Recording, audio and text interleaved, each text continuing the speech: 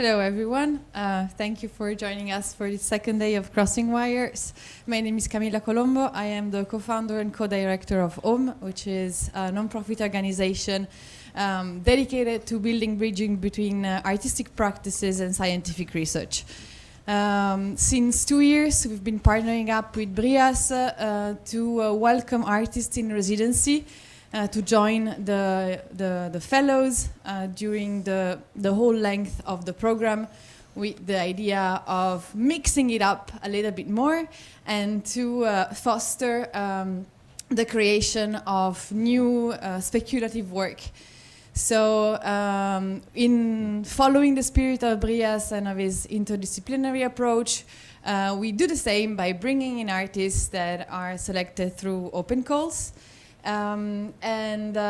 This year we welcomed the third artist of this initiative. In 2024 we had Dewi Brunet and Chris Verdonk, and this year Guillaume Zlizovic, who and you can see actually the prototypes and of the projects that I have been developing thanks to the collaboration with BrIAS. They are in the space just outside. Guillaume is also here with us, so if you have questions about carbon technostructure, is the work here behind the corner. So again, thank you very much for joining us. Today we have a very busy program, and I will leave the floor to Anne, co-director of the BrIAS program, to introduce the first panelists. Thank you very much. Thank you. So also welcome on my behalf. It's nice to see a very diverse public, so that's very nice for this event. So my task is to introduce the first speaker. So I'm actually very happy to be able to introduce Hector Cruz to you.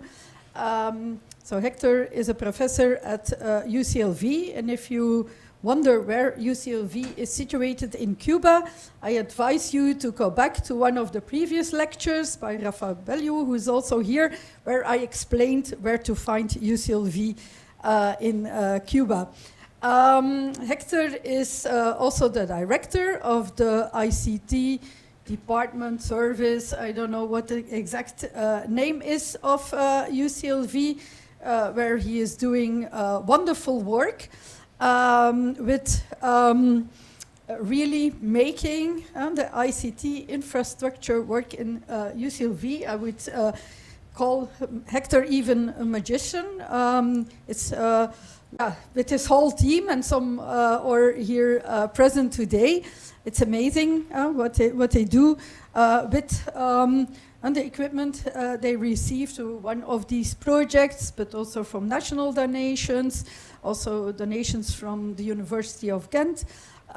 So I can only admire this. It was very nice for me to be able to work with the team in the network project, so probably you will talk a bit about this as well. And Hector's main research field is Internet of Things. So you will also explain everything about what you're doing in that field as well. So I'll give Hector the word so he can explain all the wonderful things he's doing. Okay, thank you very much, Anne, for the introduction. And thank you very much to BrIAS for this opportunity to share some experience and considerations about the adoption of AI in Cuba. During my talks, I will be talking about first about infrastructure for AI, as Anne was mentioning, and in the second part, I'm going to talk about the integration between AI and IoT through the use case. And at the end, I am going to conclude to talk about what we are planning to do in the next 4 years. So just to start, I would like to mention a very important project that created the foundation for the successful adoption of AI in Cuba. It is an ICT network program. It was a 10 years program that involved many partner universities in Cuba around the country. We have 6 partner universities, and we were able to develop a lot of activities there for strengthening the ICT role in Cuban University for the development of the society. This project will focus in the main priorities identified in the country strategy, where ICT and application played a very transversal role, where artificial intelligence and computer science in general was a very important component. So this project has, or this network program has 3 projects. The first project was more focused on ICT, open ICT system and management. The second one was more focused on research about AI, Internet of Things, and computer science in general. And the third one, ELINF, was more about information management.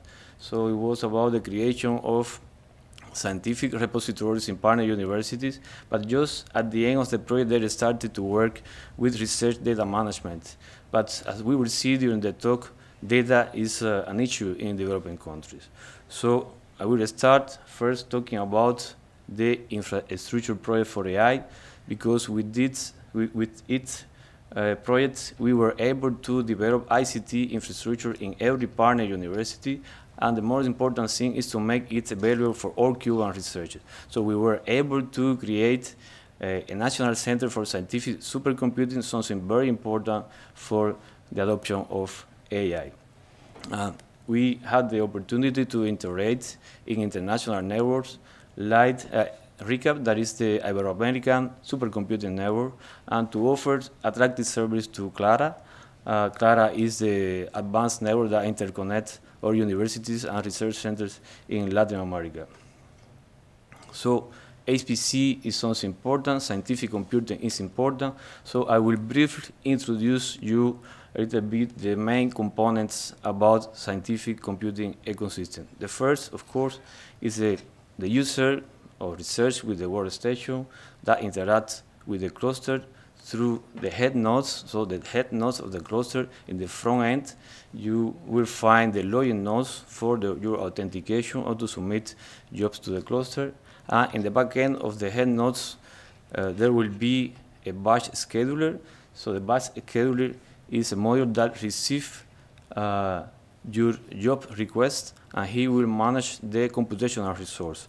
Computational resources are in the back end of the cluster that include, of course, the compute nodes and everything regarding hardware, CPU, GPU, and memory.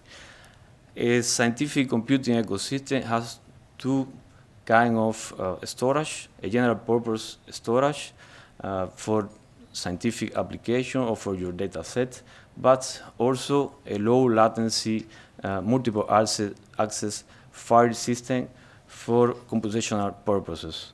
It's what we call Scratch. But of course, there are also auxiliary services for monitoring and tracking. But something important in an HPC or scientific computing ecosystem is the network. So we have here also 2 kinds of networks. A traditional Ethernet network for the interconnection, for configuration management, for explore your home as user, but also a very high-speed network, because in a scientific computing ecosystem, process has to communicate also between nodes. So a process in a node can write or can modify a variable in a memory in a remote node using something that we call remote direct memory access. So it's very important to have a very high speed. So when you are going to deploy HPC ecosystem, probably it's difficult for you at the beginning to afford an upfront investment. So sometimes we prefer, as a short-term solution, to use HPC service from the cloud, because they all have bare metal service for to reduce the overhead of the virtualization. That is the case of Amazon Web Service Nitro System or the cloud solution of Microsoft Azure. And you can have unlimited resource in the cloud. But the problem is that you have to pay for it, and also sometimes you are not allowed to store or to share your data set for security or privacy reasons on the cloud. So sometimes it's needed to have our own scientific computing infrastructure. It is more or less what we expect from a scientific computing ecosystem. It is an HPC cluster and the components that I was talking about. Here is the place where you can do parallel or distributed computing. If you look above in the right corner, you can see like we can have like 6 nodes, and there are many jobs. Some of them are doing parallel computing, and others probably are doing distributed computing. So, but when you send you request computational resource to a batch scheduler, you can organize your job in job steps. So job steps means that when the scheduler is going to organize your job in a queue is that we call a partition. You can use many nodes at the same time, but you can split your job in many job steps, so you can be probably using 4 job steps with 4 nodes, so you are not doing distributed computing, and you are doing probably parallel computing. So it's something that we need to note into account, and it depends on the application and how your application can scale, and in many ways you can use a scientific computing ecosystem. So you can have tens, hundreds, or dozens of nodes, and you want to deploy them in a very plug-and-play fashion. So your ICT staff or your APC staff has to be very prepared with a lot of expertise for install it in a very automatic way. So they need to use that we call automation techniques. In this case, we are using Foreman and MAS. MAS is Matter as a Service for provisioning or bare metal provisioning, and we are using Puppet and Ansible for configuration management. In developing countries like Cuba, we are using Foreman and Puppet because very good integration with operating system based on CentOS, but in the case of Ethiopia, we were installing MAS because of the canonical operating system Ubuntu. But we can use for configuration management Puppet and Ansible. Both are very good solutions, and they are very good integrated with Slurm. Slurm is a batch scheduler that is used for more than 60% of the 500 top HPC cluster in the world. So it fits very well for a small cluster and for bigger clusters.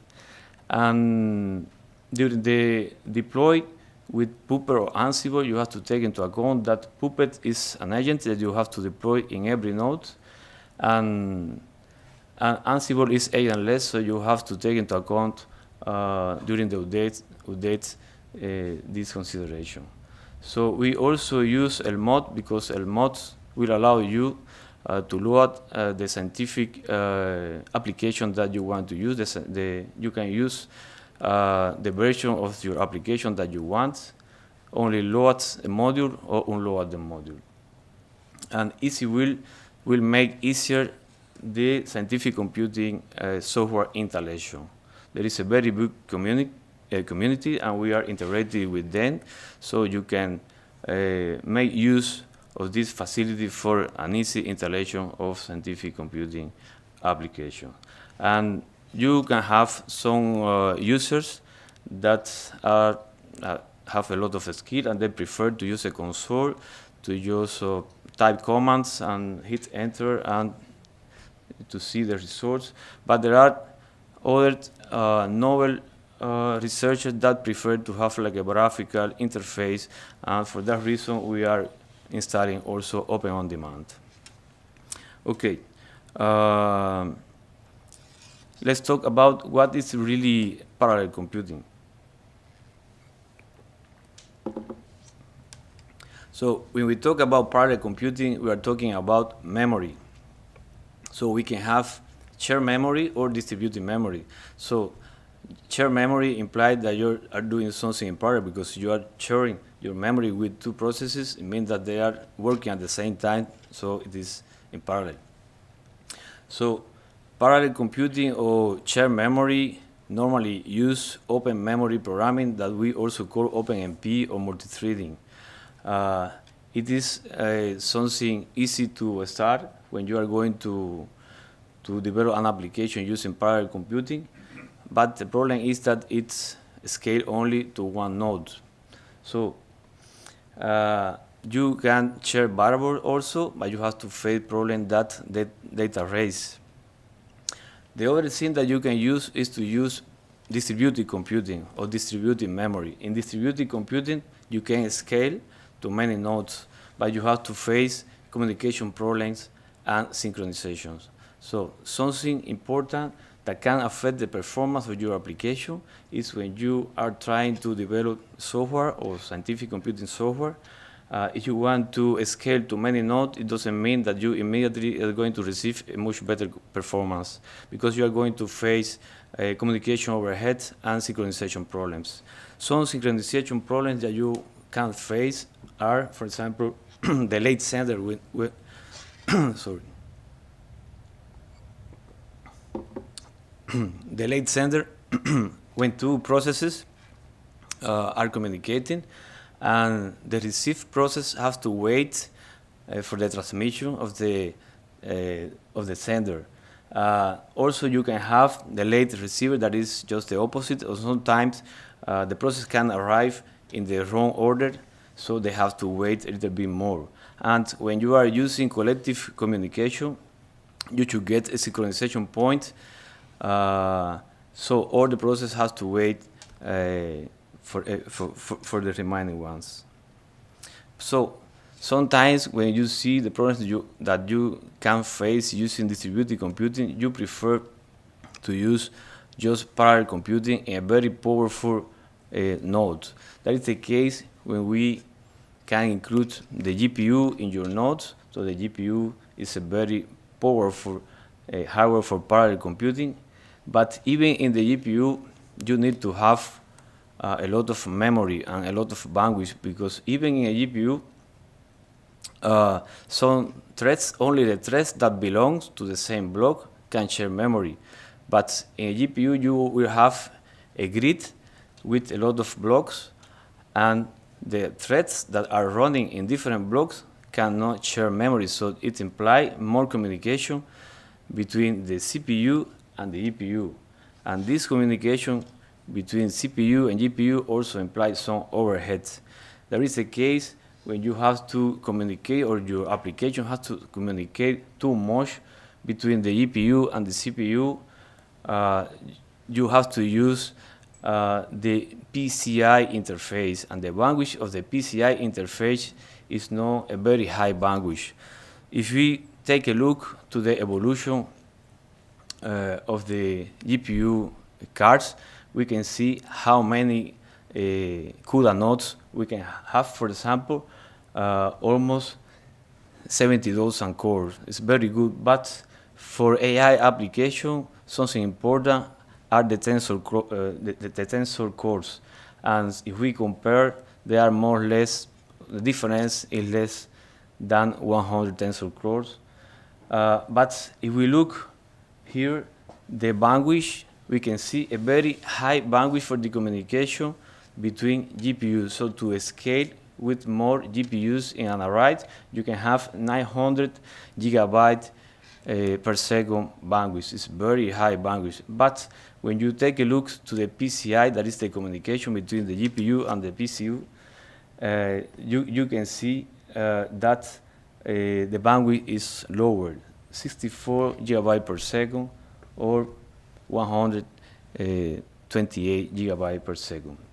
But to solve this problem, or in order to have more coherency in the hardware, it was developed the Grace Hopper 200 super chip that integrates a CPU in the same chip. So now we have a bandwidth about 900 gigabytes per second between the CPU and the GPU, and even we have much more RAM memory, and we have also more high-speed memories.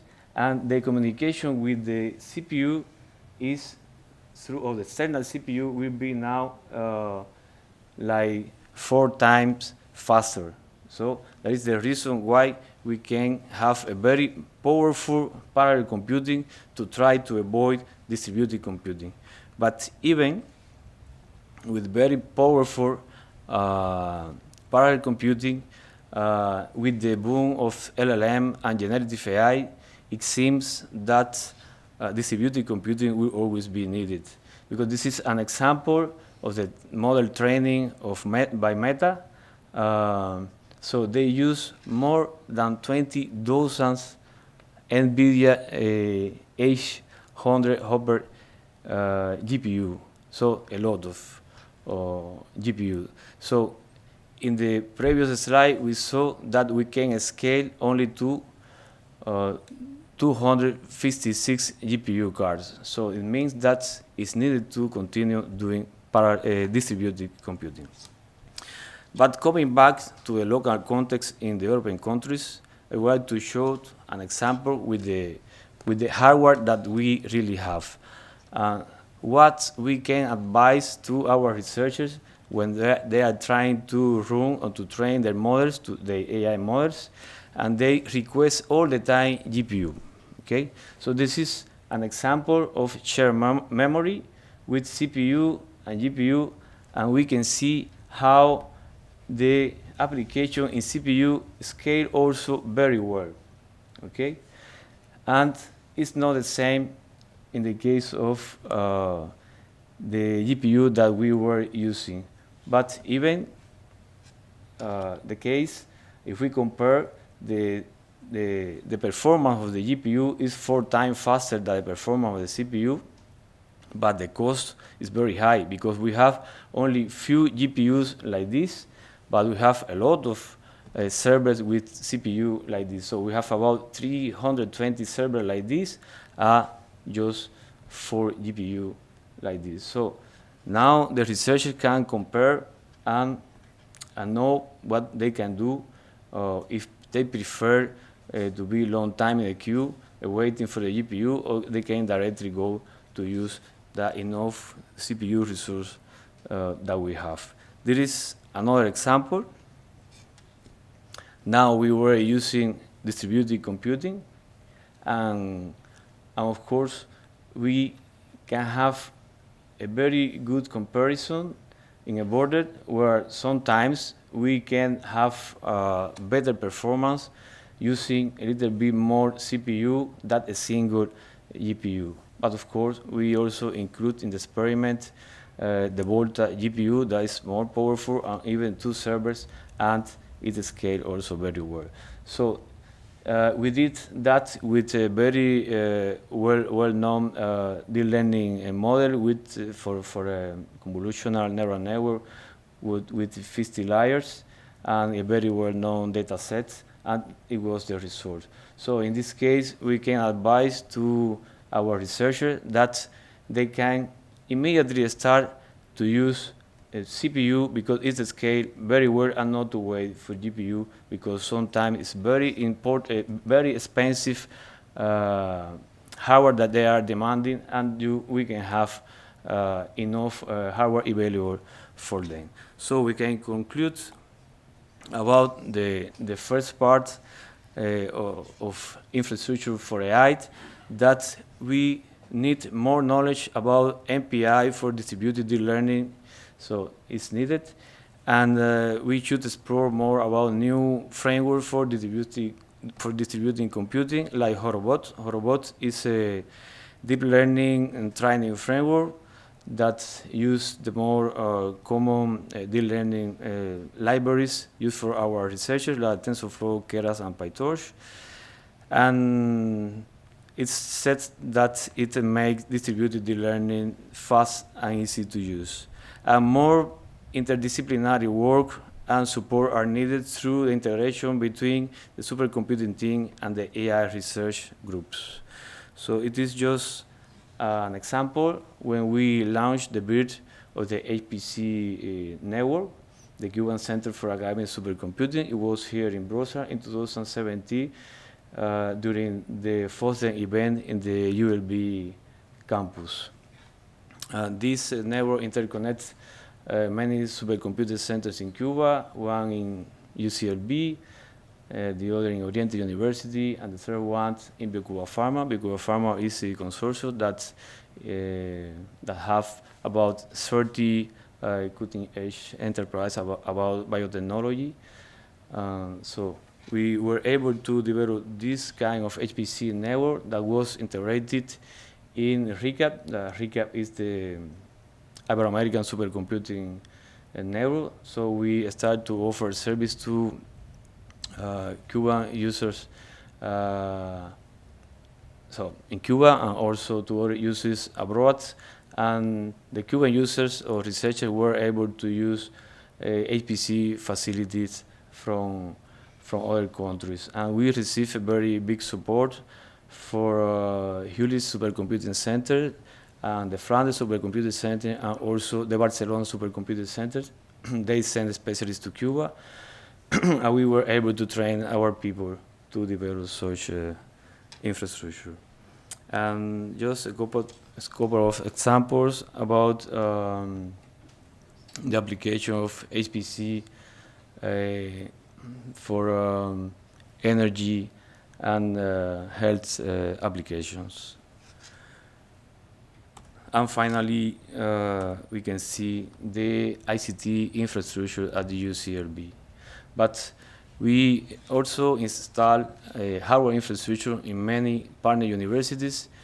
We are doing the same now in Cuhai. Cuhai is the Technological University Havana, and we are able now to support the AI strategy with this infrastructure thanks to this kind of projects. Okay, so we have been talking about HPC for AI and infrastructure for AI. Now I would like to talk about the integration between AI and IoT. For training a model, you need a data set, so data is very important, but data is very difficult to get in developing countries. So for us, the more interesting communication technology is the wireless sensor network because it allowed us to get access to data that are in very remote areas, rural areas, with very difficult access. So we are going to talk about long-range communication for AI, and more specifically about LoRa and GSM. Okay. I didn't mention before, but there are also two projects that are supporting the AI strategy. The first is a short initiative for smart water management, and the second one is a team project, QCloud, for developing a cloud computing ecosystem to foster the smart city paradigm in Cuba. And we are working with 3 use cases. Today we are talking about one of them, that is water management. So we are looking now is the rain gauge network in the province of Villa Clara, where Santa Clara and UCLB is just in the middle. Okay, and our plan is to work together with stakeholders for collecting data, collecting information, and for making models. So we want to model, for example, the water availability in a specific watershed, Sagua La Grande, because it's a very national interest. And it has 3 water reservoirs, and we started to work with the bigger one with Alacranes dam. So we went to look for the source of information, and we found many different sources. So the APK is like volunteer people with an app in the phone that takes some manual measures and they upload it to the national repository. So we found a lot of difference in consistency in the data, but the more quality that we found was in handwritten archive on the right. But also the FTP server that receive data from aromatic station has very good quality data also. So in this case,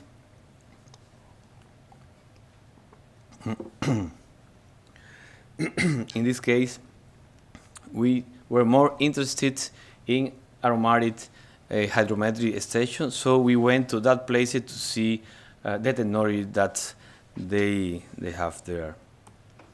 So to get that places, it was really difficult, very beautiful places, but it's very difficult to get there, even using a car. So I suggest you to use a horse to get that places. So if you like the adventure, please come with us to Cuba for getting data for main modeling. Okay? Okay. So, so it's just an example that you can use power or 2 horsepower to tire the car. Okay. So my colleague Leonardo, that is over there, was driving the car. I was just taking a movie for the story. Okay, what we found there was this technology, very good technology, robust, but it's proprietary, of course, but it's not accessible because the only chance that the stakeholder has to buy such technology is when they receive funds from United Nations for Development. So it's difficult to make it accessible for them, and of course expensive. So we are planning to do in the complete watershed what they can do just buying just one aromatic station. It's a plan that we have. So I will explain you how we pretend to do that. And not flexible at all. So it's not possible to change channels so you want to measure another thing, even when the device have the possibility. So what we did was to design a new data lower prototypes in order to make it much more affordable with a very user-friendly interface by using Wi-Fi for configuration and to avoid physical contact with the device, so no more serial cable for configurations, and also to use communication module for long range, GSM in this case, first, but with the possibility to switch to LoRa communication also. And of course, we need some storage capacity in case of disconnection, and to have communication with the more common sensors or interfaces with the more common sensors, digital analog inputs, using the more common interfaces. So it was our plan. So we started to work on that, and after some time with some prototypes. So we came here, we got a lot of experience, and last week we finished our most recent version, and we are now making some tests with it. But the problem is not only the hardware, but only the coverage, because the coverage, the GSM coverage, depends on the cellular network, the cellular provider. And in those places, almost nobody lives, so it's not an interest to guarantee communication for the people that is fishing, probably. So what we are planning now is like to create our own private, long-range private network by using LoRa. So the idea is to put or to place a LoRa gateway under the GSM coverage for the backhaul, and to deploy a LoRaWAN network. But LoRaWAN is a single hop MAC protocol, and for sure, in very rural areas with very harsh propagation conditions, for sure you are going to have blind spots if you want to cover all the rain gauges of the area. So what we need is like a multi-hop or relay mechanism, and there is one available that we found. It's a LoRaWAN relay specification developed for the LoRa Alliance, that it makes more or less exactly what we need. But the problem is that it keeps like the asynchronous nature of LoRaWAN, so they are listening almost all the time and spending a lot of energy. So if you look on the right, you will see how like 70% of the energy is spent just doing CATS. CATS is carrier activity. The carrier activity attention is listening. So, and then we decided to create our own relay mechanisms. So, Did you use drones? drums? Do you need the real-time communication or no? No. Are drones an option No. for communication? A very expensive option, I think. Yeah, but okay, I will continue. So what we did was to create our own relay mechanisms. So we are going to have relay nodes, and these connected nodes in blind spot, they will be able to use many or any spreading factor or frequencies or time slot for communication. So it means that two disconnected nodes can use the same, can transmit at the same time but using different spreading factor, or they can use the same spreading factor with a different time slot but the same with other frequency. And the most important thing I think in our mechanisms is that we have a peer-to-peer synchronization. So we don't want to have a global synchronization because it implied synchronization overhead, and we also have like a random scheduling in order to make as simple as possible our protocol. Okay, so what our relay nodes have to do is exactly to offer enough communication opportunities to disconnected nodes so they can get the gateway. So in a transmission period, our relay nodes are opening many listening windows, and they are going to transmit some beacons, and the beacons carry the needed information so a disconnected node can easily, using this expression, estimate when the listening window is going to open and in what spreading factor and time slot they will be listening. So it was what we did, and again, our PhD student deployed at Hector department at BUB a test bed experiment, and we got some preliminary results regarding energy. So we can see here that in simulation for the moment that after 5 minutes our mechanisms outperform those reported in scientific literature. And 5 minutes for hydrology application are very important in the case of raining, because a rain gauge normally it transmits information every hour, but it started to rain when the rainfall surpassed the threshold. That's 0.2 or 0.3 millimeters of raining. They have to start to transmit every 5 minutes. So for us, it's very important that for transmission periods longer than 5 minutes, our mechanisms can have a very good performance. And even saving a lot of energy,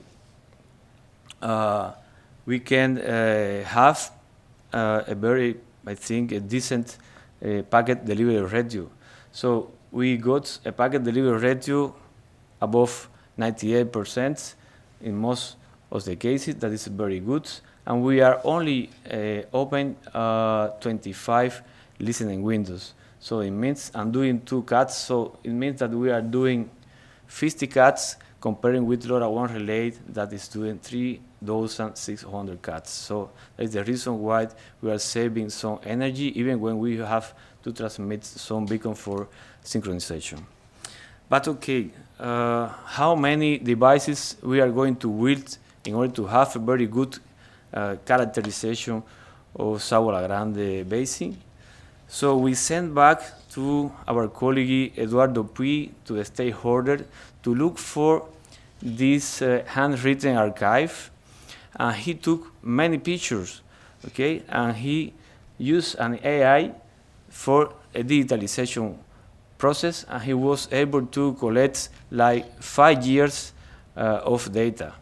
So you can see here the water volume or the water availability of the Alagrandes Reservoir, and the step slopes represents adverse meteorological events.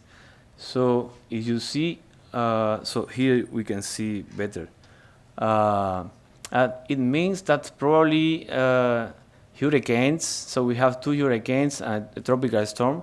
It means that hurricanes can be a very good chance to increase our water availability if we are able to manage it in a proper way to avoid floods that imply contamination and many things. So that is the reason why we are doing this job. Here we can see the raining correlation, now better. And what's our plan is, our goal is to develop an early warning system to predict also water availability to prevent droughts. Also, water quality, but we know that data is an issue regarding water quality. So for the moment, but we are just in the first step of this research. So what we need now is just to identify how many devices we need to produce to have a good characterization of the basin. So our PhD student, so he went to the data and he prepared the data set, and he took into account that the water runoff, because after raining there are some delay, so the water has to flow through the basin through the water reservoir. And he took into account many days, that is the K days in total, and he formulated a model taking into account some features, the rain gauges, the volume of the reservoir, and the delivery. So, and he trained many machine learning models, and he got very good results just with a linear regression model. And now he was able to, with very low errors, so he was able to map the rain gauges with the higher influence in the prediction. So now we know exactly how many devices we need to build and it's the same that we have to do with the remaining reservoir in the basin. So after telling about this story, I would like to conclude telling that for adopting an AI strategy to have a national AI strategy is very important. So fortunately, last year it was approved, almost 1 year ago. And if we compare it with the European Union AI continents, we can identify here more or less the same pillar that we are going to address: regulatory framework, infrastructure, skill, applying AI algorithms, etc. And finally, I would like to conclude telling what we are going to do in the next 4 years. There is the team project that I mentioned before. What we are planning to do is to start working with the private and public sector in three use cases. One I already mentioned regarding water management, other regarding energy, and also the third one regarding road optimization. We are planning to develop like integrated development environment for AI and cloud computing ecosystem. And we have like a scholarship program for people to come into Belgium for training and research. And we are going also to develop some summer schools in Cuba. And we hope that we can count with the participation of the BrIAS community to undertake this AI strategy. So thank you very much for your attention.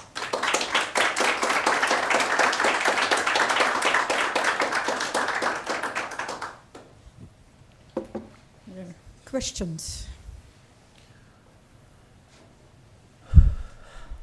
Maybe we can come back to the question of the drone. I don't know who was asking it. There's, I guess, some opinions on drones. My first reaction would be that, yeah, if there's a tropical storm or a hurricane, that might be very challenging. But are there other arguments? I think it's a good idea to consider it. But Please, yeah. the idea is not stupid, but it's maybe. No. I'm not saying. I didn't say it's stupid. With what Yeah, but I think there somebody made a remark that the communication might be difficult. Maybe you can say something if it's raining or. I think it's a very valid question that we can discuss. The problem is the weather in hydrologic application when it's raining, for instance, or in hard conditional climatic condition like hurricane or something like that. I think that the drone is not a good solution because you need to transmit more periodically. So it is not a good solution in that context. The use of drone, I think. That's another question. The reservoir, assume there's a dam. Is it operated, and are they also involved in your study? What reservoir Alagranes? So in the Sao Alagrande basin, we have 3 water reservoirs: Alagranes, Palmarito, and Arroyo Grande. So our plan is to make models for the 3 of them. So the idea is to predict water availability in the whole basin. Yeah, but I think the question was also people operating. Yes, of course. Yeah. So there are some people that operate in the water reservoir. They also have an exploitation house close to the reservoir. So you always, when you go there, you have contact with people. So they also take care of the sensors that we are installing there. It's something very important to avoid vandalism and something like that. Yeah. And also they are the people that are doing some manual measuring and reporting every day in the morning. Yeah, but do they also operate the dam? Do they change things that have an impact on the measurements? So we are working with in cooperation with the water exploitation company. So they need to know how many water they can provide every time for agriculture or for many things. So they daily have a plan. So they can release a little bit the gates to give more water or less water. So the idea that we can advise them so how many water they can provide to the farmers. And do they also have internet? They have internet. Something okay. It's something different. They have connection. Okay. They have connection. It means they can take measures and they can upload the data to the national repository. but if they have internet for manage other kind of applications, probably, but sometimes it's difficult because when we are going to use 2G, 2G is very good because of long distance, but very low bandwidth. So it's not possible to use internet in the way that we normally do. But at least they have access to connections for sending data. But what we can do is to send the data automatically. So just a device sending the data, so without any human intervention. Okay. I don't know if I answer. Okay. Other questions? If not, I propose to thank Hector again.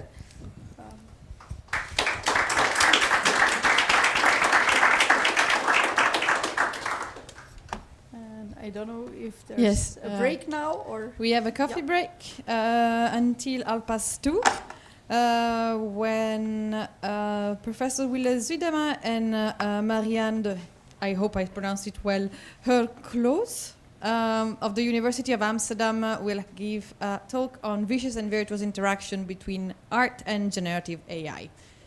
Thank you very much.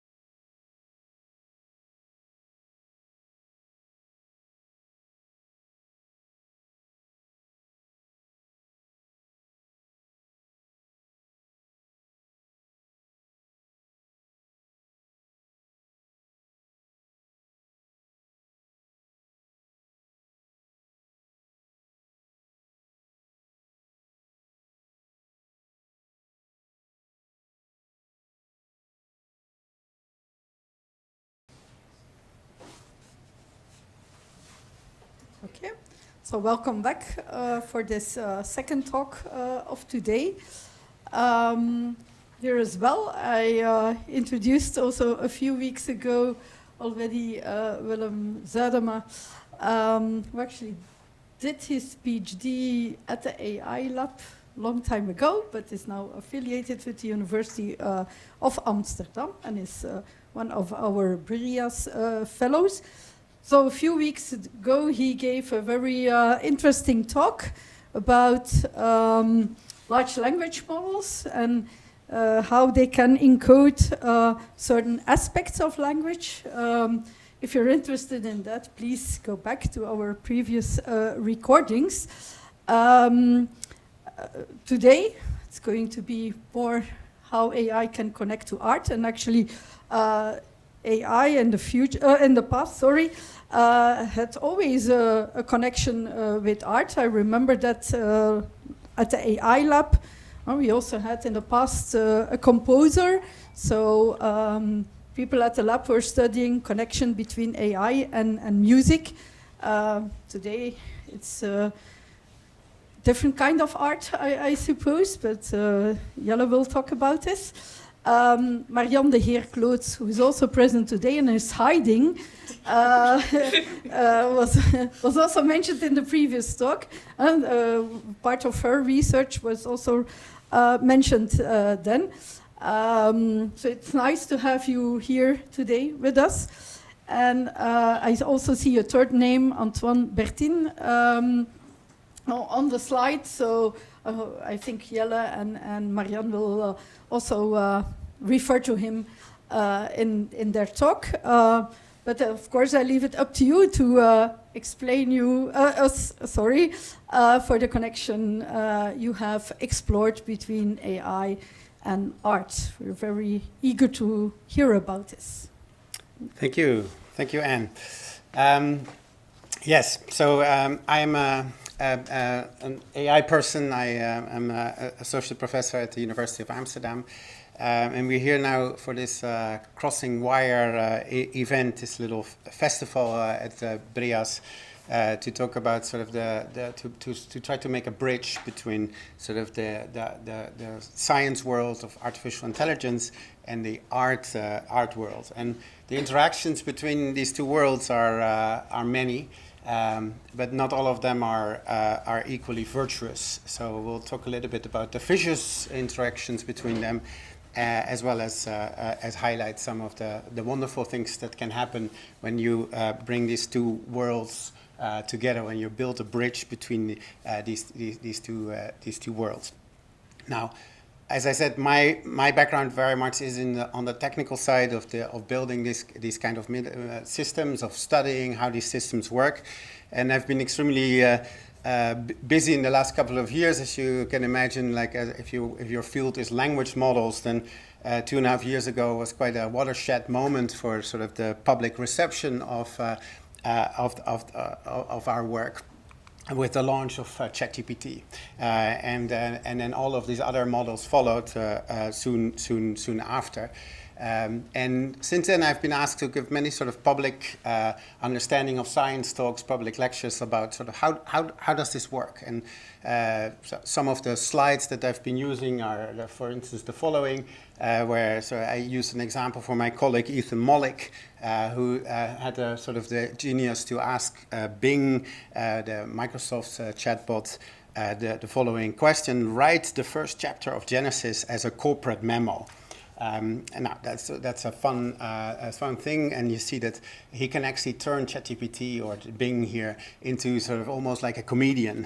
So what we get is, dear team, I'm pleased to share with you the progress of our creation project for the past week. Here's a summary of what we have accomplished so far.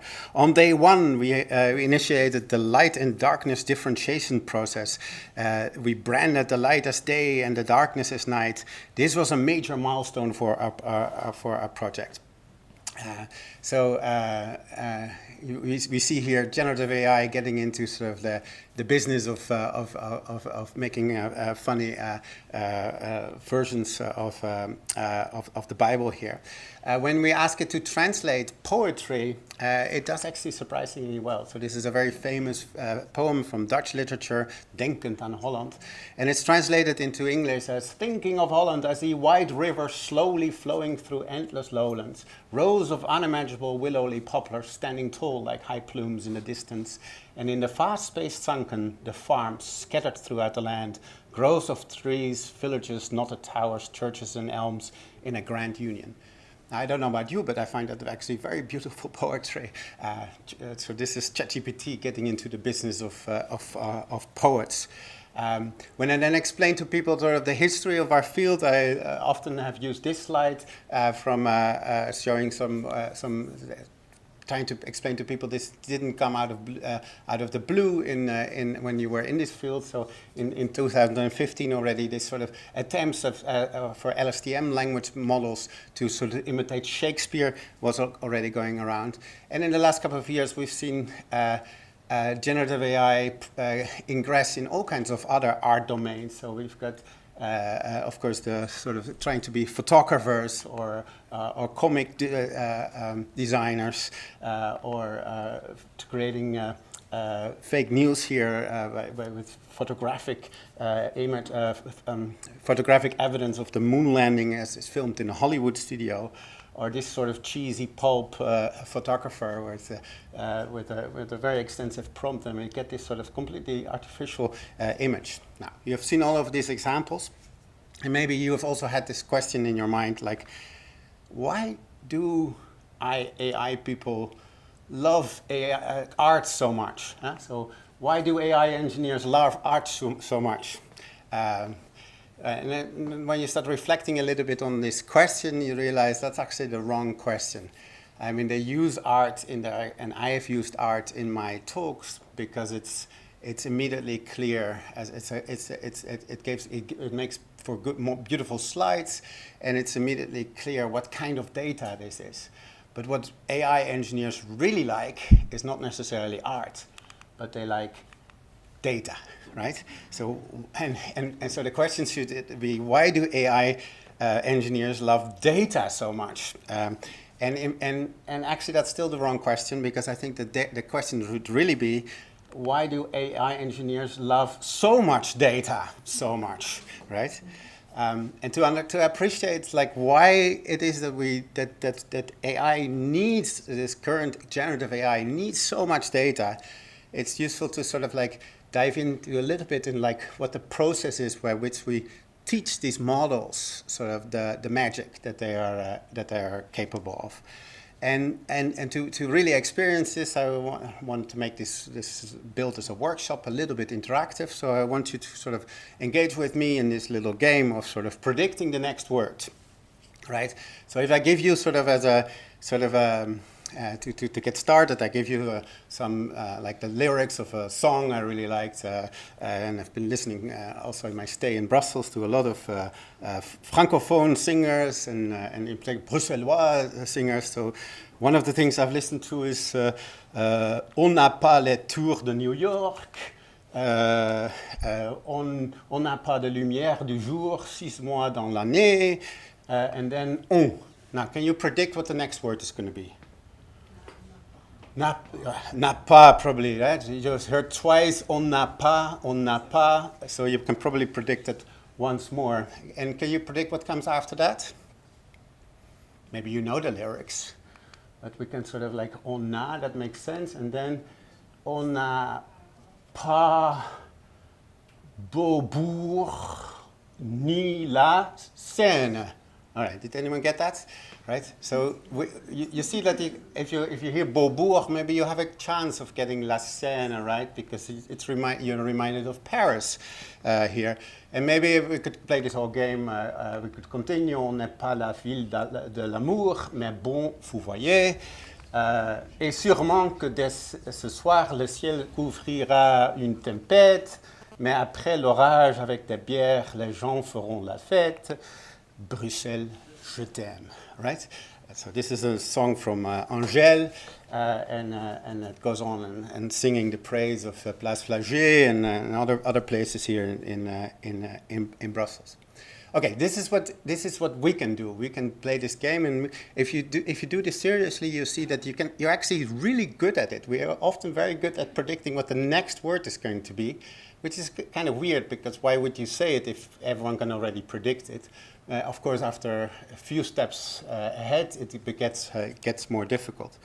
But we can also play this game on the computer, and that's what one of the basis results in generative AI is that we take a sentence, maybe on n'a pas Beaubourg ni la Seine, and then the crucial step to sort of make this into something that computers can do is turn every word or every part of a word into a list of numbers. So number, and initially it's okay if those numbers are random numbers. We start with a whole bunch of numbers somewhere between -1 and +1, and we do this for every word in our in the sentence. For every word that we encounter later on, we assign a list of numbers to them. Right? So we have lots of numbers, and computers love numbers. Generative AI loves numbers. The moment that we have numbers, now we can start to work with it. Right? So if these numbers, for every word you see, I have a long list. I just made this up for you, but so typically it's actually 768 numbers per word. But if we imagine for a moment that it's only 2 numbers, like maybe these two, right, for on, then we can think of that word as being not as a word, but as a point in a space, right? So that would be a 2-dimensional space, and then we have at x-coordinate 0.782 and y-coordinate -0.234. We have a point, and that is representing on, right? And these things we call embeddings. And now this is for 2. That's a fictional example. Just imagine now we're doing this with hundreds and hundreds of different dimensions, not just an x and a y, but also a z and 800 other dimensions added. And now for every word becomes a number, and now I can start to sort of do my machine learning magic on this. And I can take my list of numbers, and I can try to sort of predict from every current word what the next word is going to be. And now the computer doesn't have to understand language anymore, but it just needs to sort of predict from which point in this high-dimensional space will I go to which other point in that high-dimensional space. So I predict, right? And this now opens up, treating this as what we call a self-supervised learning situation, right? So it can be any sentence. It can be about Beaubourg and La Seine, but it can also be, it's hot in here, please open the. And then you can all think of something that can be opened. The problem is the computer cannot initially, if we assign this random weight. So what we do is we put here, give the computer a language model in the middle, that has as its only task, predict what the next word is. Learn to predict sort of how this is going to continue. So we make a prediction. Maybe we predict ask or door or window or what, right? And then that's the brilliance of this very simple scheme. We actually have the text. So we ask it to predict, and then we can ask it, and we can actually check what is the next word, right? And the next word happens to be window, or it happens to be door. So I can actually calculate an error at that stage, right? And then by some clever mathematics from the 1980s, we've actually figured out no matter how big that language model is, we can actually work out the mathematics of how to adjust every single parameter weight in that model to make the error a little bit smaller, just a little bit smaller, right? And computers are patient, so I can just repeat this as often as I want. Now, just that language model in between, I had this little colorly thing there. In reality, that's actually a bit of a beast. So this is the most comprehensive diagram I could find about the transformer architecture that actually does the work. I'm told that this has to be a pleasant meeting, so we're actually not going to go into any of that. And we're just saying, like, okay, this is all we need to know for today. We have words become numbers. These numbers we call embeddings. Because they are points in a space. We can think of that. And the task that we are performing is next word prediction. And what we're doing is we're changing these numbers. We're searching for the best numbers that will allow us to actually predict what happens next, what happens at the next word. Now, one thing I also like to do is like to get across that just the sheer scale at which we're doing this, because I told you we can repeat this as often as we want, and let me tell you, people at OpenAI have taken that seriously, right? And they want to repeat this very, very, very often. And for us, poor human minds, it's actually sometimes difficult to comprehend just the scale at which this is happening. So I've made a little animation saying like something like the song of Angèle that we talked about a moment ago. Maybe that would be 100 words, right? So 100 words is something in the order of let's a short song or a short conversation you have on the corridor, or maybe a little blog post or something like this. And I just want to sort of like to go with you through a couple of steps where we multiply 100 with 100 a couple of times, just to imagine how big this is. So if 100 is one conversation, then 100 times 100 would be 10,000 words. That would be the scale of an entire book, or how much words you encounter in a day. If you multiply that again with 100, right? Then we have the scale of 1 million. That would be the scale of a good book collection. A well-read person, a respectable intellectual, has maybe 1 million words in the bookshelves at home. Or it's the amount of words that we hear in a year. If we multiply that again with 100, then we are at 100 million. So that would be the amount of words you find in a library, right? In a maybe a provincial library. Maybe the Brussels has a bigger library than this, but it's that order of magnitude. Or what you will actually encounter in terms of words in a lifetime, right? By far not enough for the current generative AI. If you multiply this again with 100, then we are at 100 lifetimes, tens of billions of words. Then we're basically at the scale of the entire Wikipedia set. And if you take all languages, English Wikipedia would be only a subset of that, only 4 billion words of that. If we multiply that again with 100, only then are we at the scale of trillions of words, right? And that's the scale at which we're operating when we're training current generative AI models, right? So that is 10,000 lives worth of words. Some more accurate estimates said that 20,000 years of language input that you need to compare it with what GPT-3 was trained on. So that would be this 300 billion words. And nowadays it's people even go over the 1 trillion mark. So what we have seen is an enormous increase in the size of the models and the size of the data sets up to that point when ChatGPT was released.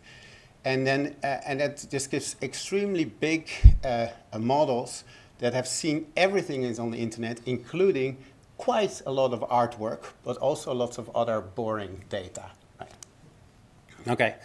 If we have, I still have a minute, so maybe we can reflect for a second on at the end of training, how does this trained model then really work? Well, what I've done for you is, so the problem is we don't know, right? And that's a little embarrassing, right? We do know how to change a bad next word predictor into a slightly better next word predictor, right? We can apply our learning updates trillions of times, yielding extremely good next word predictors, right? But we don't know exactly how the resulting machine learned predictor arrives at its predictions, right? And that's at first sight really strange. And I've had to explain this many times to people. It's really true that we built an artifact ourselves that we can train but we don't know exactly how it then works. People find that very counterintuitive, which is a little strange for me as a Dutchman, because I run into this problem every day, right? Because I cycle to work, I cycle to the bar, and then I have my bike, and I want to set it to a tree. I put it against the tree, and it falls, right? If I put it a little bit too much to the front, it falls. If I put it a little bit much to the back, it falls. I never know exactly where to put it, but I do know how to change it to make it stable, right? Because when it starts falling in one direction, I move it a little bit forward. When it starts falling in another direction, I move it a little backwards. I don't know how to move it until it actually gets to a stable position, and it works, right? And this is an extremely simple, beautiful image, I think, by this artist. But this is, in essence, what is happening, right? Like we know how to change our predictors, but we do not know exactly what the solutions is there. We only know it approximately. So I made, for my example from the very beginning, I actually searched a little bit on the internet. I did find a very, very, very boring story on it's like a corporate memo. On the first day of my presidency, I shared my intention to promote equitable economic policies that prepare Montgomery country, blah, blah, blah, blah, blah, blah, blah, blah, blah, right? I found Genesis online, which is a little bit more exciting, and this is in ordinary English. God makes the earth. God said there will be light, and there was light. God saw that the light was good. He caused the light and the darkness to be separate. And the way that we think about the magic that these generative AI systems are doing for us is basically cut and paste on steroids, right? So we have, here's a sentence from one of these documents, here's a sentence from the other of the document. Like, I can find bits and pieces from that document that seem to sort of fulfill a similar role on the first day in the beginning, right? And if I rehash that in a clever way, then I get, in the beginning of God's presidency, he shared his desire for the light and the dark to be separate in order to prepare the heavens and the earth for long-term success. Not quite as funny, I grant you, as the ChatGPT or Bing version, but I think it serves to illustrate the process. This is the way to think about it. It's not magic, but it's like we are surprised by the enormity of the data sets, by how creative the output of these things look. Right. Okay, I talked a lot about the question, why do AI engineers love art so much? Let's also talk about the question, very, very briefly, why do artists love AI so much, right? Well, that's actually an outdated question. Like a couple of years ago, I was meeting a lot of artists that really loved AI and really wanted to engage with it. These days, it's more like, why do artists hate AI so much? Okay, why do they hate it so much? Because it's sort of like these machines, these generative AI machines are just sucking up everything we've created, and like they're not giving us compensation, consent, and credit for what they're doing. So what the artists are telling me, it's not that they really hate AI. They have the feeling that the AI engineers are hating artists, right? They're not respecting their rights. And I think they have a point there. But the reality is, it's not that the AI engineers hate artists. On the contrary, they actually really like that field. What they really hate is attribution, right? Because it's a pain in the neck, right? So why is attribution so difficult? Well, the knowledge of generative AI systems is extracted from billions of examples from the training set and is stored in billions of machine learned weights. Every item of the training set influences the values of every weight in the model, right? And so keeping track of how much it influences would require massive bookkeeping over trillions and trillions and trillions of updates. So it's, with the current technology, that's simply computationally intractable. We cannot do it. We cannot do it, right? So, and because of that black box problem that I explained to you, we cannot reliably tell after the fact either how important each example was for any given prediction, right? So the intellectual property problem of current generative AI is fundamental for the current state of the technology, and it will not be solved anytime soon, right? That's the technical side, and I'll end there. But I just wanted to note one thing. That doesn't mean that that the AI engineers are off the hook, right? That's not an excuse to not provide transparency about the training sets that they use, to ask permission for the data in the first place, and provide compensation if that is appropriate. All right, I talked about the vicious and the virtuous interactions, and I'll end here and give the floor now to Marianne, who will talk less about the vicious part and more about the virtuous interactions parts, so that we can end today's meeting after Marianne and Bertin and Antoine Bertin on a more positive note. Thank you very much.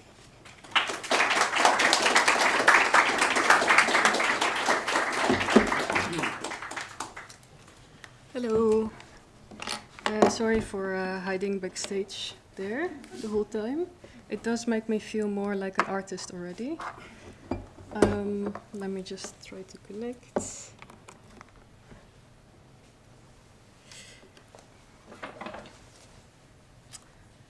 Okay. Right. Great. So I am Marianne. I am a PhD student in Jelle's research group in Amsterdam. And in our research group, a lot of us are working on trying to understand these very complicated AI systems that Jelle just talked about. Just trying to develop methods to understand a little bit better what they are doing, to get a little bit of improvement at this impossibility of understanding where things are coming from. And today I will just talk a little bit about how we can do that by visualizing model embeddings, so these large lists of numbers that we get inside these AI models. And this is something I have been doing with Jelle scientifically, but I've also been doing with Antoine artistically. And today I will kind of try to move from one to the other, which is not something I do a lot, but I hope you will enjoy the journey with me. So I will actually try to get to a project where we have used audio models, audio AI models, to visualize bat vocalizations for an art installation that Antoine and I have collaborated on in Mexico. And Antoine is actually here with us, following us on the live stream. And I know some of you know him, and I know he's very excited to also discuss these things with his community, so maybe we can do that afterwards. But after my presentation, I will just show a video where Antoine is explaining this artwork, and the model embeddings will have a place there as well. But I will actually start with this model. So Jelle just mostly talked about a text model that is doing next word prediction. But I will be working, or I will be talking about an audio model, which works in a very similar way. So it also has all these large lists of numbers inside, and the fundamental thing is doing predictions on lists of numbers. But instead of words, because in an audio signal we don't really have chopped up words like that simply, we just have a continuous stream of sound. This model is doing predictions on embeddings that it creates for every 20 milliseconds of sound. So it's very short frames that is doing predictions about. And these predictions are really purely acoustic. As you can see, it processes the audio just from the WAV file that you would have on your computer. It then goes into the model. It creates all these large lists of numbers. In this case, there's 12 layers. And then it creates these large lists of numbers, which we can then use for different things, like transcribing to text or classifying sounds in different ways. But in the end, the result of this model is just an embedding for representing a sound. And what it's trained to do is actually to predict masked segments of sound. So this is what we also call a self-supervised objective, because the training objective that the model is learning while it's processing a lot of data is purely based on this data itself. It's just predicting masked segments. Okay, the idea is that we then get very general, useful representations of sound that we can then use for many different things, like for generating new sounds, but also for classifying things. Now, I will actually talk about a model that we have trained on Dutch speech, and what this model was able to discover about the structures that we actually know we have in human speech. And then I will show you a little bit about what happens when you feed these models not with human speech, which they have been trained on, but with bad vocalizations, which they aren't used to listening to at all. But still, they will generate numbers, right? Because that's what they're trained to do. Okay. So what do audio AI models learn about human speech? Actually, we know a lot about human speech already. We know that it is structured at many different levels. So we have the individual levels of like just the sounds that we are using, like m and n to form words. There's syllables in between. Syllables have different types, like they have different structures. Some of them start with consonant, vowel, consonant. Other ones are just consonants and vowels. There's many different things. We have different words that sound differently, but also belong to different grammatical categories, like nouns and verbs. And then we have word meaning, so things like company and crowd might be more related to each other than notion and belief. We even have syntactic structure, so like how different words in a sentence relate to each other. There's all these many different levels of structure, but as I just said, the prediction objective of this model is just the audio alone, right? We don't tell it anything about this structure. So do AI models discover anything about this structure from just being trained on the audio?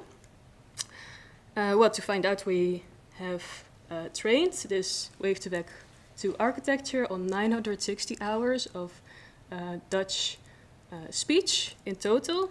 So this is from recordings of conversations and also audiobooks and just some sentences that people are reading out loud. And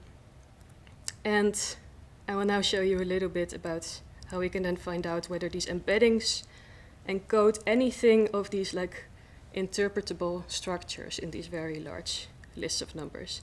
So as you can see, I'm now like zooming into just this middle transformer block of this model, where you can see that we have 12 layers, and every layer creates these embeddings, and then every embedding at every layer is the input to the next layer.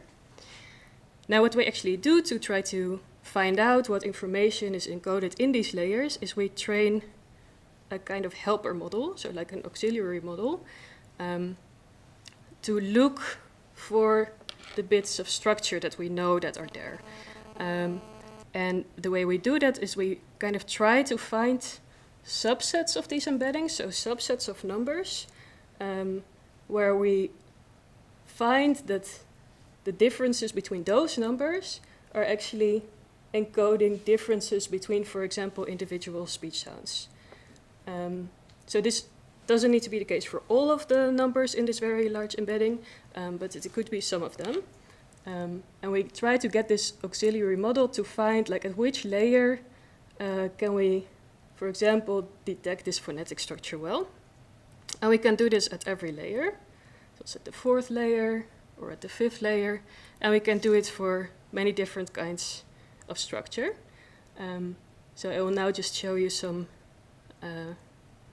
visualizations of the model's training process for how it learns about different syllable types and different word categories, parts of speech. So I think this is going to start playing now. So here we just select like a subspace of 3 dimensions from these model embeddings. And you can see that in the beginning of training, all of these syllable types are kind of mixed together. But at some point during training, they start developing a little bit more structure. So again, the syllable types are just a consonant-vowel structure.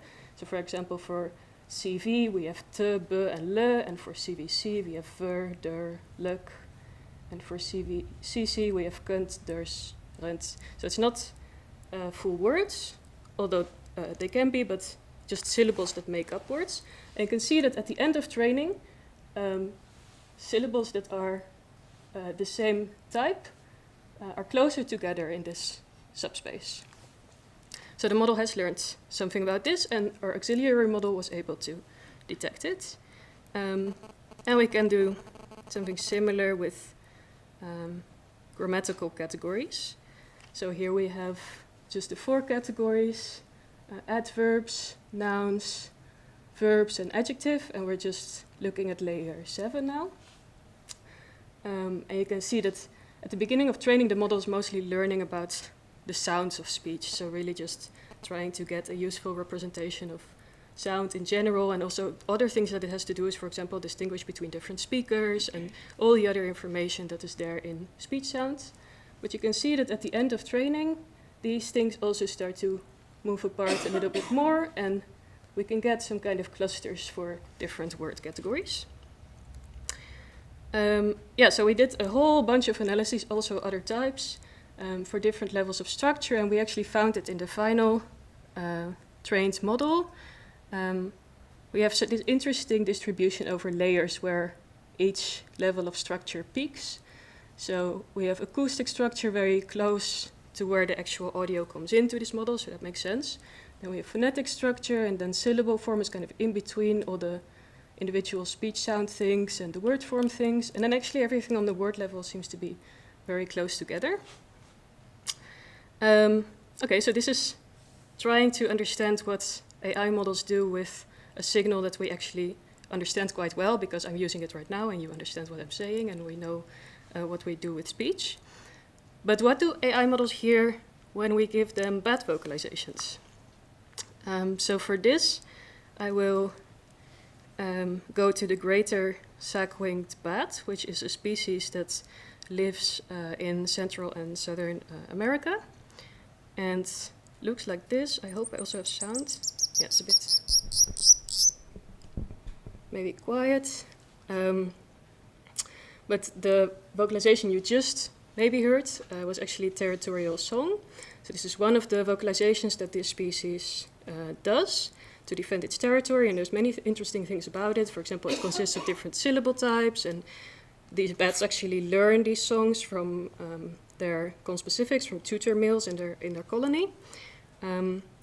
They also make many other kinds of vocalizations, like they have vocalizations that they do when they are in distress, when they are doing courtship, vocal grooming is like interactions with bat pups and mums, solicitation, caregiving, and of course for echolocation, which you might know bats for most. Now, if you heard this at all, it was probably very quiet, and it's also very high frequency. So one thing we did to prepare these sounds for audio models is to actually decrease the frequency to human hearing range, because that's what these models are trained on, and also what we are trained on. So then it sounds like this.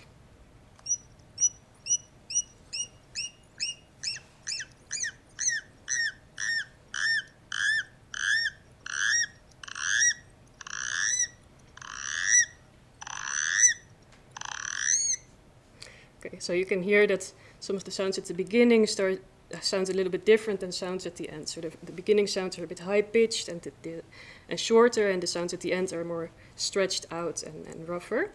So these are actually different syllable types, and bat bioacousticians have classified them into types E, A, and B, and some more types. So when we looked at this with a very similar method that we analyzed structures in human speech, we found that the kinds of models that I've just been talking about actually separate these not speech sounds, so bat vocalizations, quite well into different syllable types. And of course there is acoustic differences between them, but apparently from being trained on human speech you can also learn representations that distinguish these different syllable types very well. This is all still quite scientific. For the project that Antoine will be talking about in just a moment, we worked with the other kind of vocalizations that this species makes. And I will just play some to you, and then I think I have one or two examples for a little quiz to see how well you can learn to classify these vocalizations into different categories. So this is a territorial sound.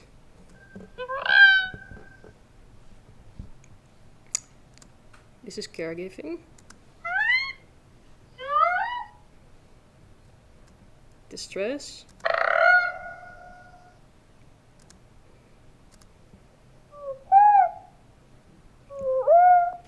Solicitation, that's actually a pup communicating to the mom. Okay, so here's a mystery sound.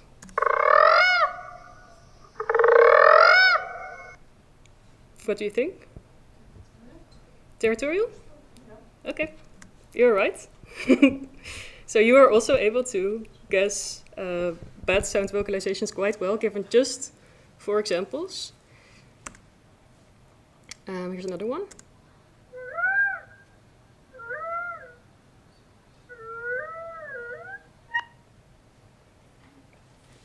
Anyone? Caregiving? This was actually solicitation, but you could probably hear before that these are more similar to each other, right? Than to the ones that are distress and territorial. Okay, so if we actually look at the embeddings of an audio model only trained on human speech of these sounds, then we can also see that it kind of groups the sounds into different areas. And we can see that, for example, distress, the blue dots at the bottom here, they're really separate from like the more green ones that are solicitation and arousal, and then there's territorial sounds to the right. So it's really interesting to see where this AI model places different sounds closer to each other or further away. And this is what this is like the end of my job as the AI engineer in this art project. I create the coordinates, and then I send these to Antoine, and he makes art that actually allows people to then experience these animal vocalizations in very different ways than just listening to them. So this is what I'm now going to play Antoine's video about. I hope this will work. Interested in sound and listen. Hi everyone, my name is Antoine Bertin. I work as an artist. I've always been particularly interested in sound and listening, and more recently in the idea of listening with machine listening, and in particular to sounds of other species, sounds of nature. How can these technique help us see beyond the limitations of our human ways of hearing, but also maybe beyond the way that we think about listening in the first place. So today I'm here to present to you some of the collaborations. There's several collaborations that we've been embarking on with Marianne, who's here today. I'm going to focus on a particular project called the Bad Cloud. Before this, I would like to share just a few elements of information about the first collaboration that we worked on together with Marianne, and also involving Om, who's here today as part of this creative and technology ecosystem in Brussels. So this project it's an ongoing project. We just concluded the first step about representing latent spaces, abstract spaces that describe the conversations of a particular species of whales called beluga whales. So what you're seeing on the screen now are individual vocalizations. You can see one in the foreground and a blurry one in the background. We created a first batch of about 100 vocalization that came from a data set that was provided to us by an organization called Earth Species Project, who are working on decoding at the intersection of computation and bioacoustics decoding, mapping and decoding the conversations of other species such as beluga whales. So the project has been really a conversation between Earth Species Project, and Marianne to create a sculpture that we will realize this year.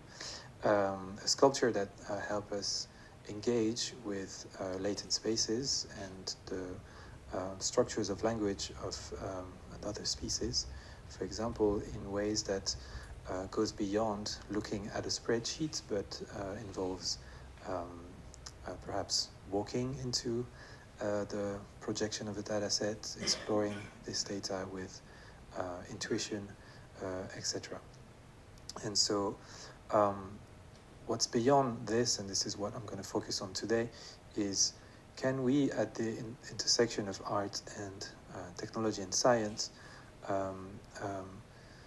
leverage from these AI-related technique, from ways of contextualizing these abstract dimensions, abstract ways of representing real situation, can we leverage these techniques for advocacy endeavors, for bettering our relation or our management, in some cases, of the living world, and participates in interesting ways to the conundrum that we find ourselves in the climate collapse situation that we are experiencing today.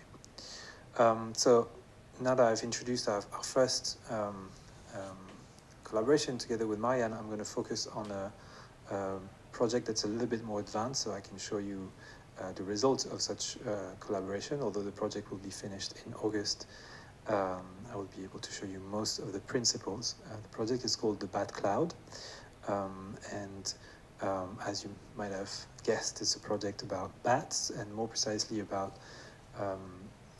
deciphering, or rather experiencing in sensorial, artistic ways, the elaborate ways that have bats of communicating and creating an artwork that's trying to sculpt new relationships with bats, which, as you know, are not necessarily the most liked animals on the planet. Not in every part of the world, but in most of them, they are animals that people might find scary or too mysterious for them, and I think that's why such creatures are interesting. I think when we as humans get a little bit unsettled by perhaps another species, is because it tells a lot about ourselves. Maybe they are too close to us and the way we have of being with the world, that we find it a little bit scary, maybe as a reflection on who we are. So bats have a lot to teach us, is my point, and I'm going to show you kind of in the first person, as if you were in the work. You will have to imagine a little bit, but chronologically following the steps that visitors will eventually follow in this art installation, how the artwork works and how it was created in this interdisciplinary way. So the project is commissioned by a museum called Spheric, which is located in Tulum in the south of Mexico, which you can see now. A lot of the principles of Spheric is based on architecture that sort of works with concepts that are from nature and around. So you can see, for example, in this building that the museum has been constructed around trees. Trees, some of them are integrated in the architecture and not necessarily cleared to build something. And so it's been, principles have been really inspiring in terms of how to create a work that may become an invitation for bats and humans to meet. Before I take you on this journey, I just want to share a quote by author Karen Backer, who has been very inspiring in this work and all the other works that we started developing around ideas of machine listening to the natural world. The microscope enables humans to see anew with both our eyes and our imaginations. Digital acoustics are an invention of similar significance. Like the microscope, they function like a scientific prosthetic. As they extend our sense of hearing, they expand our perceptual and conceptual horizons. So what I like about this quote and extracts from her book, The Sounds of Life, is that, machine listening is not just a microscope or telescope for the communications of other species. What happens when microscopes and telescopes are being assembled is that a cultural change and a cultural perspective on ourselves and our place in the universe evolves. And I think that's what's happening with AI-related techniques applied to sound, but in particularly to the sounds of nature. So imagine that you are taken to the edge of a forest in Tulum, as I said before, just at the edge of the city. You are been given a meeting point, and when you reach this point, what you see ahead of you is a path that goes into the forest, deeper into the forest. The ideal moment of the experience is at dusk, although the installation is happening, is open all the time. But obviously at dusk is when you might encounter bats more easily, as this is their preferred time of day or night, in between. At the beginning of the trail, you're giving a bit of an induction to information about the work, but also, and very importantly, a handful of fruits, or rather imitations of fruits made in ceramic that we've been finding with the help of our scientific collaborator, Miriam Nernchild, who's a behavioral ecologist working on bat behavior, especially through sound. The fruits are imitations of fruits that were left by bats on the floor. You can find them on the floor, a little bit like clues that can tell you a little bit where bats have been or where they might be roosting. Often you find these fruits because when bats eat, they're quite messy eaters, and often the fruit falls on the forest floor, and they don't pick it up because it's too dangerous or complicated for them. So you find these very characteristic half-eaten fruits with teeth mark. I will show you an example of the original fruits in a few slides. So you're giving a handful of these fruits and invited to embark on this trail. Just follow the trail and progressively become immersed in just the sounds of the forest.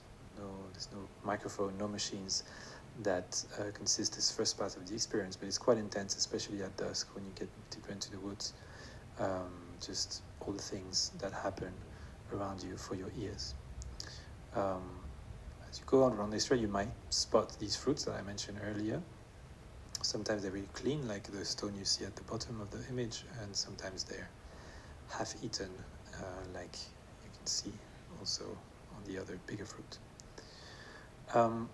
The bat cloud, the installation, draws inspiration, and this is going to explain to you this thing with the fruits a little bit already, from a Mayan divination practice that's very present in the region, and that we had the chance of experiencing also with Marianne and all the team, scientists and artists alike, which is the practice of corn reading, a divination practice that will try and give you information and guidance about a near future based on an interface that you see now on the screen.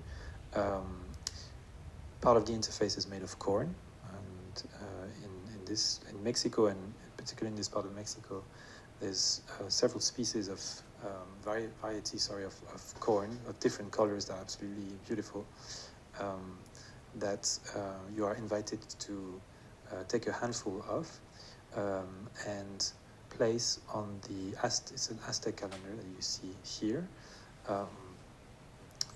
as you ask a question to the oracle, let's say. And so the shaman will help you decipher the arrangement of corn on the calendar and what it might need for your particular question and self in general. And what has been really inspiring is kind of the possible analogy between this sort of knowledge and future prediction that is based on detailed observation of nature and people transmitted across many generations. So a kind of very different kind of training, if you want, and it's not machines obviously, and it's not necessarily the same pace of training, but it's a very long, deep training in a way, that you're prompting by laying this corn on the calendar and getting an answer to your question. So the analogy between this and obviously you've understood already the sort of training that AI techniques may involve. So there is an analogy, and we're trying to develop this work at the intersection of understanding of ecology, and in particular the ecology of this place, and the technologies that are presented to us to try and perhaps go deeper in our listening and appreciation of other species, such as bats, all species of bats. So as you follow the path into the forest, you end up in the middle of a pond where the path finishes. The pond is also an interface analog to the calendar that you've just shown. It's also circular. And it started as a metaphor of water, as a metaphor of echolocation, which, as you may be familiar with, bats rely on to navigate by interrogating the landscape, listening to echoes, but not only, they also use it to communicate. And so what we do with this pond, a little bit like a visualizer of sound, is that we install 3 objects that I'm going to tell you a little bit more about into the pond. And this is a sort of schematic architectural view before we finalize the artwork this summer. And these objects, these artifacts, are moving and they create ripples in the water when they hear a sound. There is a composition actually that I've been working on based on recordings of the many species of bats that are in the area. And so every time you hear a bat sound, you visualize on the surface of the water their sort of wave self. And so we create this relationship, we try to help people engage with these already, sounds that they may not be familiar with. They're in the natural states. The communications of bats are in ultrasound, so we have to pitch them down for them to hear, and they sound a little bit like birds, but also very different. So we help people engage with this idea of bat communication, ultrasound, echolocation, etc., by visualizing them on the pond. These objects are made with a technique that's called a 3D sand printing. So they feel like not like a sand castle, like a very hard sand castle, but they are printed out of sound from a digital model that we created based on the anatomy of bats, and inspired by the concept of machine hallucination, or the idea that also without a machine, just with our human brain, we tend to see shapes and patterns where there might not be any shapes and patterns, like in clouds, etc. And so these sculptures, I'm going to try and play it again, as they rotate, there's many shapes that you can see. Some of them really look like bat morphology related, some others maybe like human or strange creatures' faces, etc. So you are in front of the pond, back to the pond, in front of the 3 objects. This is one of our I would like to speak about this now. This is something we're projecting at the bottom of the pond. It's a map we created with Marianne based on the recordings that we've made of the different bat species present in the forest where the installation will be. And this is an early training. We'll see in just a few slides, you will see the version we are using now. And the idea is that we are projecting the map using the bottom of the sculpture, a little bit like stencil for light. We're projecting the map that Marianne has been creating and the way it's clustering to project it at the bottom of the pond. And so essentially, what you are invited to do at this pond is to throw a handful of these ceramic fruits that you've been given at the beginning of the journey in a similar way that you would do to interrogate the Mayan oracle or corn divination practice. And essentially you are throwing these fruits not on an Aztec calendar, but on a map that was created with AI of classification of bat sounds and how they are different based on different interactions in the world of bats, different behaviors that they show. So what you're invited to do is to think of a question that you would want to ask to bats. So if you'd like to ask yourself this now, actually, what question would you ask to bats? Although I'm not here in person today, I would be very interested to know about that. So you voice a question in your head that the oracle will be able to answer by yes or no. As you do this, you throw the fruits in the pond, essentially above this map, which is essentially prompting the installation or the model to give you an answer. And we are actually prompting this model. It's not just symbolic. In the pond, there are 3 hydrophones that are used to triangulate the position of the fruits that you've thrown in the pond and where they landed on the map just by analyzing the difference in time between the 3 hydrophones of where the fruit is landing. And so this is the map that was provided to me by Marianne, where you can see the clusters in color as well, corresponding to different behaviors that were labeled, analyzed by our bat specialist, Miriam, from the Natural History Museum in Berlin, that I mentioned earlier. And so you can see different behaviors that bats also express in sound. So let's take an example. Echolocation is the one that you can see in sort of pink. I really like vocal grooming, which is, checking on the idea of checking on each other in a roost. Are you there, etc.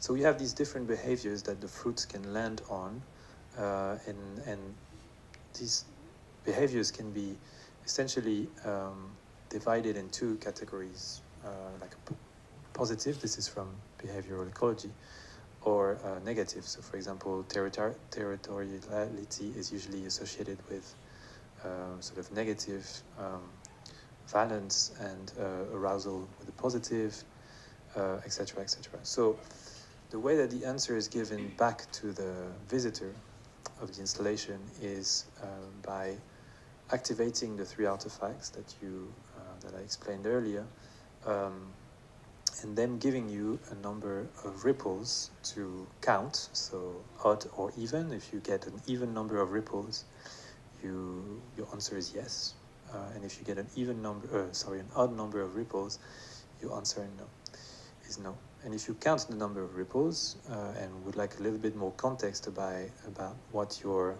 answers that bats have given you to your question, with the help of the model, which could be considered some sort of digital shaman, you can have a bit more context. So let's say that you ask the question to bats, you throw the fruits, and you're counting 5 ripples. It's an odd number, so it means your answer to your question is no. And if you look maybe on our website or on signage in installation for number 5, it tells you that it has to do with solicitation, so the behavior of solicitation, which you could also understand as loneliness or cried for help or giving help. And that's the context of your answer. It's no, and you should look into this area of bat and human behavior regions.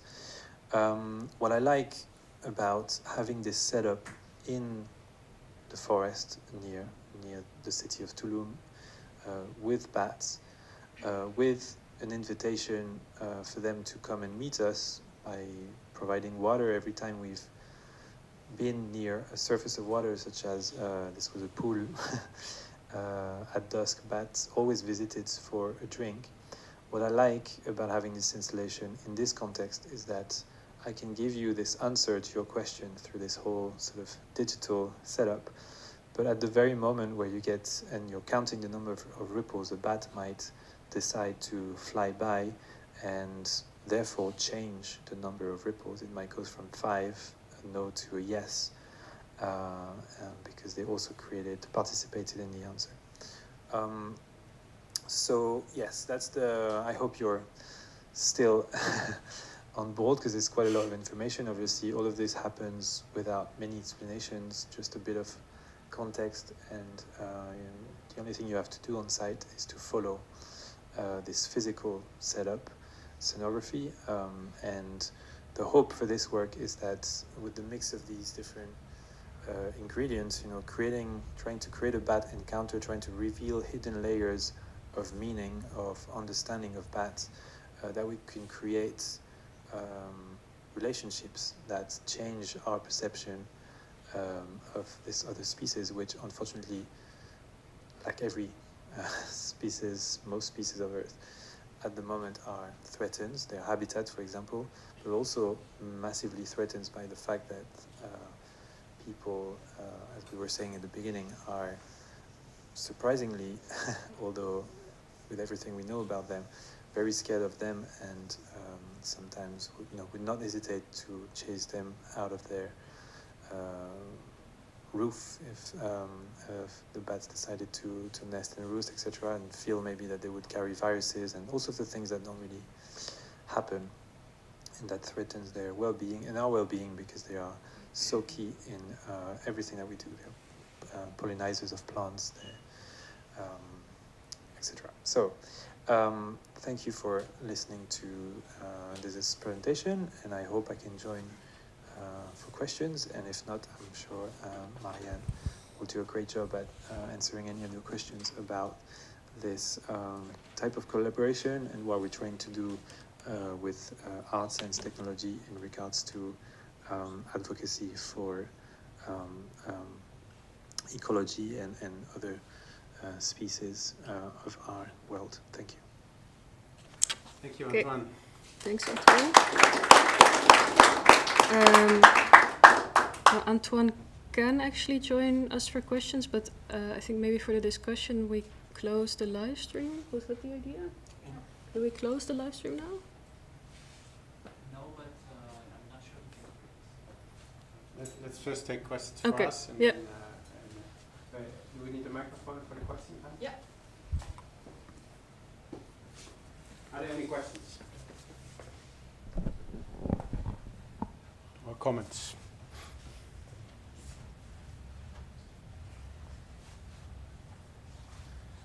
If not, then we can also wrap up, and you can join. If we can connect to Antoine separately in the break. So we close it here. Thanks for your attention, and see you at the next session, which starts, I think, at 4:30. Yeah. Well, thank you very much.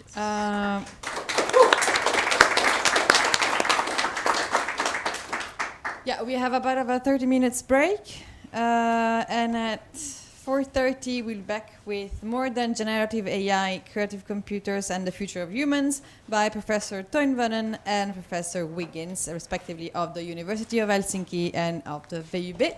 In the meantime, you can have a coffee outside and, again, check out the works of the artists that have been in residency here with us. Thank you.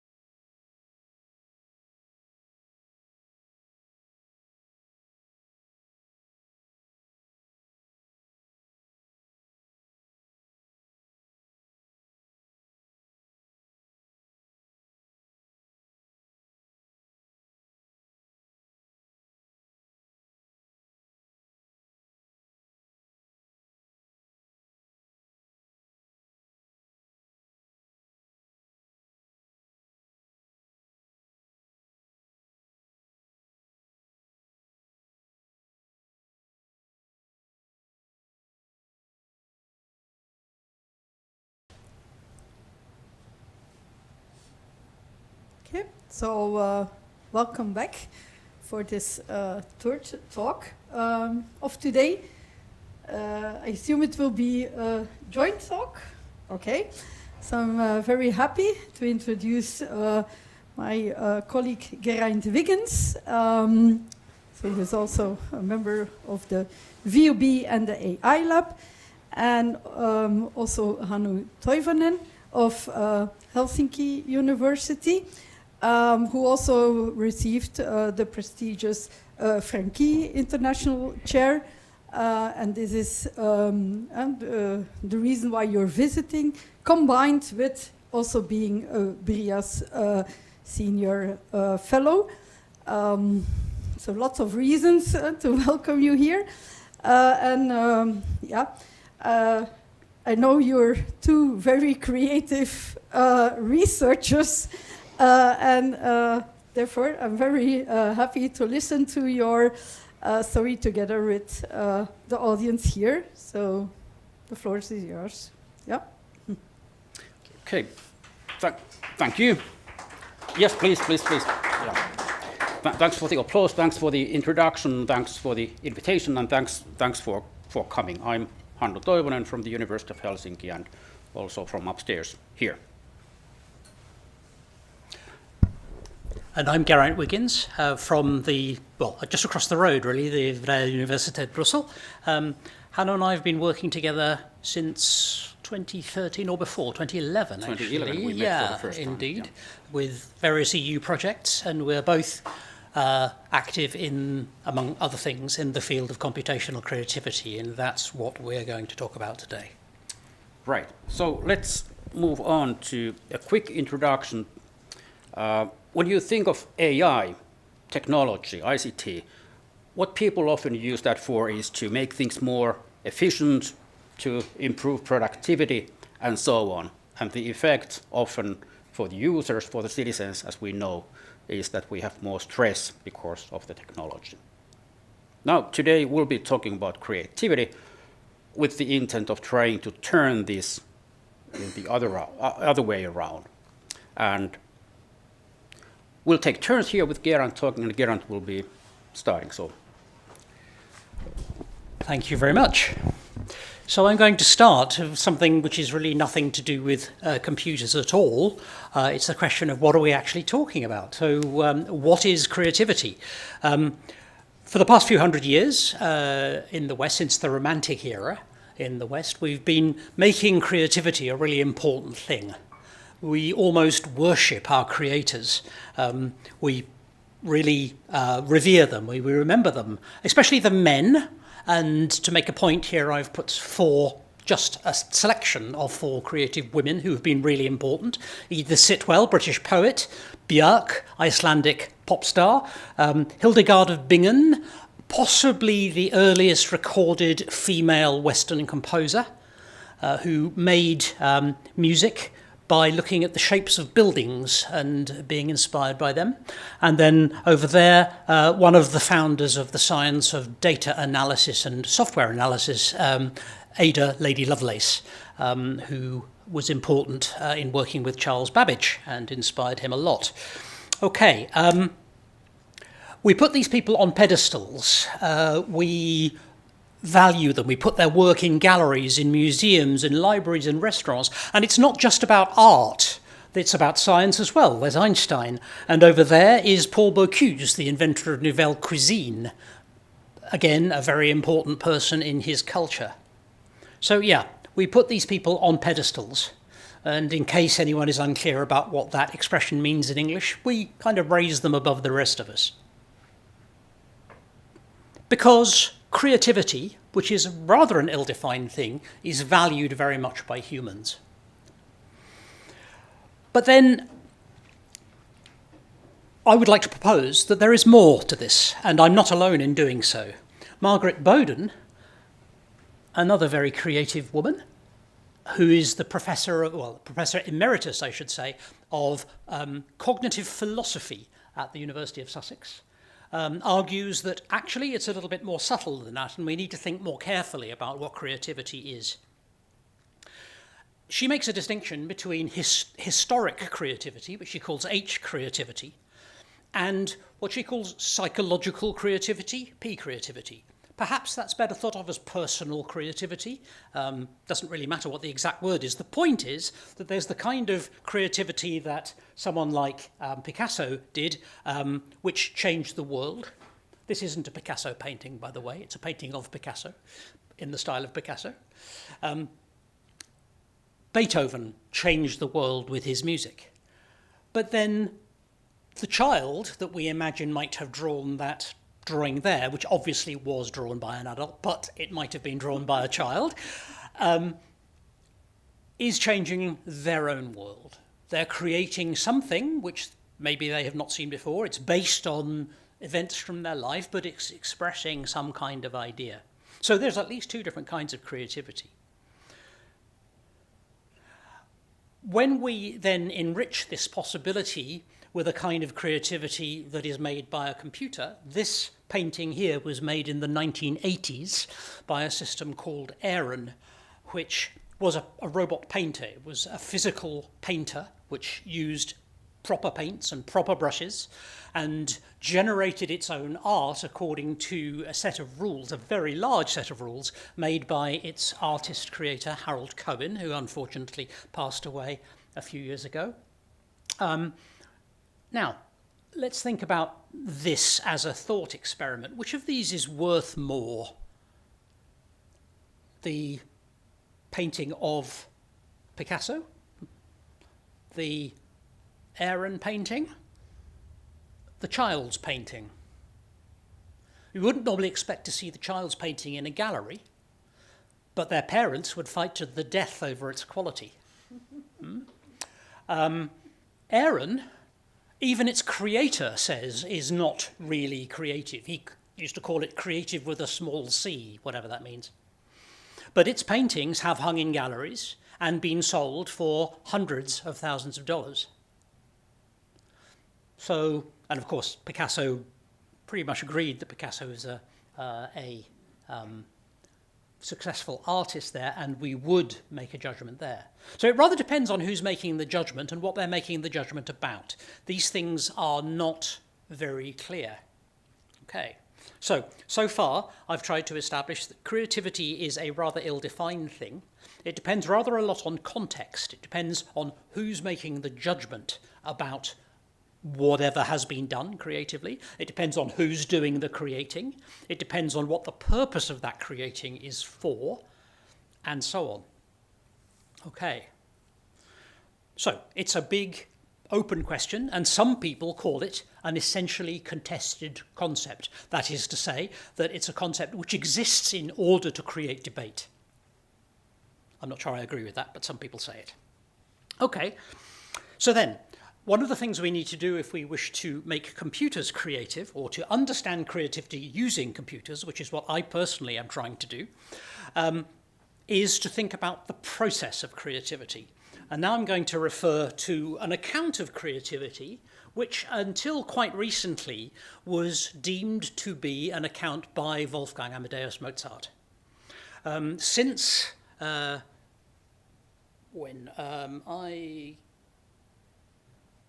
Yes, there's an error in my slide here. That should be 1982.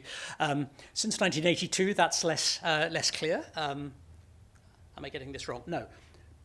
This is the original citation, but it was rediscovered more recently. It's a complicated story. Anyway, the bottom line is this. There is a letter which is a forgery attributed to Mozart, which talks about Mozart's creative process. Now, it would be great if that actually were written by Mozart. It seems that it's not. However, what it says is really interesting because it chimes with a lot of what creators say. When I am, as it were, completely myself, entirely alone and of good cheer, say, walking after a good meal, it is on such occasions that my ideas flow best and most abundantly. Those ideas that please me, I retain in memory. My subject enlarges itself, becomes methodized, and stands almost finished in my mind like a fine picture.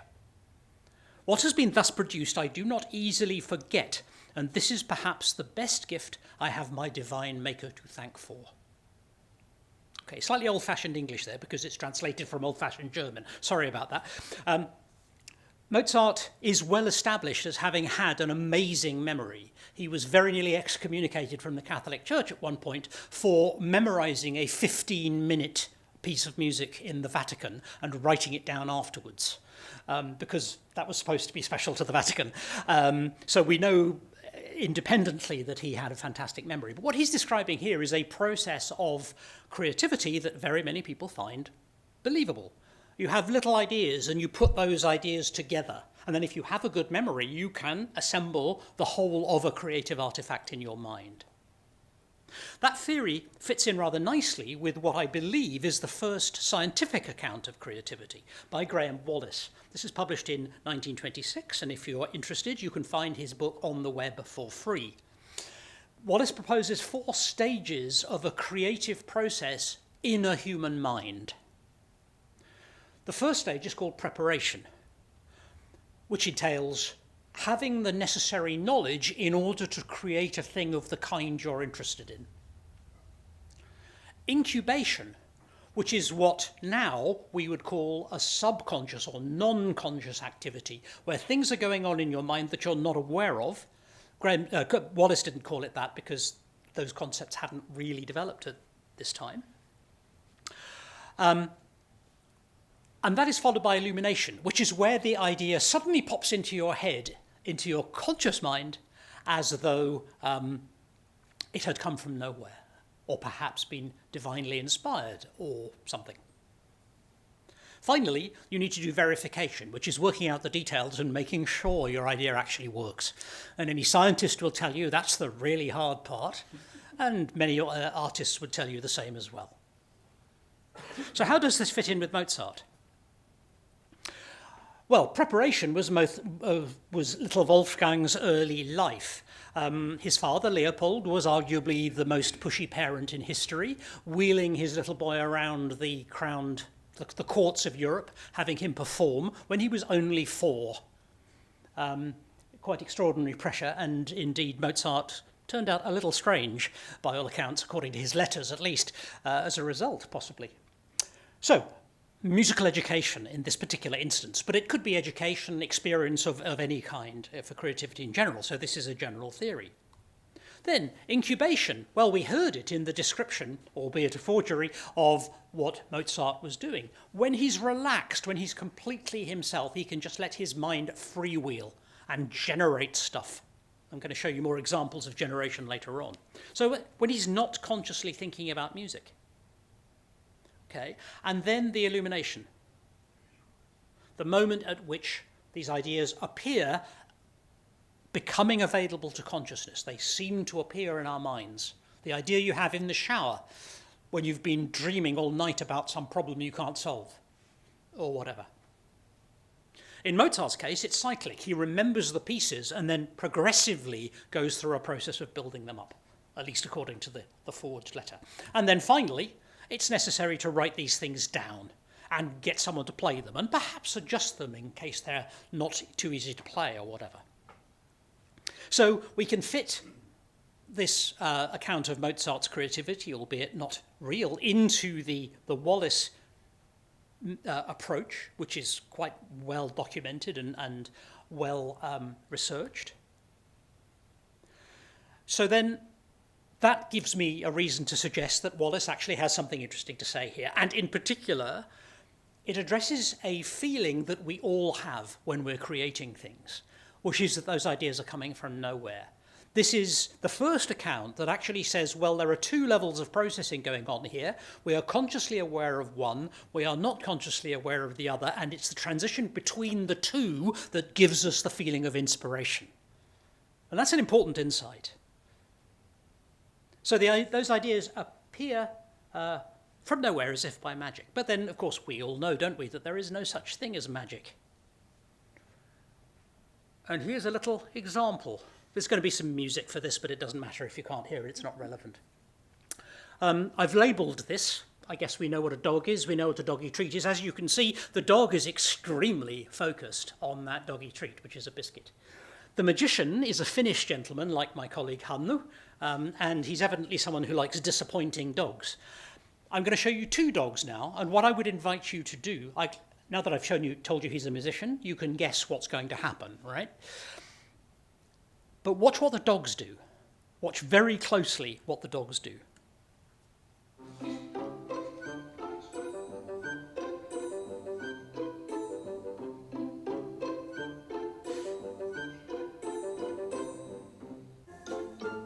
Now this dog is cleverer. Look, he looks down, and then he looks around a bit, and then he looks even further around. He looks at places where the biscuit could not possibly have fallen. That's really interesting if you're interested in statistical learning, as I am, because what the dogs are doing here, and it's not just these two, is progressively trying less and less statistically likely things. And we wouldn't necessarily expect a dog to be able to do that kind of reasoning, would we, unless the statistics are built in. Most importantly, what I'd like to suggest to you is that in order to do the looking, i.e. looking down to see where the biscuit went, the dogs are having to imagine what would have happened if the biscuit had been dropped. In other words, they are creating a scenario in their minds that did not exist. So what they're doing here is a very, very small kind of creativity. So it's not just humans that can do this. Okay. Then, a third kind of creativity. I like to think that I can sometimes be creative, and I am giving a talk here which I have not written out. I do not have a script for this talk. But I do know what I want to say. So I'm improvising sentences as I go to say the things I want to say. And hopefully I'm saying them in a clear and lucid way. I hope so. You can tell me afterwards if not. And I think it's reasonable to call that a kind of creativity. But it's sure as hell not the same kind of creativity as Beethoven writing a symphony. It's not at the same level, right? And this is something that we all do all the time. So I'm improvising sentences to say this, but I am creating in a much smaller way than Mozart or Beethoven, or Picasso, or anybody else. Most normal conversations are like this. We're probably assembling bits of speech that we've heard before. We're not aware that we're doing something creative when we do this. We're not even aware of where the sentences come from. They just come out, don't they? Some people can't even stop doing it. And we don't generally record or celebrate the outcomes of these things very much. So then, in summary of this part of the talk, I'm going to pass over to my colleague in a minute so you don't get bored of my voice. We have three kinds of creativity. It's a scale, really, it's not three kinds. At the very top end, there's the great creativity of Einstein, of Mozart, of Picasso, and so on. There's the small kind of creativity that just allows us to cope with the world on a very, very low level, just dealing with what's going to happen next. A kind of prediction more than anything, but it's still a kind of creativity. And then in the middle, there's what humans are doing most of their time when they're speaking, where they're simply finding a route to go somewhere, although we devolve that to Google these days. When you're simply trying to open a package that has arrived with that brown packing tape all the way around it, and you can't find the scissors. So you have to improvise. Yeah.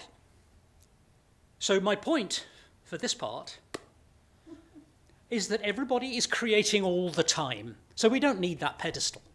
It's good to acknowledge great creativity, of course it is. But most importantly, if we aim at great creativity when we're trying to understand it, trying to do research, we're unlikely to succeed. It's much more important to start with something more modest and just work out how creativity works on that level.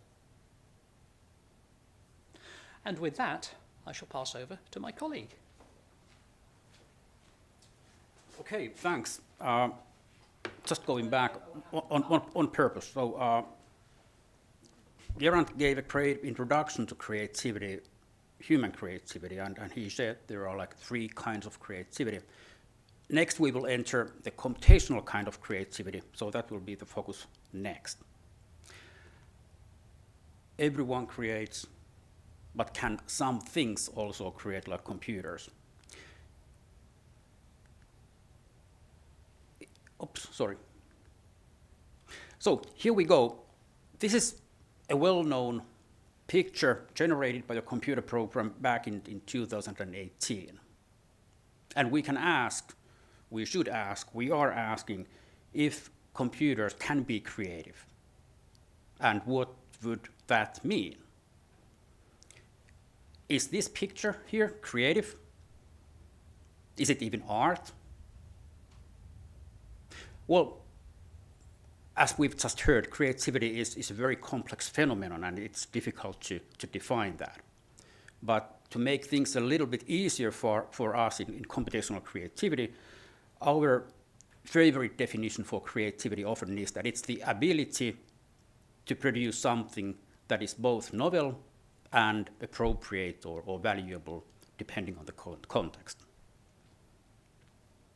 So, by that definition, yes, computers can be creative if they produce something that is novel and appropriate or valuable, which you can argue was the case with this painting here. It was auctioned by Christie's for over $400,000 US. So it was valuable, right? It's novel, it didn't exist before. So is it creative? Maybe. Is it art? That's even a much more complex question. And like Geraint told us, it's all about the context that affects our opinions. If this was painted by a human, we might think differently. If it was painted by a dog, we might think differently about it.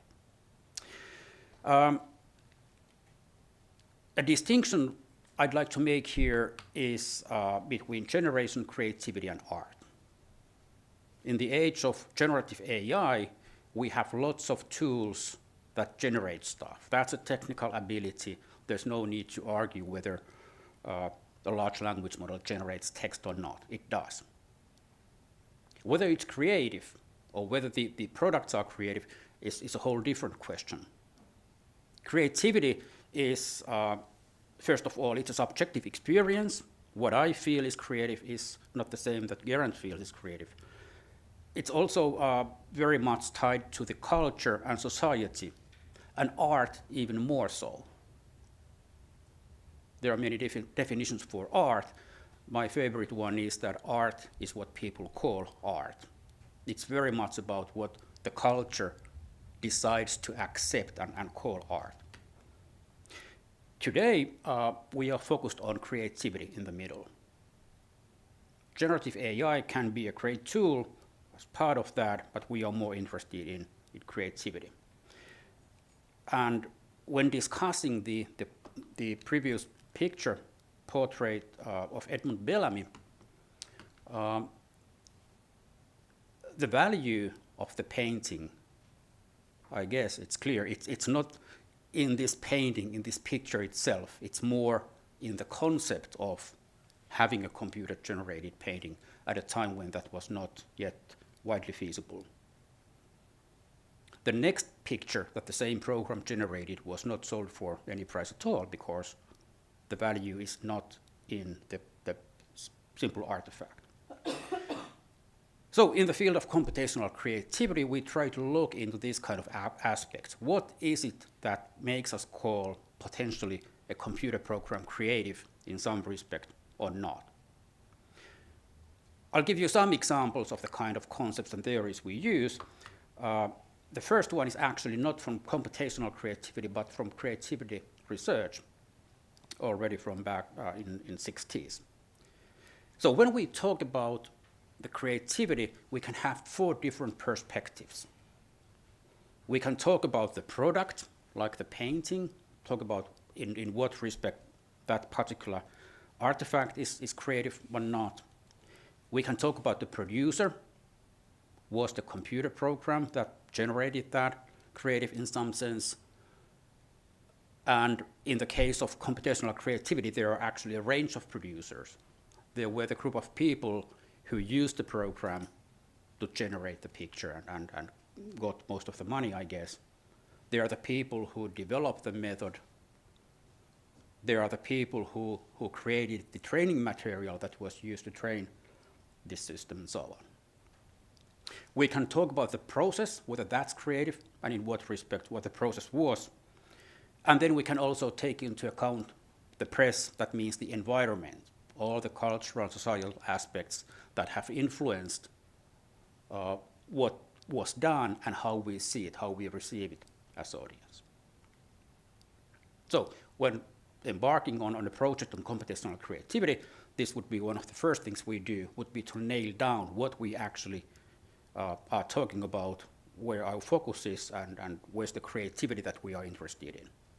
And it's mostly in the producer and the process, not so much in the product. Here's just briefly 2 possible criteria that we might have for an AI system to be called creative in some sense. The first one is intentionality, in the sense that the program has a goal and it's acting towards the goal. We can ask about the portrait generation system again, if it had a goal and how it worked towards it. Was it aware of the goal? I don't mean in the sense of being conscious or anything, but sort of technically having a goal and working towards it. Again, well, you can argue there is some sense of a goal of generating a picture that is indistinguishable from human-generated ones. But it's not really aware it's producing a portrait and so on. Another criteria could be self-determinism, the ability of the system to actually make some decisions of its own. Before the era of generative AI, common criticisms about computational systems that generated something, critic for good reason, was that, well, they just do what they were told to do, following the algorithm. Nowadays, you can also argue for many generative AI systems that, well, if they just do what they were told to learn to, they are not creative themselves. They don't have the intentionality or self-determinism that we might wish for them to be called creative. So how do you build a system that has intentionality or some kind of self-determinism? Here are 5 different aspects the system could sort of be aware of and reflect on in order to make informed decisions during its runtime, independent of its programmer. So it could be aware of what it's doing, reflecting back on let's say, a draft portrait and then thinking, in what respect is it good? It could be aware of how it's doing the stuff, reflecting back on its own process. It could be aware of the goal and then see how it's actually progressing towards the goal, or how it should change its own operation or the artifacts to be better with respect to goal. It should be actually, I argue, aware to interact with people, with maybe other systems. It should be able to track what's been done in the past and what it's planning to do in the future. And just being able to reflect on these would be one thing. Even better in terms of creativity would be being able to adjust these things.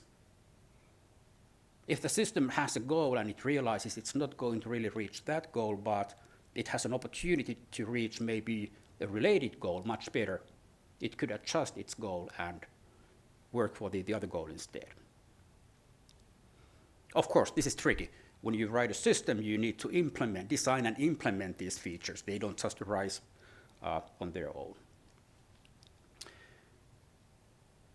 Gerant, together with Simon Colton, gave a nice definition for computational creativity, and they talk about the study of systems that behave in a creative manner by taking on creative responsibilities. And these might be some of the factors that contribute to that. Not meant to be criteria for creative, it's something you need to check, but more conceptual tools for discussing if and how one system might be behaving in a creative manner. All right, let me move on to an example. Too many slides already with too much text. So here are some examples from the project that two of my group members did in the last decade. By the way, all the examples I'm showing here are pre-generative AI. Sort of to highlight the fact that there has been work on creativity in AI before generative AI, looking more at the principles, theories of creativity, while, well, at the same time, we must admit that the current methods are extremely capable of producing high-quality artifacts. But here, in this example, they developed a system for generating visual ideas, visual metaphors to express whatever is giving as input, limited to statements like electricity is green. So the idea was that you want to come up with ideas for advertisements, posters for, let's say, electricity power company, and you want to convey the idea that electricity is green. How do you visually represent this? You can think for yourselves how you would do it. I'll show what the system did. So this is one of the examples.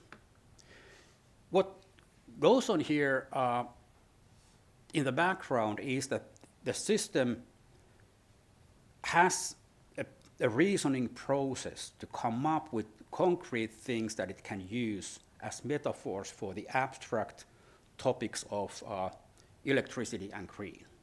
Green is easy. You use something green for that.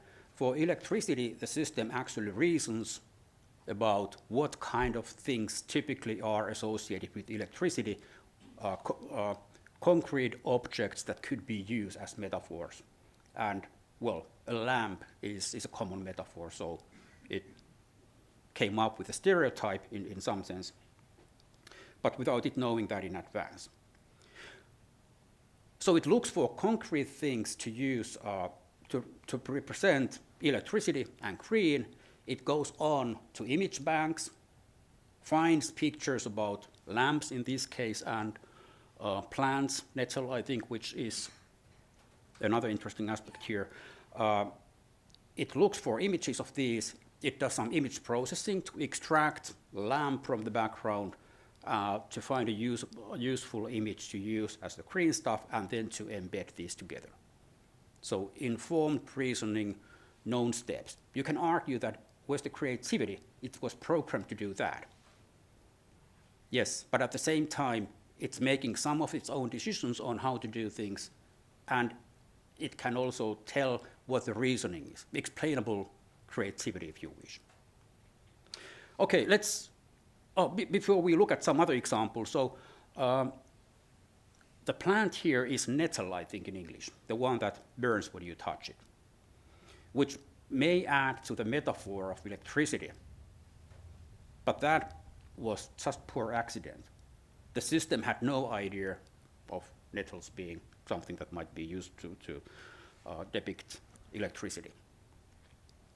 Okay, so some more examples from the same input. Electricity is green.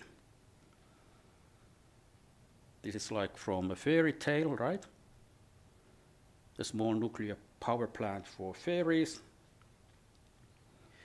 The system had a number of different image manipulation operations. This is not a very good one, reflecting back on the system's ability to reflect on its own output. So it tried to do that, but it was very limited, so it thought this might be nice. This is maybe the desirable future, coal-based plants being shut down and growing moss. Here's another one. Here, you can see different concrete objects used as metaphors for electricity and greenness. This is a satellite image of North America at nighttime, so you can see the lights.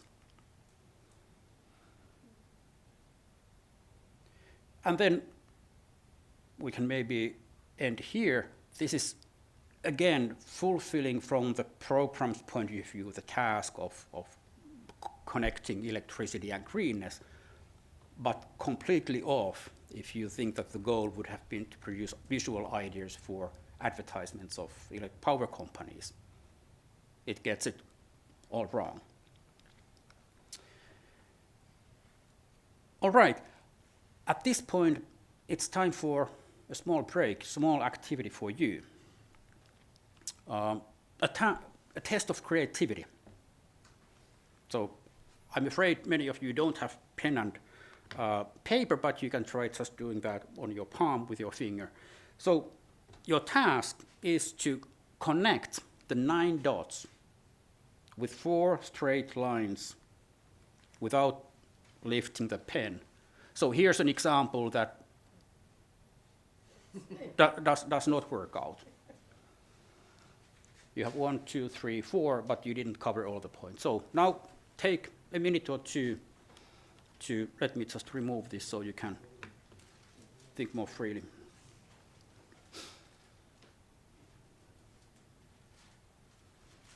We will see who is really creative and who isn't.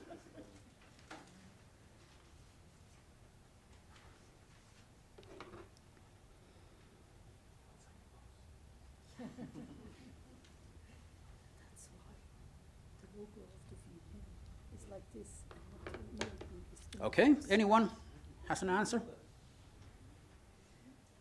Any creative people here? Yeah. Yeah, you can come and do it with your finger.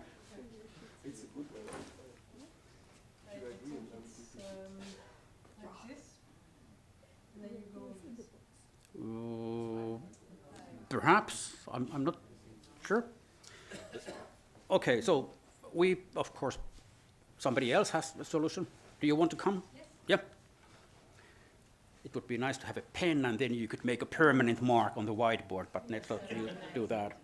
I would say so 1, 2, 3, 4. Yes, perfect. Thank you. So let me just put that on the screen, or, oops, let's see. Oh, did you see our slides in advance? Oh, okay, sorry. Right.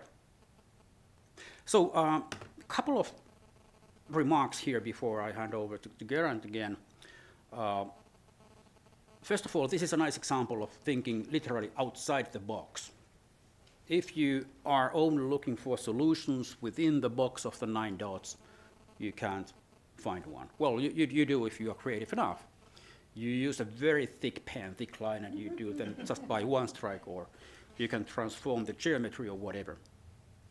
But you need to think outside the box, and that's often the case. I'm not sure if Gerant mentioned the term transformative creativity, transformational creativity. Refers to this kind of phenomenon where you maybe first have the concept or the rule of staying within the box. But once you realize you can and should break the rule, you can actually solve the problem. What else? The next point here is that we've been talking about creativity in the field of arts a lot. When we think of computers and the potential of AI to do creative stuff, a lot of that will be in problem solving within computational systems, agents, robots, and so on, being able to solve problems in a creative manner, not to draw art, but to reach their destination, for instance. And finally, the last remark here is that if I were to write a computer program to solve this kind of tasks, I'm afraid I would have stuck within the box, and my software would never find the solutions. If I want to develop a program that is somehow able to be transformational, to think outside the box, to break its own rules, I, as a system designer, will have to plan for that. So I need to foresee that there might be solutions that I didn't think could exist, and somehow build a system in a way that it could, when it really needs, to break its own rules in a safe manner, of course. Okay, at this point I'll hand over to Geraint again.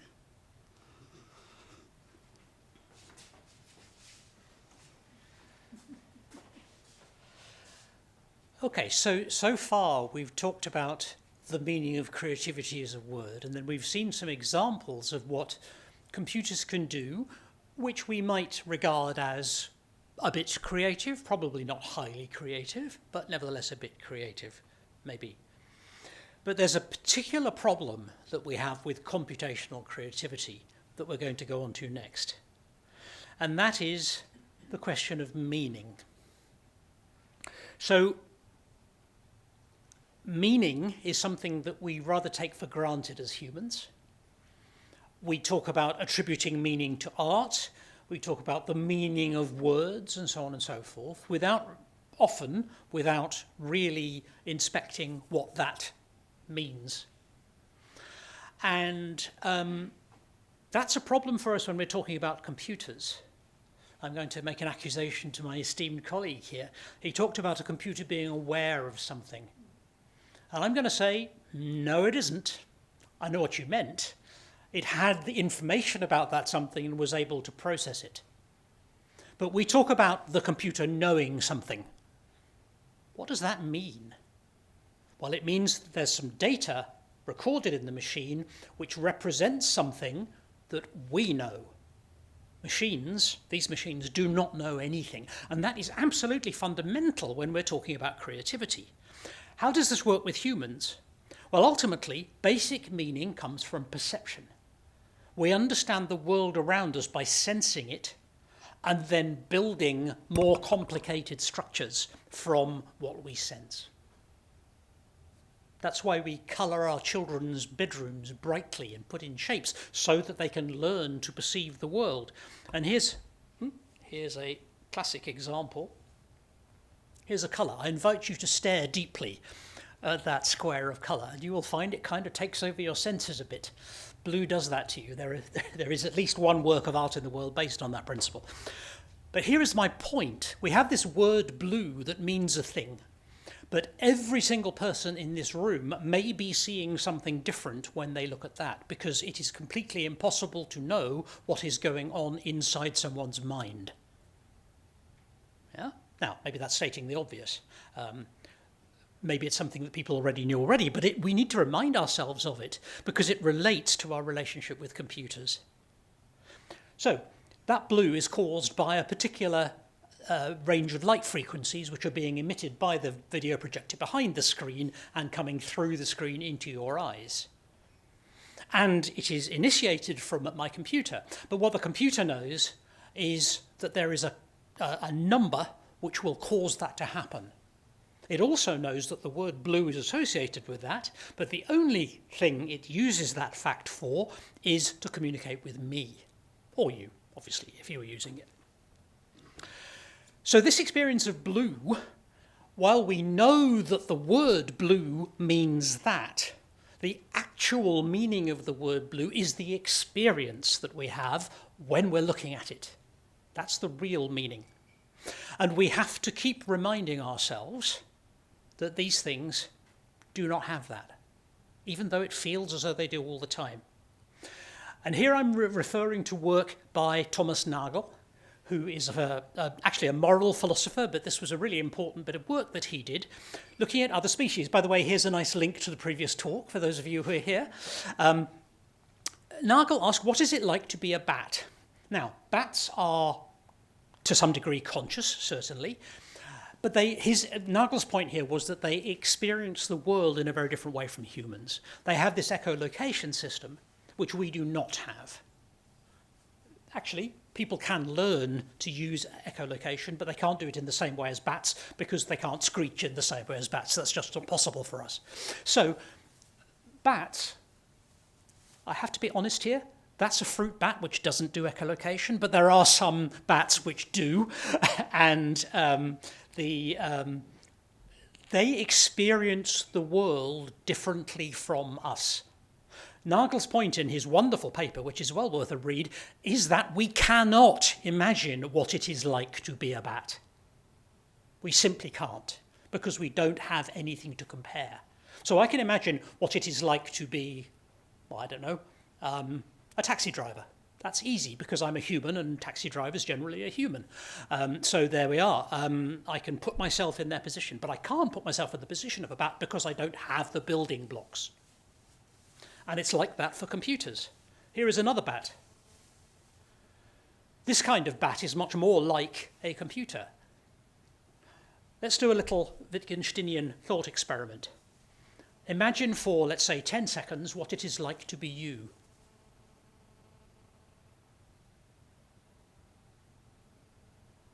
Not very difficult, right? Not very difficult at all. Now try and imagine what it's like to be the chair that you are sitting on.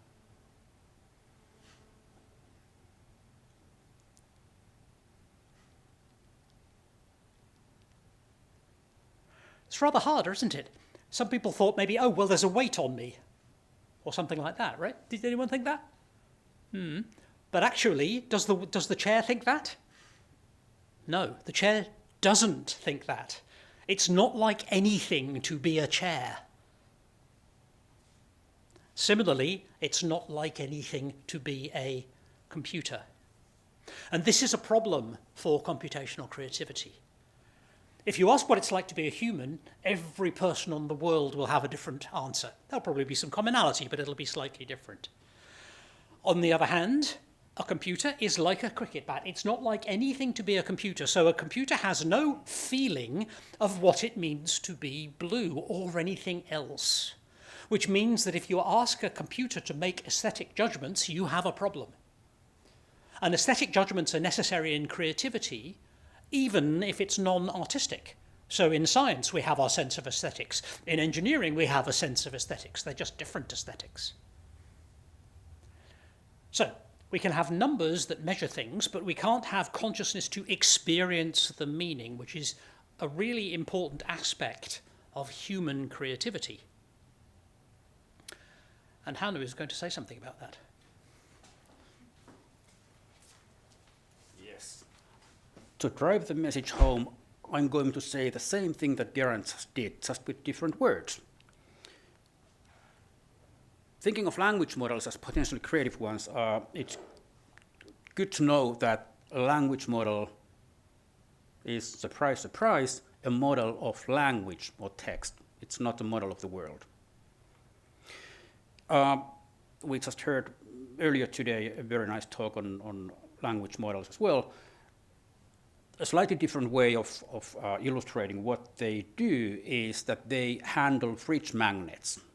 They try to find a statistically probable or likely order for the fridge magnets based on their massive training data. But this metaphor here is not very good because we as humans, we see the meanings of the words here and we can construe meanings for the sentences and maybe for the aphorism here.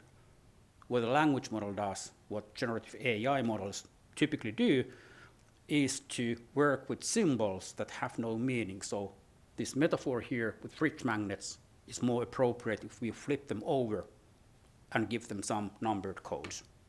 So this is what language models work with.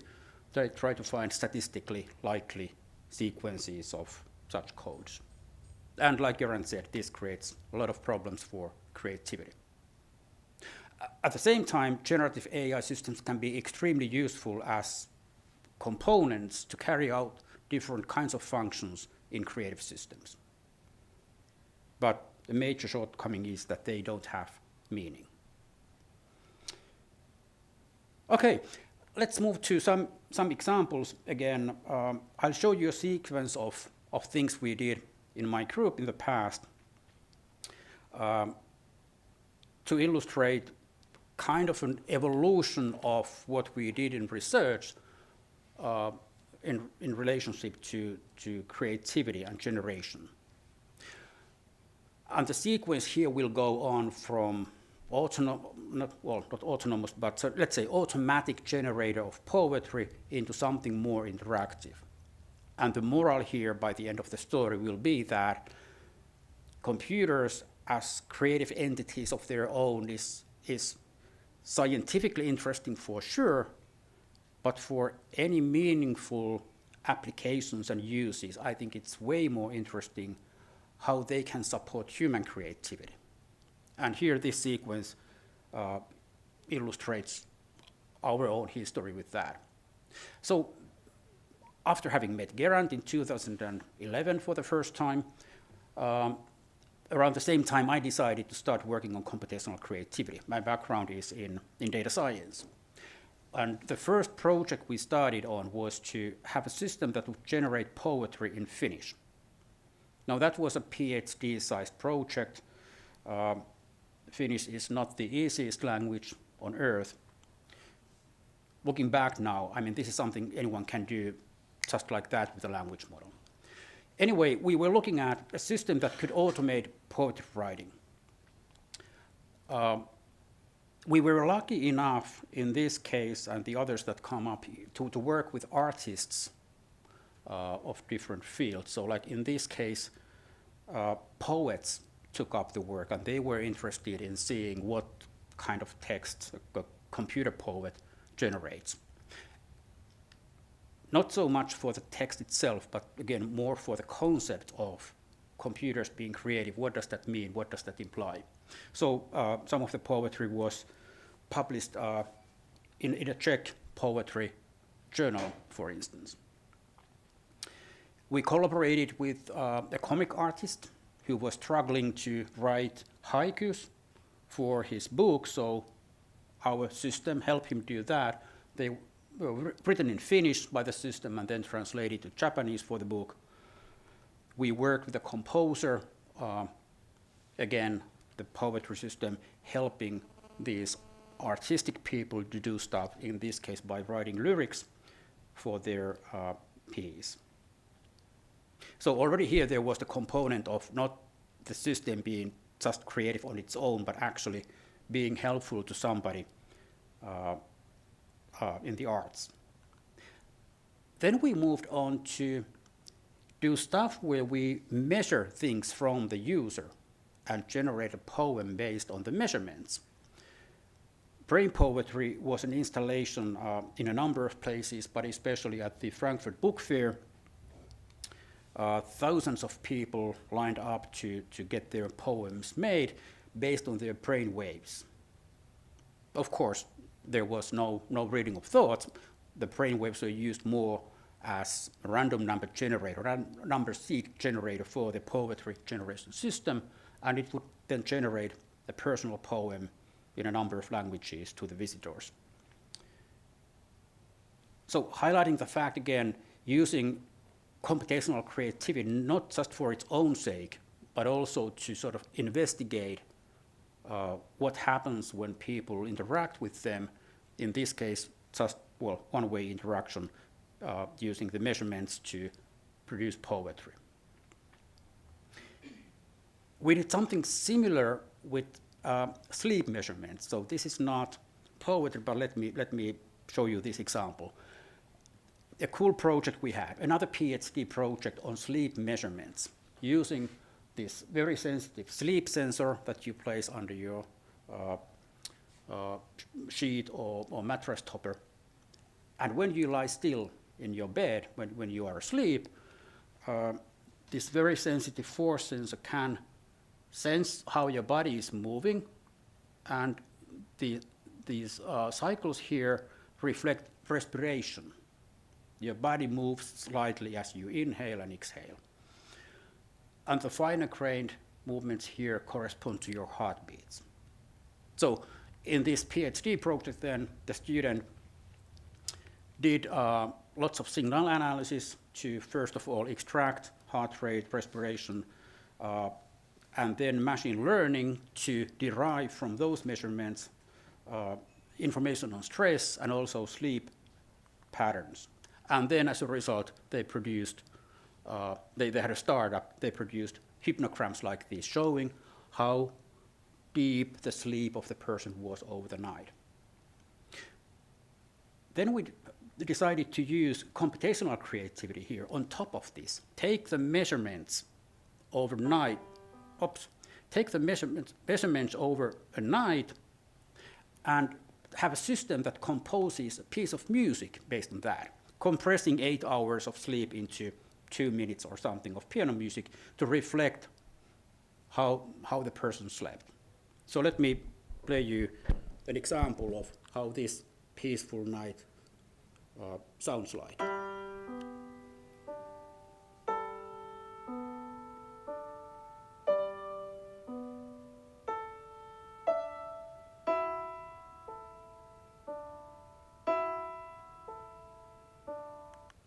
So here the sleep was fairly deep, good sleep, so that's reflected in the music. Another example from a night that was not so good comes here.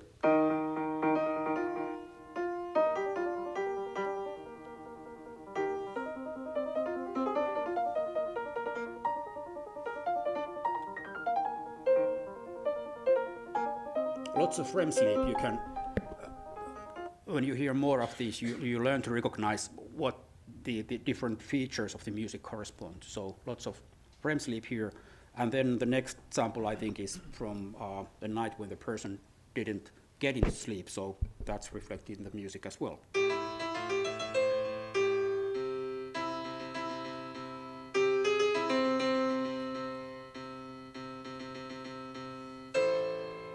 Here he fell asleep, and so on. So just to highlight the fact that you can use computational creativity in many ways, also as tool for data science, and not just using data science, machine learning to generate stuff. Then back to our work on poetry, we had a project where we developed the poetry writing system into an interactive tool for schools. So school children could play with this simple interface, tracking the words around, asking the system for advice. So now we are entering a really interactive setting, unlike the previous ones where it was one directional, taking measurements and producing something out of those. So here, helping school kids to play with language, to lower the threshold for writing poetry, trying out different things. And then a later incarnation of the same system in a science center in Helsinki, where the science center was kind enough to build this poem generator into a classic mechanical typewriter. And I wonder what's coming up next. Let's see. Computers and creativity. Gerard, do you want to say something here? Not sure. Not sure. Okay, I think we are approaching the end in that case. I'm not sure if we are missing a slide, but let's pretend we are not. So we are coming to the conclusion where you've seen what creativity is, some aspects of how it can be produced with a computer, different applications, also conceptual tools, how we look at creativity in computers in the field of computational creativity to tell them if they are perhaps creative in some respect or not. And then the sequence of examples here try to highlight the fact that it's really interesting in creative AI, how it can maybe help humans be more creative. It's a scientific challenge in itself to make systems that are creative, but it's much more interesting to ask how humans can benefit from the creativity. So to conclude, almost, this is the way we would like to see creativity. So whereas a lot of AI is causing stress on us, we hope that creativity, also in the computational context, could be used to generate joy and well-being to humans. And to wrap it all up, one more piece of music by this gentleman here, Alan Turing. The idea of having computers be creative is old, or having machines be creative is extremely old. Now, in the turn of the 40s and 50s, Alan Turing and his team already had the idea of having computers generate sound, generate music. And here's a song that their computer generated in the early 50s. So let's go.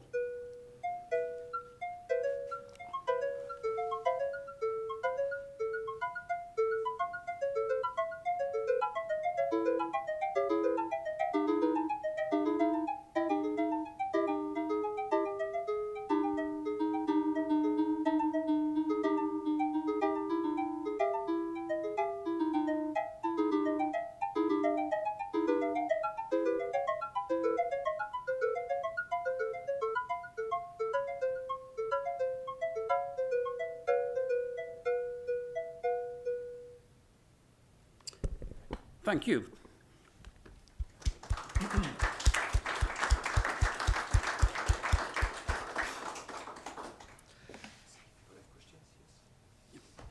Thank you.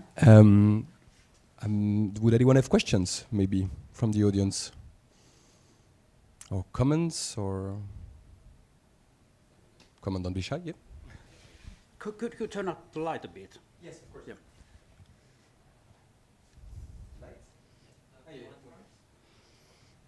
My question relates to reinforcement learning, obviously, because there was some, let's say, not real discussion, but you were phrasing it differently, whether the AI system should be aware of the goal or it should just have a goal. So would you say that then reinforcement learning is a creative process, or can it potentially create something creativity, like that you would call a creative? So I think we both have answers to that. You go first, go on. Okay, so my first reaction is that, yes, reinforcement learning is very interesting in many respects when you think about creativity. You have, like in many creative tasks, you struggle with a balance of looking for novelty versus usefulness, and that's something you have to deal with in reinforcement learning. But then asking if something is creative or not maybe misses the point. It's not maybe very useful to try to draw the line or definition where something is creative or not. It's maybe more fruitful to discuss in what respects, in what aspects, to what degree something is maybe creative or not, or more creative than something else.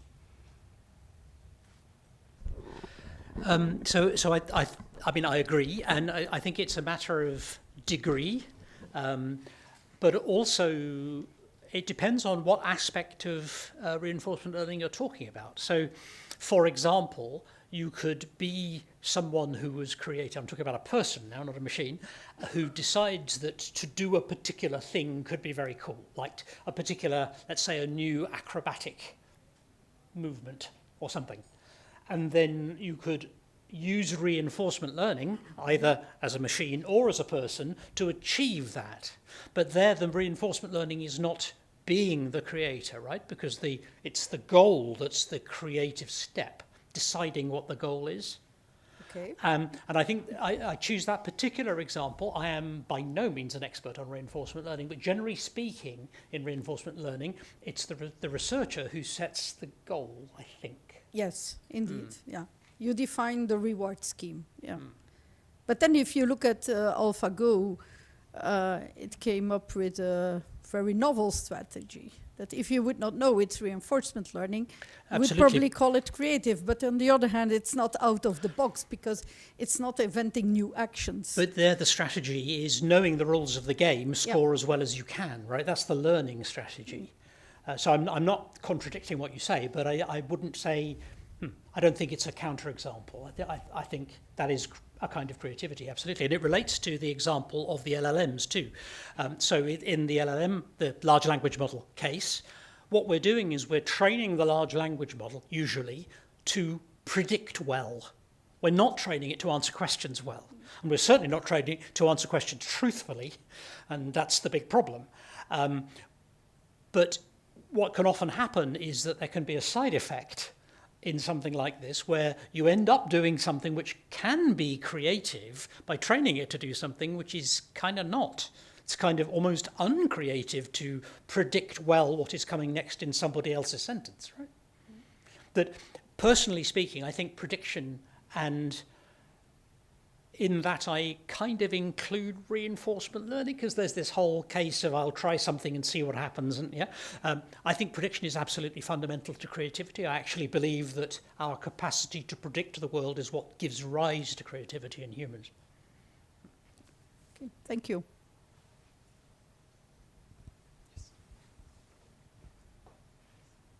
I have a little follow-up question on that, which is now if you use like a generative AI to produce some, let's say, a acrobatic move, and it's really unexpected, and then you use reinforcement learning to adjust the weight so that it keeps this, let's say, move, and so that it makes new moves similar to that one, then can it still be judged as creative? Because I mean, the researcher didn't set a goal, right? It's more the machine found out something, and then the researcher found it to be good, so we decided to keep it. So it's a really hard question to answer, isn't it? This relates to the stuff I was saying at the beginning about creativity effectively being in the eye of the beholder, right? So it's a question of context. And I mean, to go back to the Mozart example, who wrote Mozart's symphonies? Was it Mozart, or was it the father who pushed him so hard to be a composer? Well, it was obviously Mozart, we would say, right? And that relates to the machine learning argument that Hannu touched on earlier. So if you have a symbolic system where rules are written by a human, which then generates stuff, you can say, well, it's kind of creative, like Aaron, the painter. The reason that Harold Cohen didn't want to call it Big C creative is because he wrote the rules, and it was recombining the rules to come up with something and using some quasi-aesthetic judgments, some rules for aesthetic judgments there. So that's an example of a system which did not learn, but which was capable of producing new stuff. It was generative. It was a generative AI system, just not in the modern sense, yeah?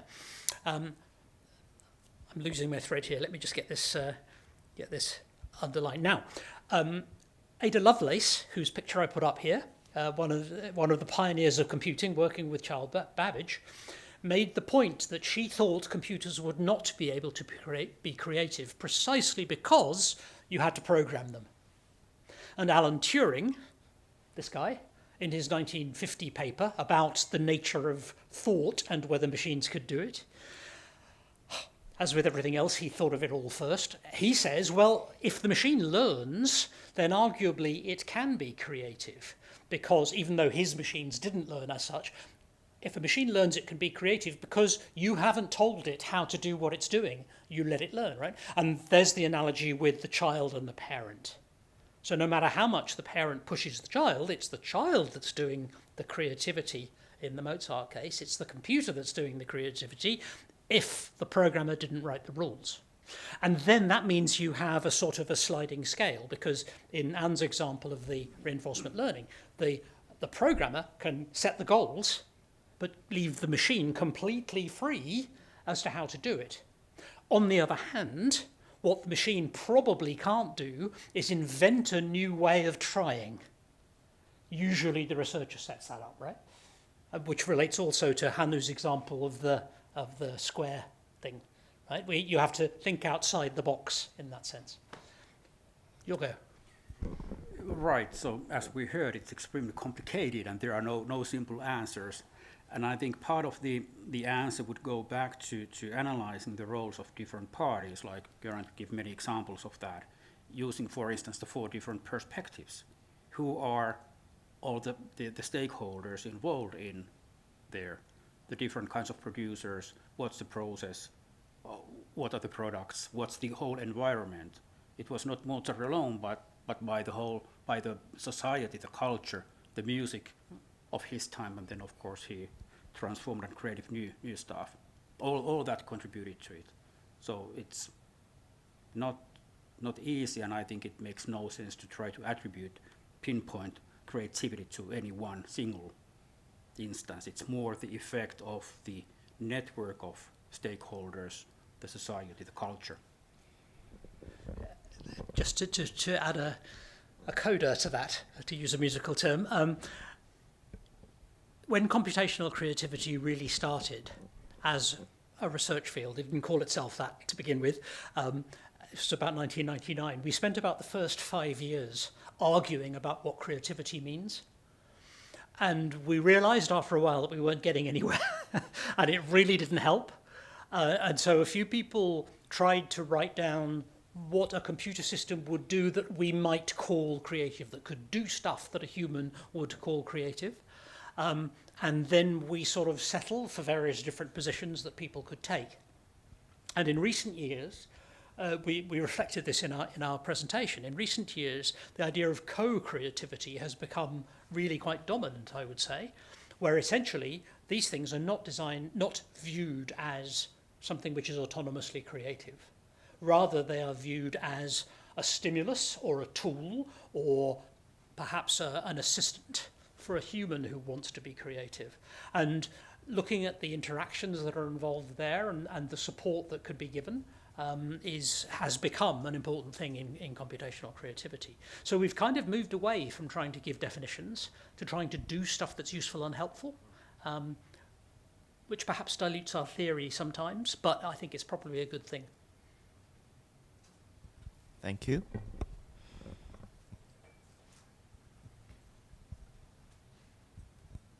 Just a little something regarding the last point that you talked about not giving more definitions, but the good it can also give to humans, and also around your conclusions about the well-being and the joy that it can bring.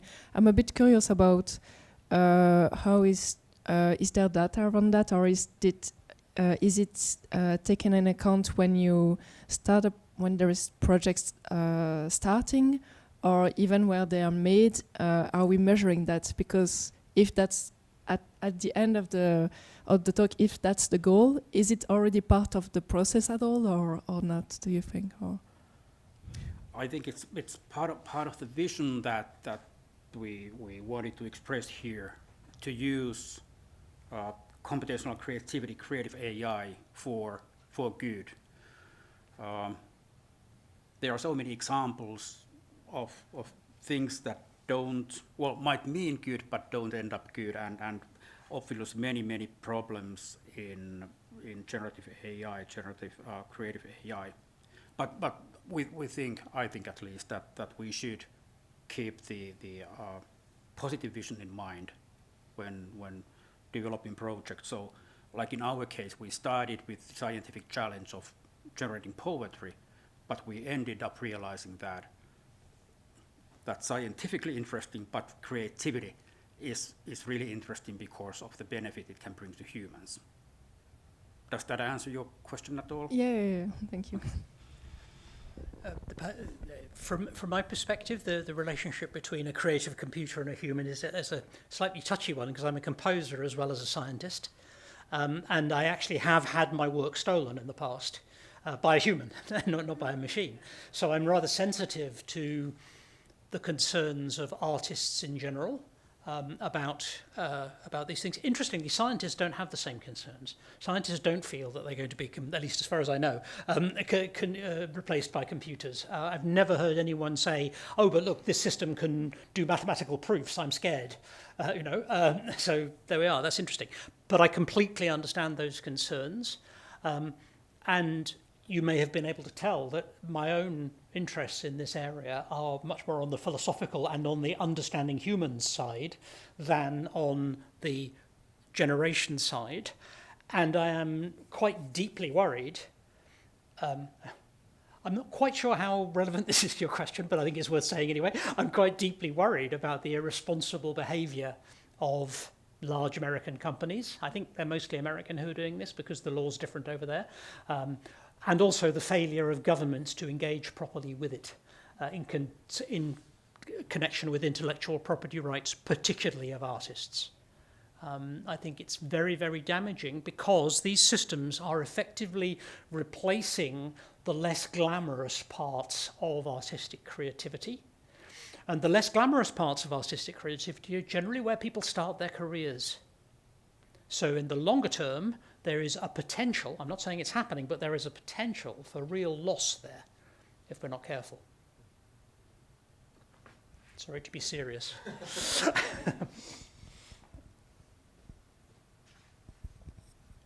Anyone else? Maybe a little personal question. I was wondering if you were aware also of the more cultural side of things, the more sensorial parts of things, if there have been any attempt with, I don't know, exploiting language about the history of the art, of really working out with AI and creativity, but on new forms of art, one that would touch us as humans, one that would, new forms of theater. Hasn't been any attempt of doing that, if that rings a bell, or maybe that's a bit too outside of, yeah. Okay. So, Hanno briefly mentioned the idea of transformational creativity. This is work by Margaret Bowden, whose picture I put up at the beginning. She says that there are broadly two types of creativity. There's another one, but it's less interesting. One is the kind where you're exploring what is already known. So that would be, I don't know, someone in the 20th century writing music in the style of maybe the 19th century. And lots of people did that, and it was fine. On the other hand, transformational creativity is what someone like Arnold Schoenberg did in the 20th century, which is to produce a completely new way, a radically new way of writing music. Okay. Am I answering your question? I'm in the right area. Okay. So then, what that means is, like the example with the lines, you've got to think outside the box. And that means it's really hard to write a program that can do it. Because generally speaking, in programs, you need to have some representation of the world, the context in which you are working. Otherwise, you can't deal with it, right? So then if you do generate new things that are radically new in terms of what the computer can already represent, you can't say what they mean, unless they're combinations. So a good example of, what is a good example of this? Yes, actually, this is kind of a perverse example. Schoenberg's project failed. He wrote some fantastic music, which is still played and enjoyed by very many people, but it broadly failed. What he wanted was to change the nature of European music. He wanted, I quote, errand boys to be whistling this on their bikes. It's a slight misquote, but it's close. And what he failed to understand was that human psychology determines certain aspects of music. And if you take away those aspects, the music becomes way harder to understand, and people don't enjoy it as much in general. I'm generalizing here, but it's true. And that was what he did. His system removed certain constraints on music which had existed for 800-900 years. And suddenly the music became really difficult for people to understand, and they didn't like it because they had to work too hard. So I think that's a really strong example of how transformational creativity can go wrong in a human, in an unanticipated way. And then in a machine, it's very hard to do transformational creativity in a real context because you can't know what you've done. And just to add to this, I think this also connects to what we talked about meaning and the lack of meaning in computers. If you do something really new, something novel, something transformative, the computational systems may have really hard time assessing it, seeing the sense, potential sense in it. Yep. And the same goes for humans. I mean, another example, The Rite of Spring. The Rite of Spring, an extraordinarily famous piece of work which radically changed musical history. There was a riot afterwards, right? People went to the ballet,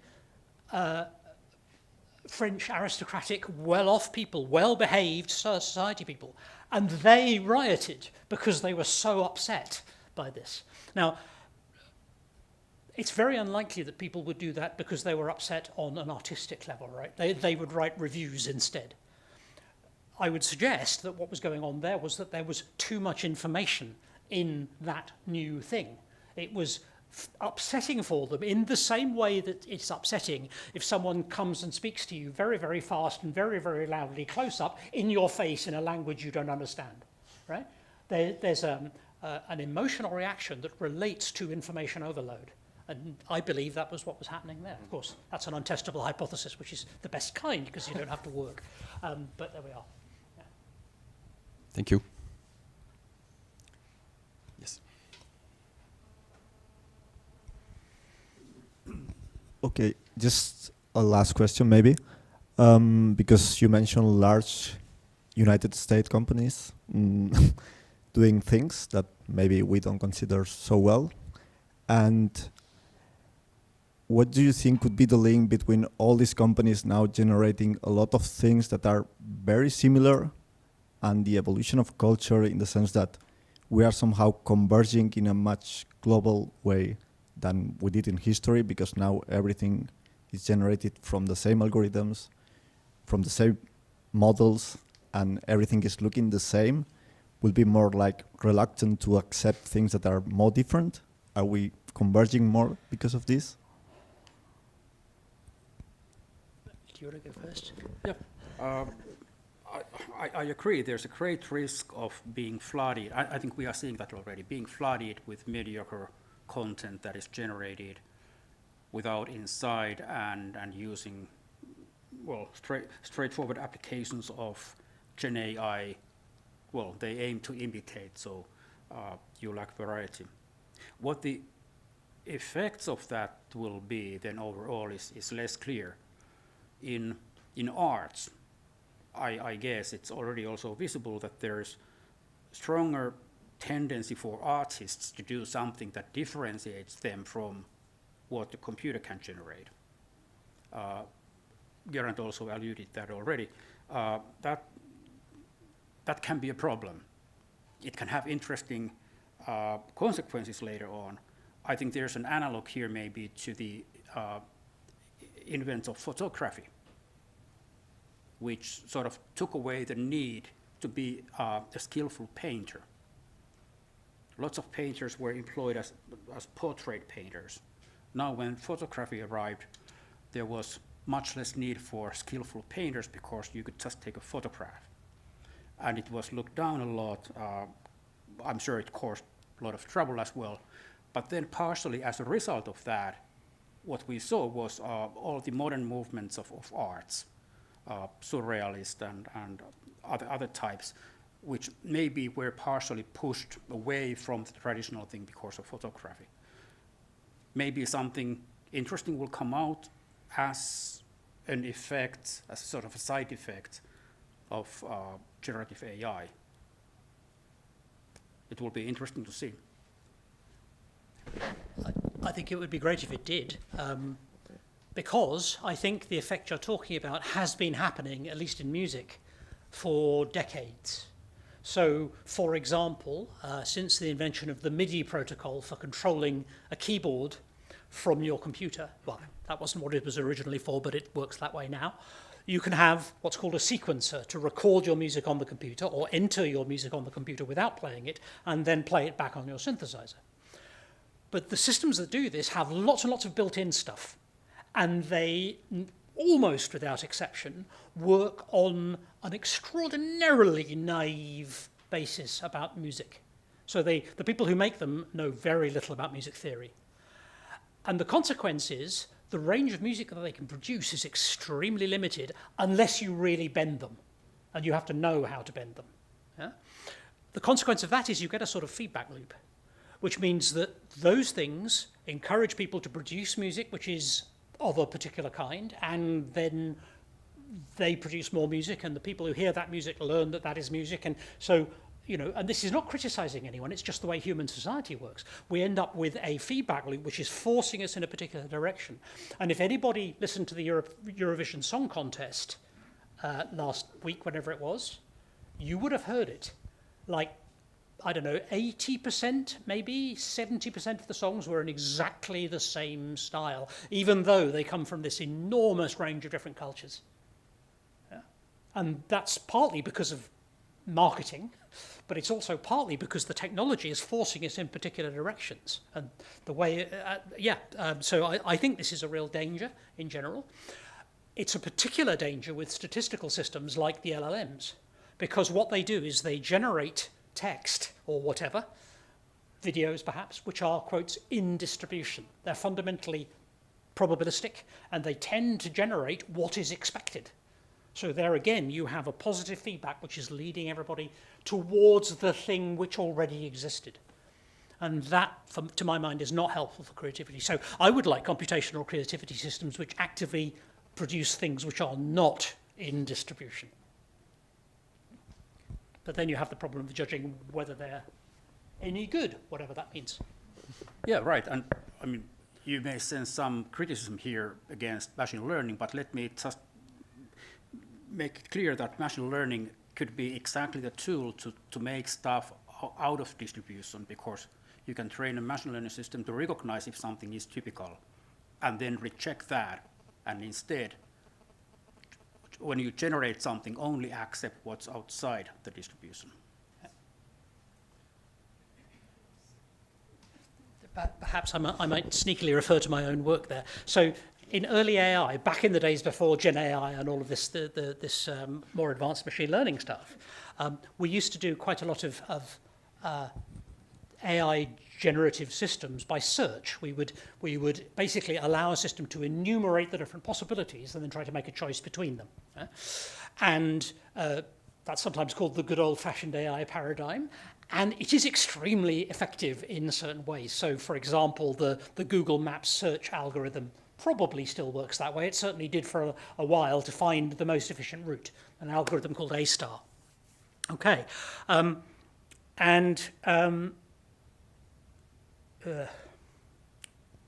lost my point. Oh, that's annoying. Excuse me. Bear with me just a second while I try and pick it up again.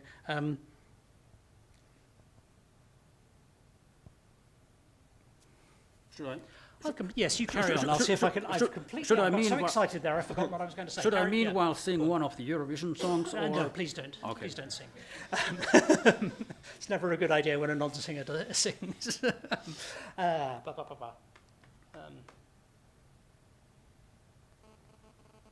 Yeah, I'm sorry, I've completely lost my argument. If you come to the drinks afterwards, I'll try and follow through. Professor Wiggins, Professor Toivonen, thank you so much for your great talk. And if you want to pursue the conversation, it can happen over a nice drink. I heard there is Prosecco on the menu, so please enjoy and some snacks. The next talk will be at 6:30. It will be in French. It's a talk of artist Yannick Jacquet about AI and deepfakes. So thank you for your time, thank you for being with us, and see you in a bit.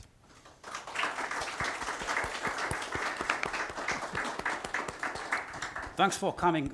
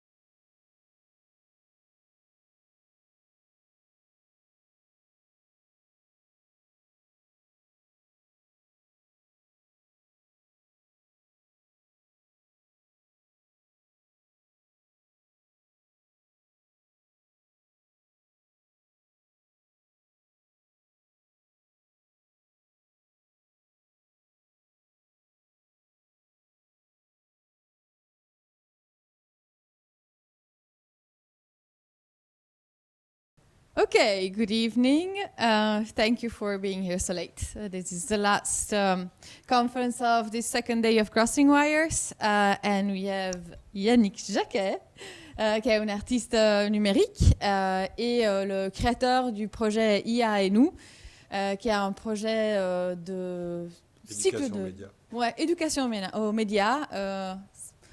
Constitué de conférences plutôt participatives. Donc, on s'attend à votre participation, vos questions. Peut-être qu'on va vous poser des questions aussi. On ne sait pas, on verra. Surtout aux personnes du premier rang. Merci beaucoup. Yannick, à toi.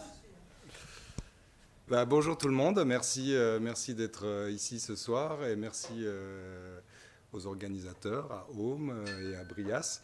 Je suis très content d'être ici. Donc voilà, comme disait Camilla, voilà, je vais vous faire un peu de l'éducation autour du média, autour des technologies liées à l'intelligence artificielle et toutes les nouveaux médias qui sont générés par intelligence artificielle. Donc en fait, moi, je vais me concentrer quand même principalement ce soir sur les images, parce que donc je suis artiste visuel et voilà, de par ma formation, de par ma pratique, de par mes intérêts, c'est quand même l'image qui m'intéresse le plus et qui me touche le plus. Mais en fait aussi, on est des animaux dont le sens principal est la vision, et donc on est particulièrement sensible aux images. Et aux images, aux vidéos, même plus que le texte ou l'audio, par exemple. Et donc, vu que maintenant, on arrive à un stade où les technologies génératives d'intelligence artificielle peuvent, comme je vais vous le montrer, peuvent générer n'importe quel contenu visuel sans qu'on se rende compte que ce sont des images synthétiques, en fait, il faut s'éduquer pour éviter en fait, de tomber dans des pièges et de se faire manipuler par quelques personnes ou entités que ce soit. Donc c'est un peu ça que dont on va discuter ce soir, dont je vais vous parler. Et voilà, peut-être cette affirmation en début de conférence qu'il ne faut plus rien croire de ce qu'on voit sur Internet, c'est peut-être un peu radical, mais voilà, on pourra en rediscuter à la fin si après tout ce que je vous ai montré, si vous êtes d'accord avec moi ou peut-être pas. Juste pour m'introduire, moi je m'appelle Yannick Jacquet, comme l'a présenté Camilla. Je suis artiste visuel, je travaille principalement avec les technologies numériques, soit comme outil, soit comme objet de discours dans différents projets. Donc j'ai divers projets qui vont de l'installation à la scénographie. Je collabore avec pas mal d'artistes, des musiciens, des musiciennes, des chorégraphes, enfin voilà, j'ai pas mal de projets et en parallèle de mon activité artistique, en fait, voilà, je dois me tenir un jour, et j'aime me tenir à jour de ce qui se passe dans les technologies pour les utiliser dans mon travail, mais aussi parce que, voilà, je suis de la génération qui a grandi avec Internet, je suis né en 1980, et donc depuis, voilà, j'ai vraiment... Depuis que j'ai 15 ans, je m'intéresse vraiment aux nouveautés liées aux technologies numériques.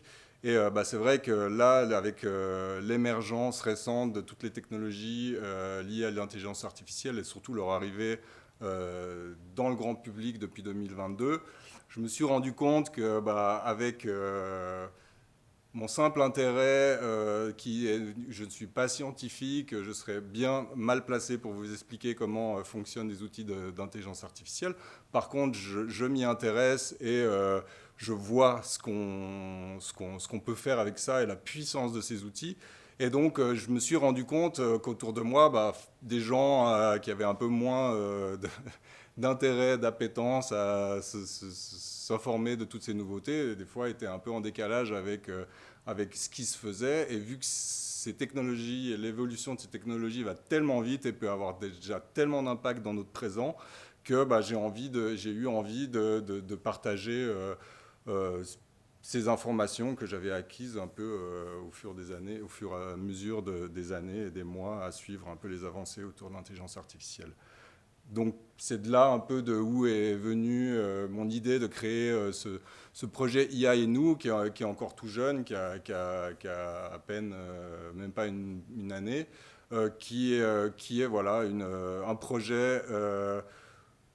Je ne sais pas encore trop où ça va aller, mais pour l'instant, j'ai déjà donné quelques conférences et quelques interventions comme celle-là pour voilà, partager et surtout répondre aussi et échanger autour de ces nouvelles technologies dont on entend parler, mais qui, quand même, pour pas mal de personnes, restent un peu obscures et ça reste un peu flou, surtout qu'il y a pas mal de fantasmes, ça véhicule beaucoup de fantasmes et d'amalgames.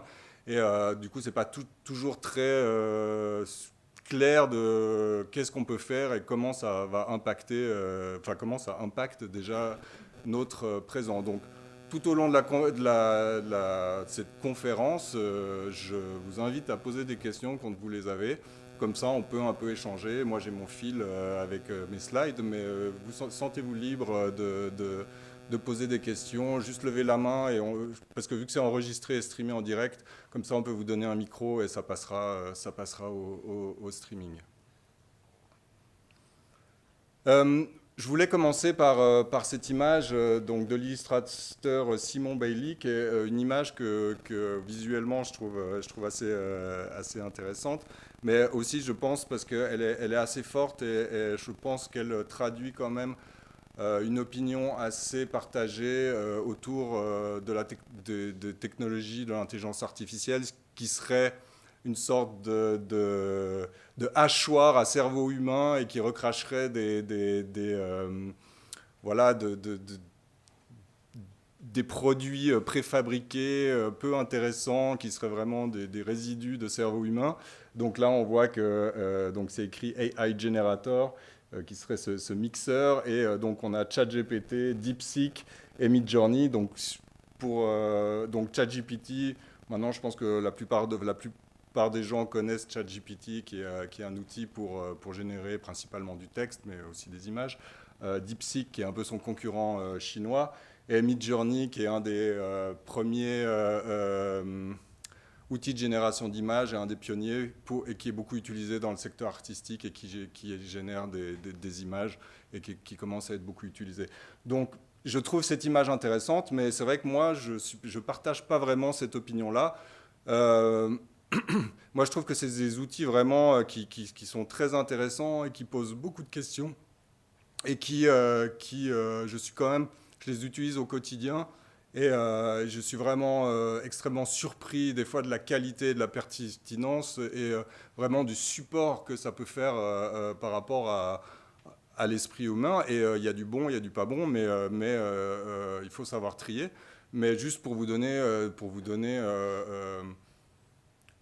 un exemple de moi, vraiment comment j'utilise au quotidien ces technologies, qu'est-ce que ça a apporté dans ma vie à tous les jours. C'est vrai que moi, je suis quelqu'un j'ai toujours eu des problèmes avec l'orthographe. En fait, je suis quelqu'un qui doit être un peu sur la dyslexie, le spectre de la dyslexie, dysorthographie.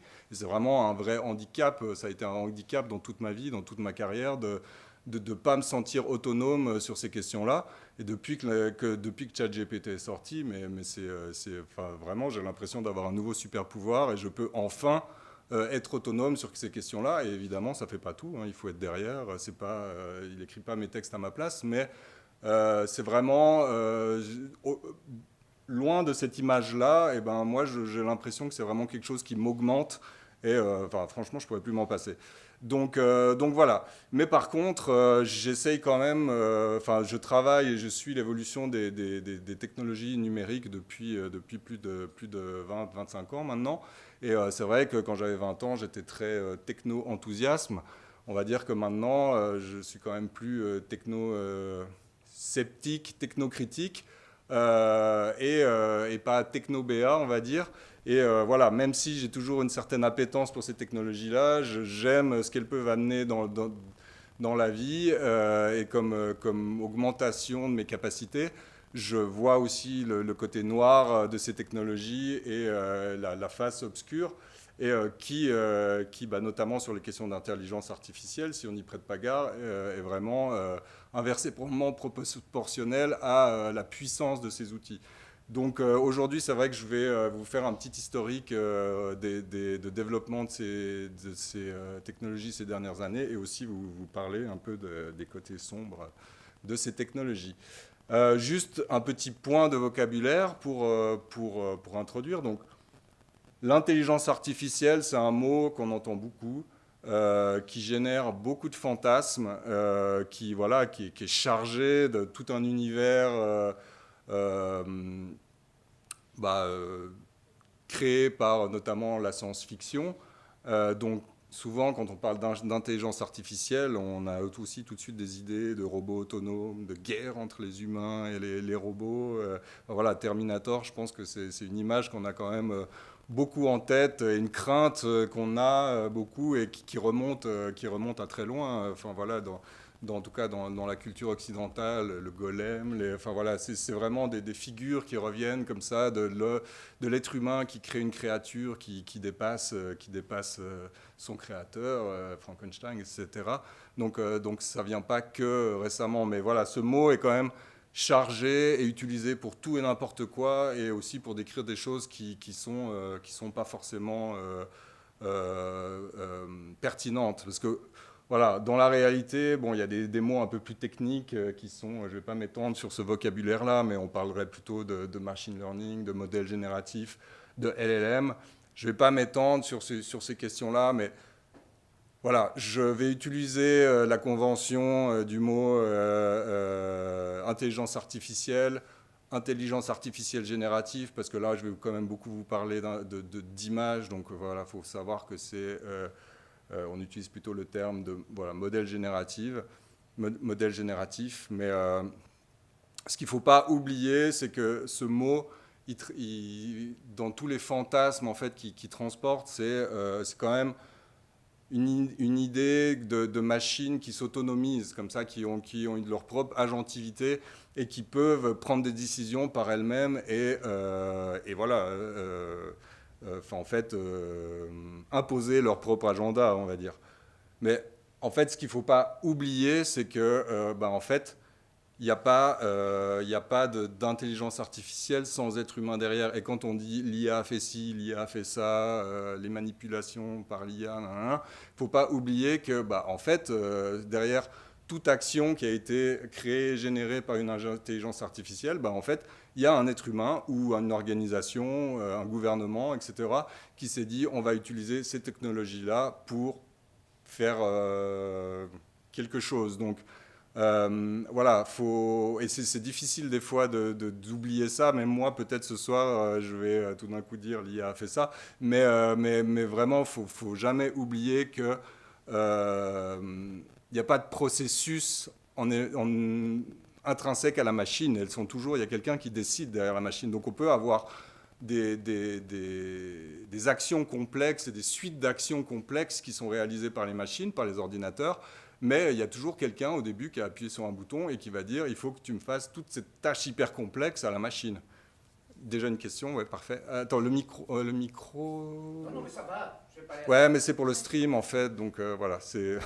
Et AlphaZero ouais, j'ai entendu parler de ça, c'est AlphaZero. Donc il y a eu AlphaGo, ouais, c'est ça. qui a battu le champion de Go. Ouais. Et puis on a donné à l'ordinateur simplement les règles, sans lui donner aucune instruction humaine.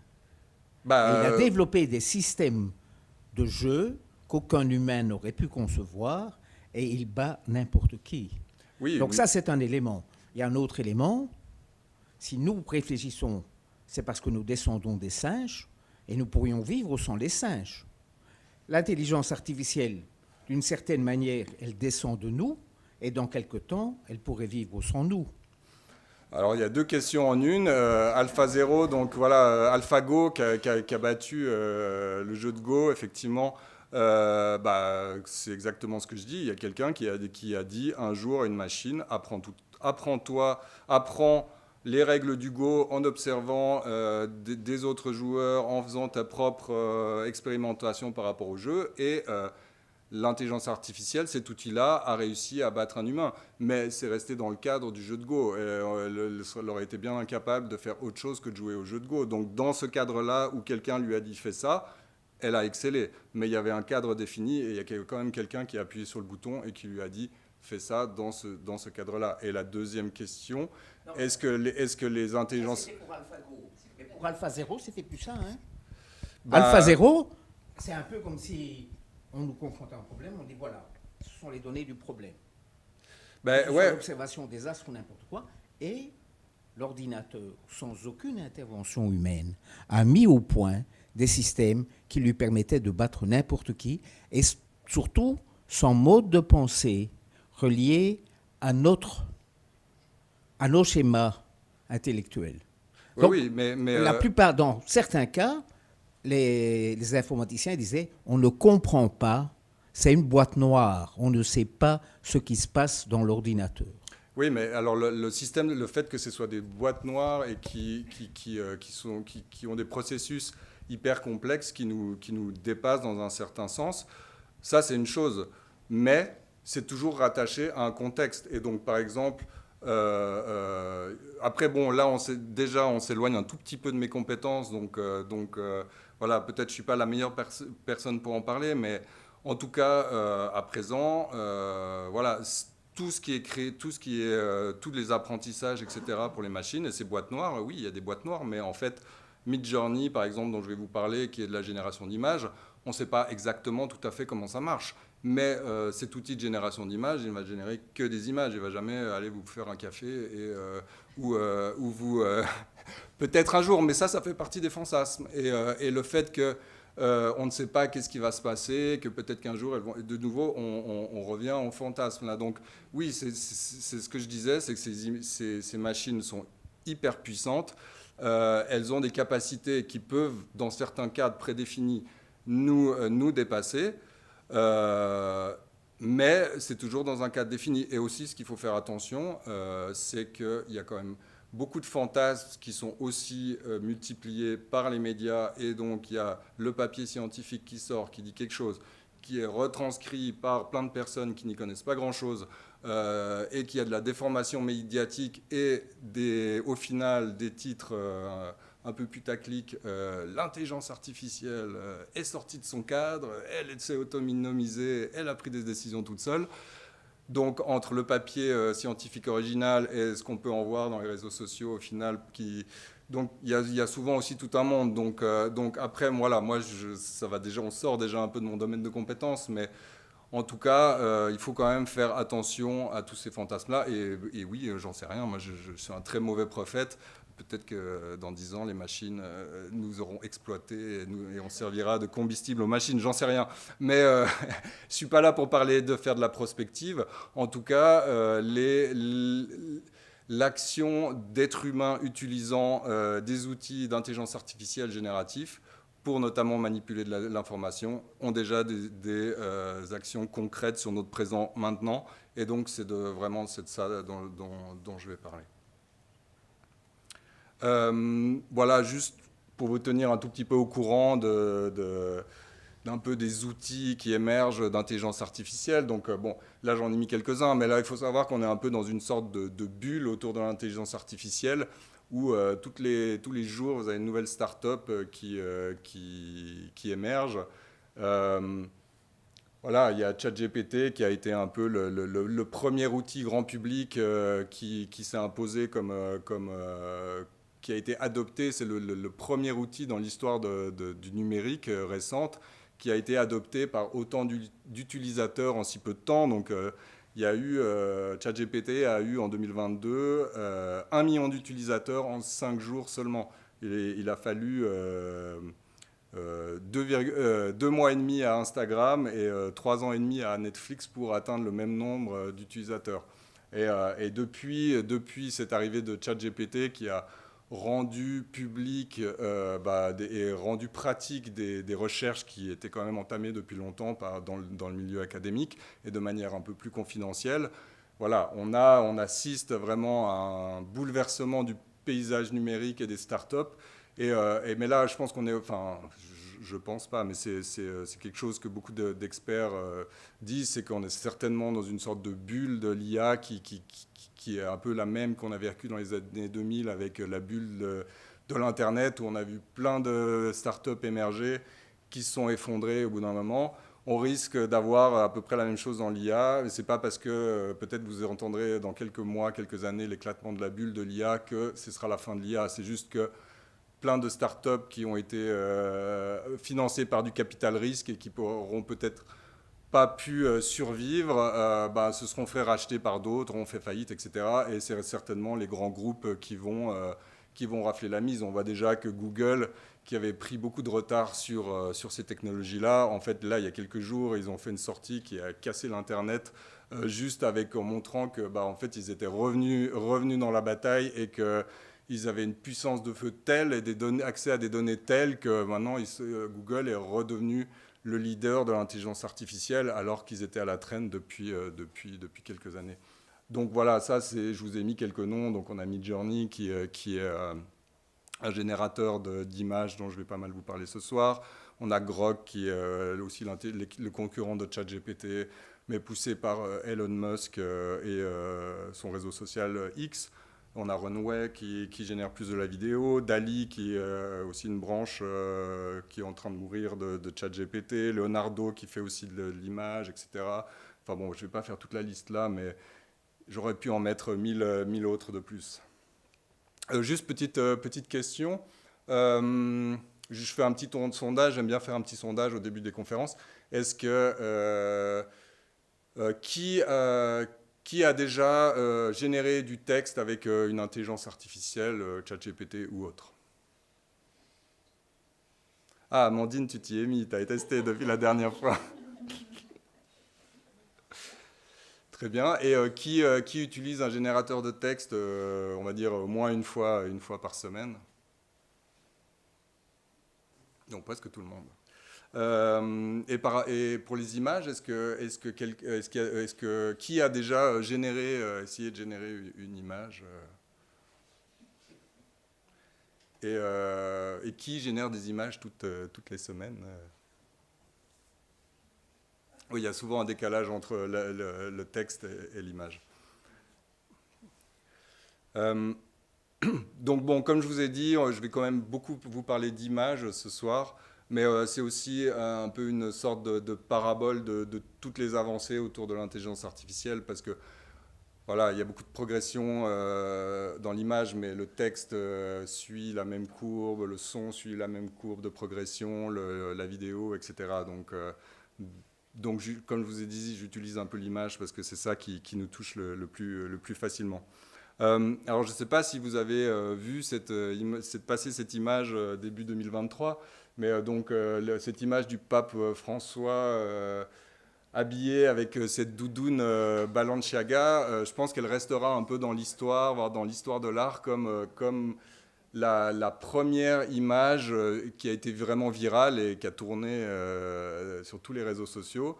Et en fait, c'est une des premières images qui, 2023, on arrivait au début du photoréalisme, où les modèles étaient suffisamment puissants pour générer des photos quasiment photoréalistes, dont on ne sait pas tout à fait dire si c'est vrai ou faux. Elle crée un doute.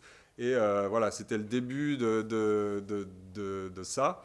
Et donc, cette image vraisemblable, mais un peu... on ne sait pas trop. On ne sait pas trop si elle est vraie ou fausse. Voilà, je pense que c'est une image que j'aime bien. J'aime bien commencer par cette image parce que voilà, je pense qu'elle va rester quand même comme la première image qui a un peu créé du trouble dans l'opinion mondiale, de dire mais qu'est-ce que c'est cette image? Est-ce qu'elle est vraie? Est-ce qu'elle n'est pas vraie? Voilà, elle a généré plein d'articles pour savoir si vraiment le Balenciaga avait designé une doudoune pour le pape.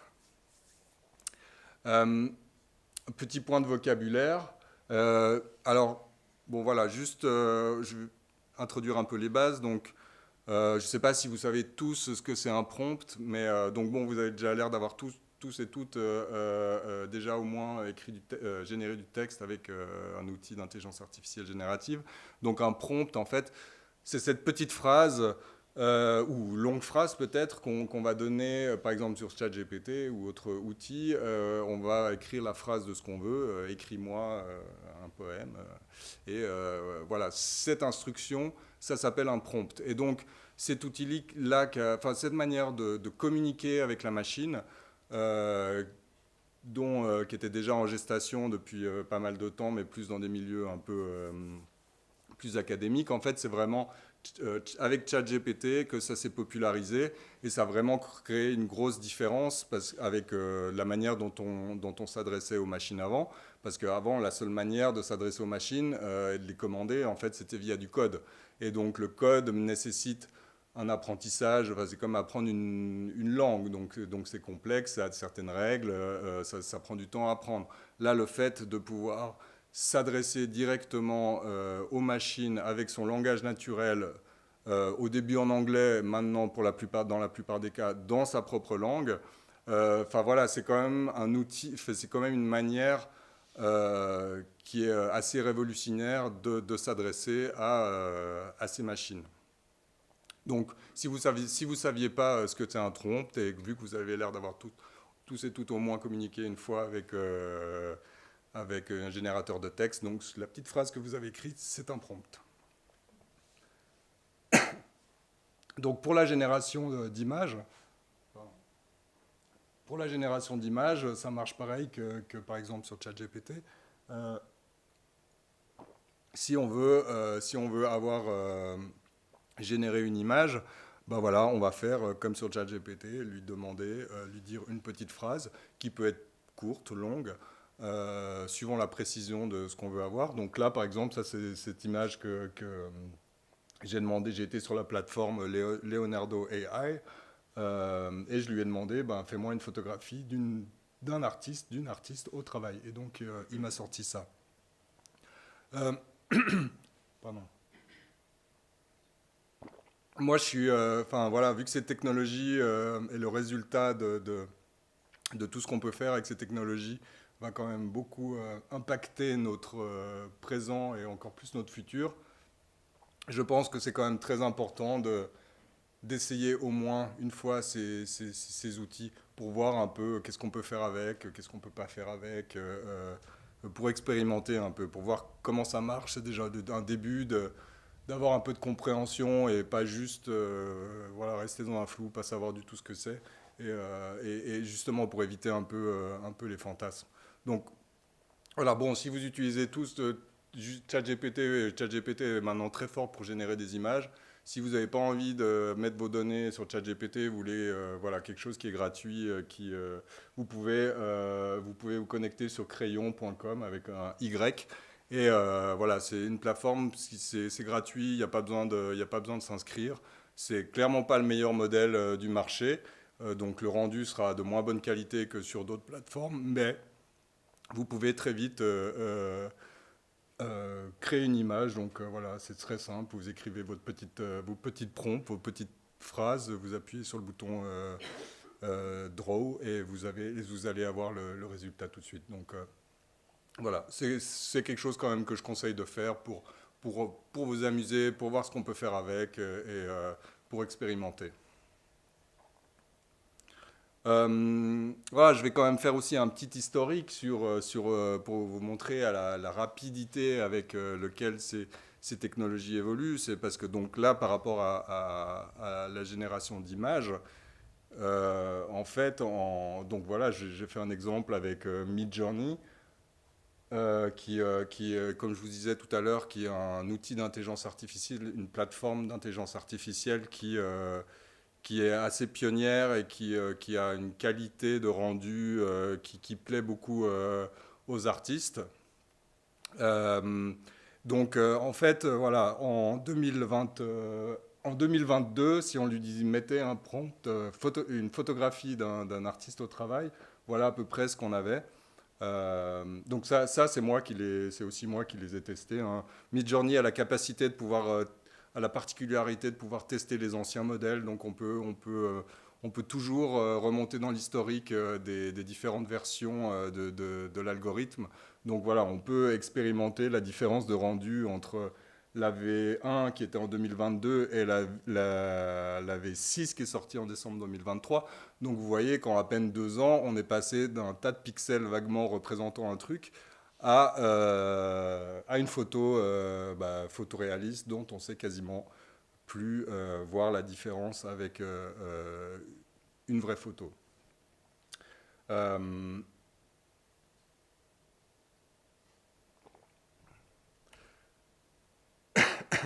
Bon, je ne sais pas si vous avez déjà entendu ça. C'est vrai que maintenant, les grands médias commencent à quand même plus parler de ces technologies-là. Et ben, en fait, aussi, quelque chose dont on a quand même, je pense que c'est quand même remonté pas mal dans le grand public, c'est comment détecter les images générées par intelligence artificielle. Donc, voilà, c'est vrai que la question des doigts, du nombre de doigts, des mains, a longtemps été un obstacle, un élément assez compliqué pour les intelligences artificielles, pour les outils de génération d'images, de faire des mains réalistes avec le bon nombre de doigts et des doigts orientés dans les bonnes configurations.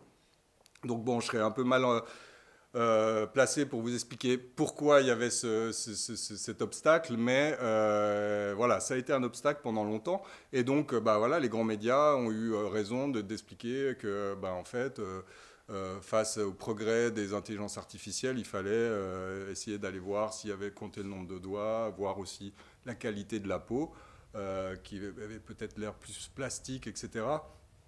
Mais bon, ce qu'il faut savoir avec les intelligences artificielles, c'est que ça va tellement vite qu'il faut faire très attention à avoir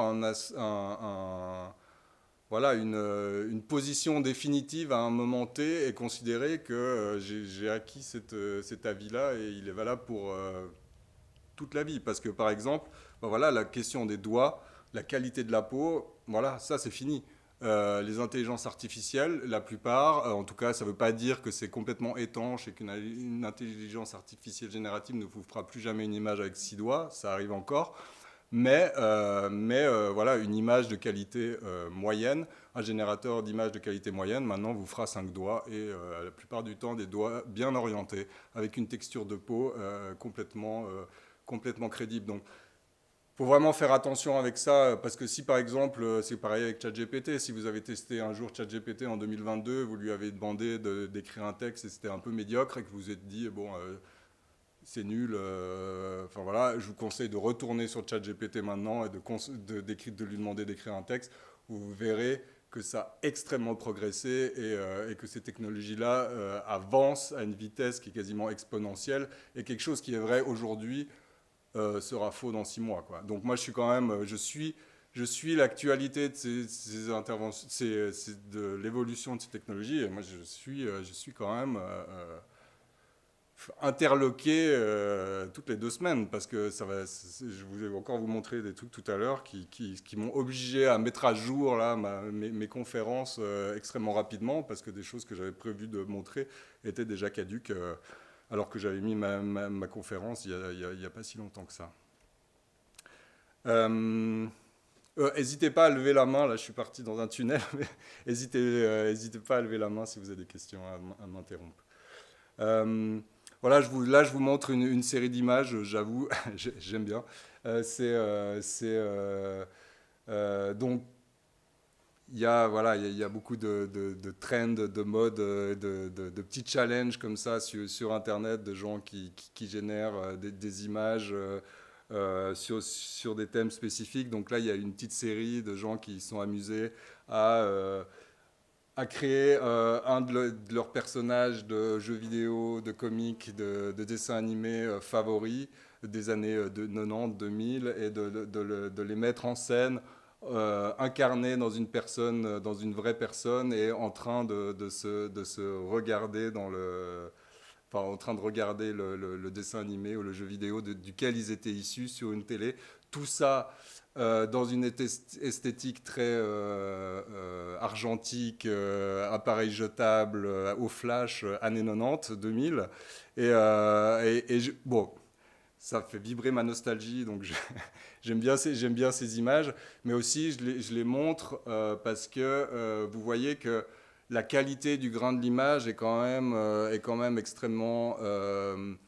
Enfin, moi, je trouve que c'est ce côté un peu low-tech, années 90, au flash, en fait, elle donne presque un statut à l'image encore plus crédible qu'une image qu'on aurait créée en 4K, très année 2024. Et justement, par rapport à ces trucs qu'on vous dit de comment détecter une image d'intelligence artificielle, par exemple, d'aller voir la peau, d'aller voir... en fait, on peut demander aux outils d'intelligence artificielle générative d'avoir un look un peu ancien, old school, de changer le rendu de la photo, le piqué de la photo, pour finalement, je trouve que ces photos sont extrêmement crédibles en termes de qualité, quoi. Donc voilà, il faut vraiment faire attention à ces trucs qui sont bien, hein. C'est des bons outils pour voir, pour détecter des images, mais c'est absolument pas étanche, et faut se méfier en fait d'avoir des avis un peu trop arrêtés et se dire ok, s'il y a pas 6 doigts, s'il y a 5 doigts, c'est une vraie image.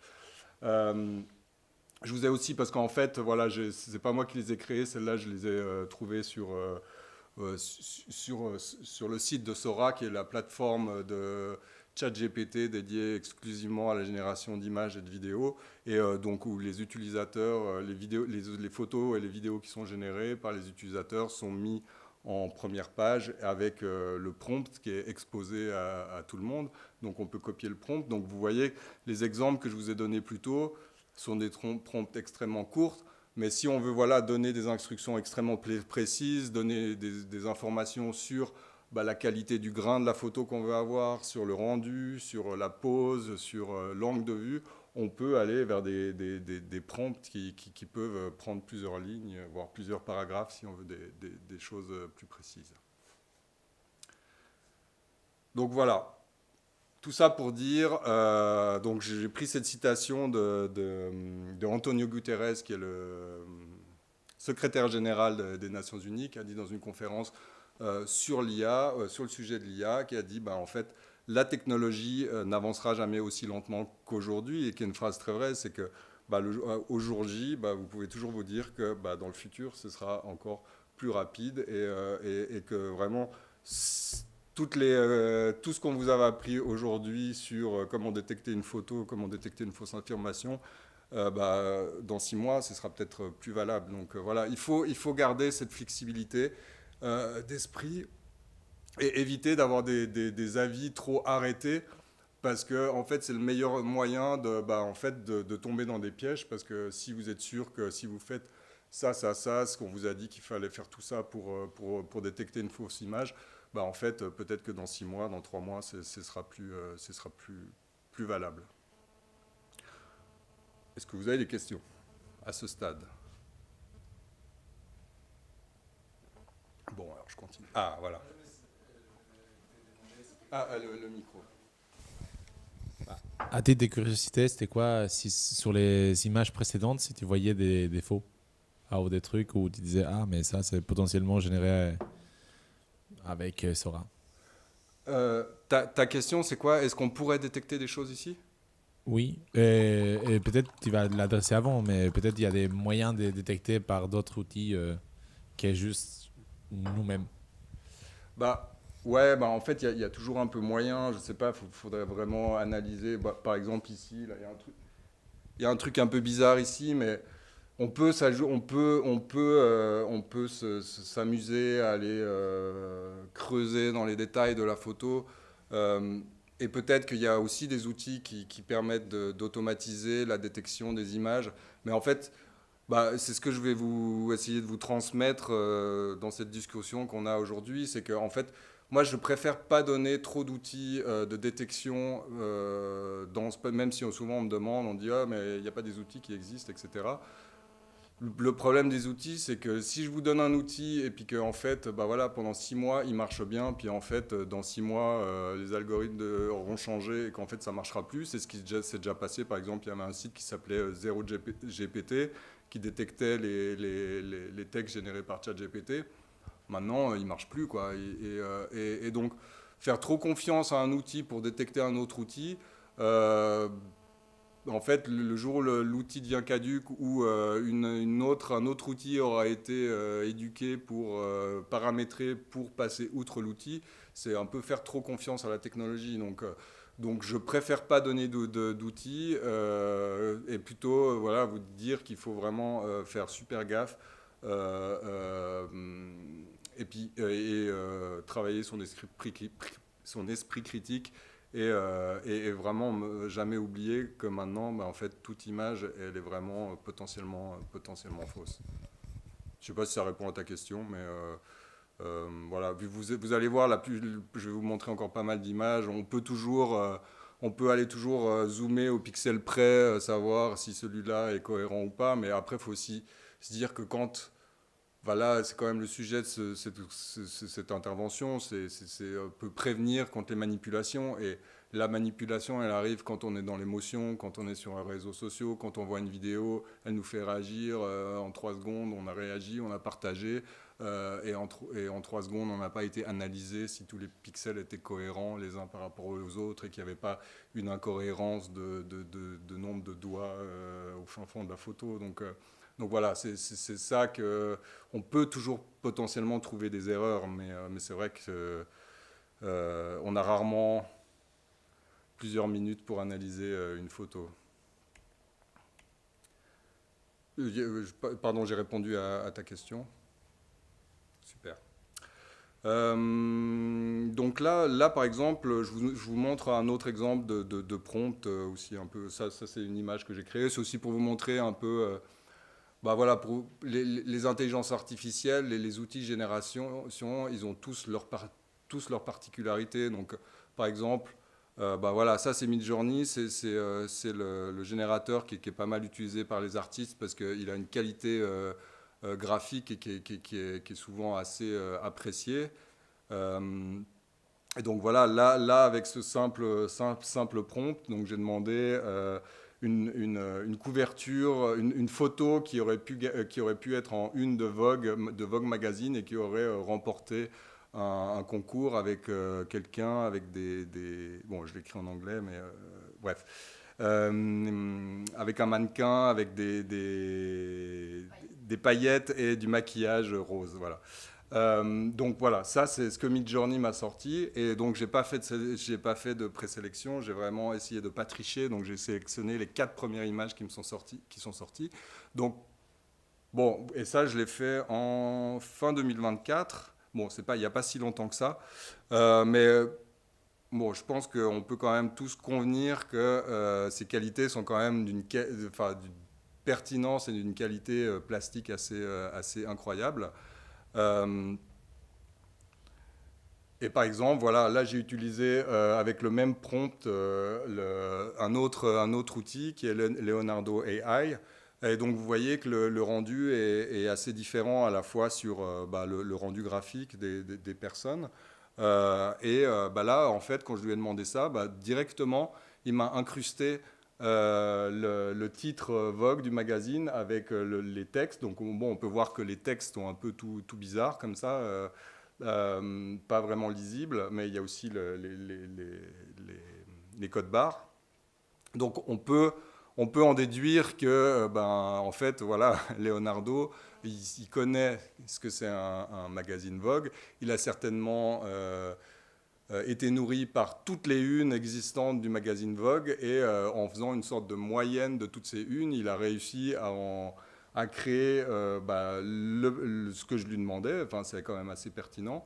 Et en plus, il a rajouté le titre. Donc on peut voir aussi que, vu que le titre Vogue, il est toujours là, présent au même endroit, donc il est particulièrement net, mais vu que les textes autour, c'est plus une sorte de variable qui n'est jamais tout à fait la même, en fait, il l'a créée, mais elle est plus floue. Donc je trouvais que cette photo expliquait quand même pas mal un peu le processus de comment fonctionnent ces outils, avec une sorte de moyenne avec ce dont elles ont été nourries. Et après, moi, je trouve que le mot moyenne, il est souvent utilisé comme quelque chose de péjoratif en disant, bon, les intelligences artificielles, c'est que de la moyenne de création humaine. Après, bon, moi, je suis désolé, mais si ça, c'est la moyenne, la moyenne est quand même vachement bien, quoi. Donc, micro. Comment se fait-il que pour Midjourney, contrairement aux préjugés auxquels les ordinateurs sont, paraît-il, conditionnés, c'est essentiellement une africaine, et que pour le suivant, c'est une caucasienne?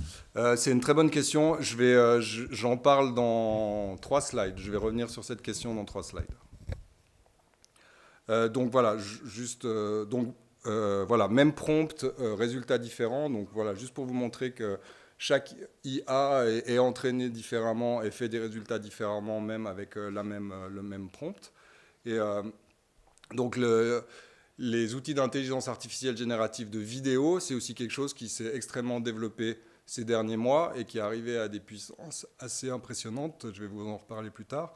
Mais souvent, vous voyez ça, j'ai fait ça, j'ai introduit, en fait ça marche souvent, les outils de génération de vidéo marchent même mieux souvent en introduisant une image de base et en disant de faire des variations vidéo autour de cette image de base. Donc là, j'ai utilisé la version gratuite de Clink AI, qui est une autre intelligence artificielle qui est plus optimisée pour la vidéo.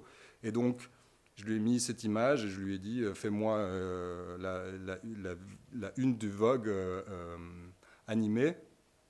Et donc, en lui donnant pas beaucoup plus d'infos que ça, il m'a généré cette vidéo qui, effectivement, si on va regarder la cohérence des pixels, on voit qu'il y a des espèces de petits glitches comme ça et que c'est pas parfait. Hein. Mais sachant que j'y ai passé 5 minutes. Hein, moi, je trouve quand même que... si on m'avait dit que, en 2022, si on m'avait dit que l'intelligence artificielle, 3 ans plus tard, serait capable de faire ce genre de choses, franchement, j'y aurais pas cru. Et on était quand même de l'ordre de la science-fiction. Et en plus, là, on est sur des textures hyper brillantes, etc. Donc, c'est quand même des choses qui sont extrêmement difficiles à faire. Et l'image a une qualité.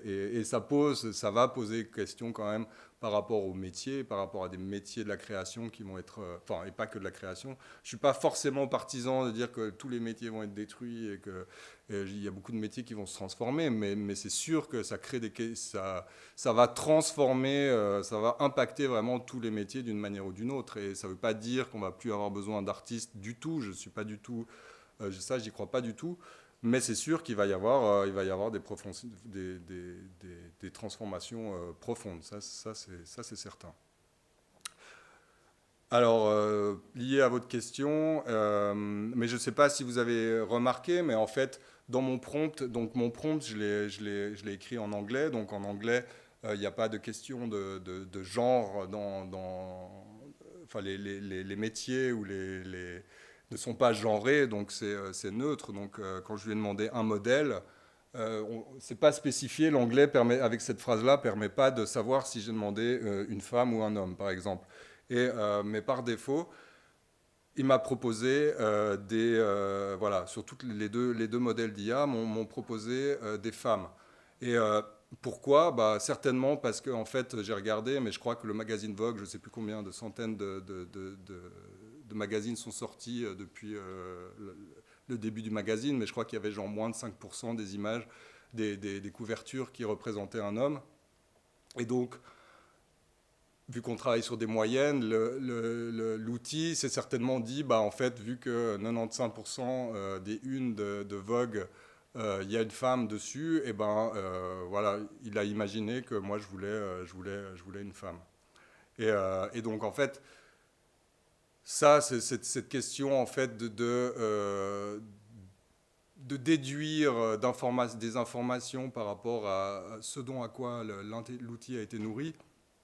Ça crée aussi des biais et ça renforce certains biais parce qu'on dit souvent que la technologie est neutre, mais en fait pas du tout sur ces outils-là. La technologie n'est pas du tout neutre parce qu'en fait elle est nourrie avec ce que nous on lui a donné. Donc les intelligences artificielles génératives ont été nourries par tout l'Internet, tout ce qu'il y avait sur l'Internet, et donc ont été nourries par les données qu'ont créées les humains, et donc reproduisent tous nos biais.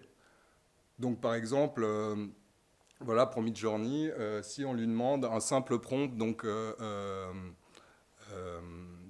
fais-moi un homme, Donc ça, c'est moi qui ai fait le test et j'ai essayé de pas... Enfin non, j'ai pas essayé, je n'ai pas triché.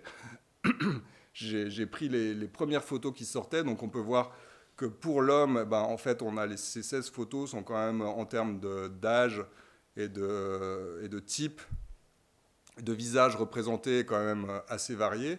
Par contre, par rapport à la femme, ben, on voit que la tranche d'âge doit être d'entre à peu près 18 et 23 ans et ben, qu'elles pourraient toutes être des couvertures de Vogue. Et par exemple, un autre test, donc voilà, si je lui ai demandé photographie of a CEO, donc un PDG, voilà, on n'a que des hommes, photographie d'une secrétaire, on n'a que des femmes. Donc ça, on appelle ça vraiment un biais algorithmique, c'est que ces outils-là ont tendance à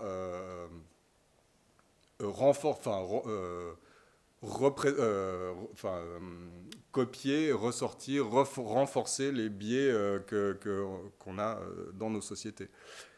Donc, en fait, ça, après, voilà, c'est des choses qui commencent à être sues. Les outils, en tout cas, grand public, c'est des critiques qui commencent à bien émerger.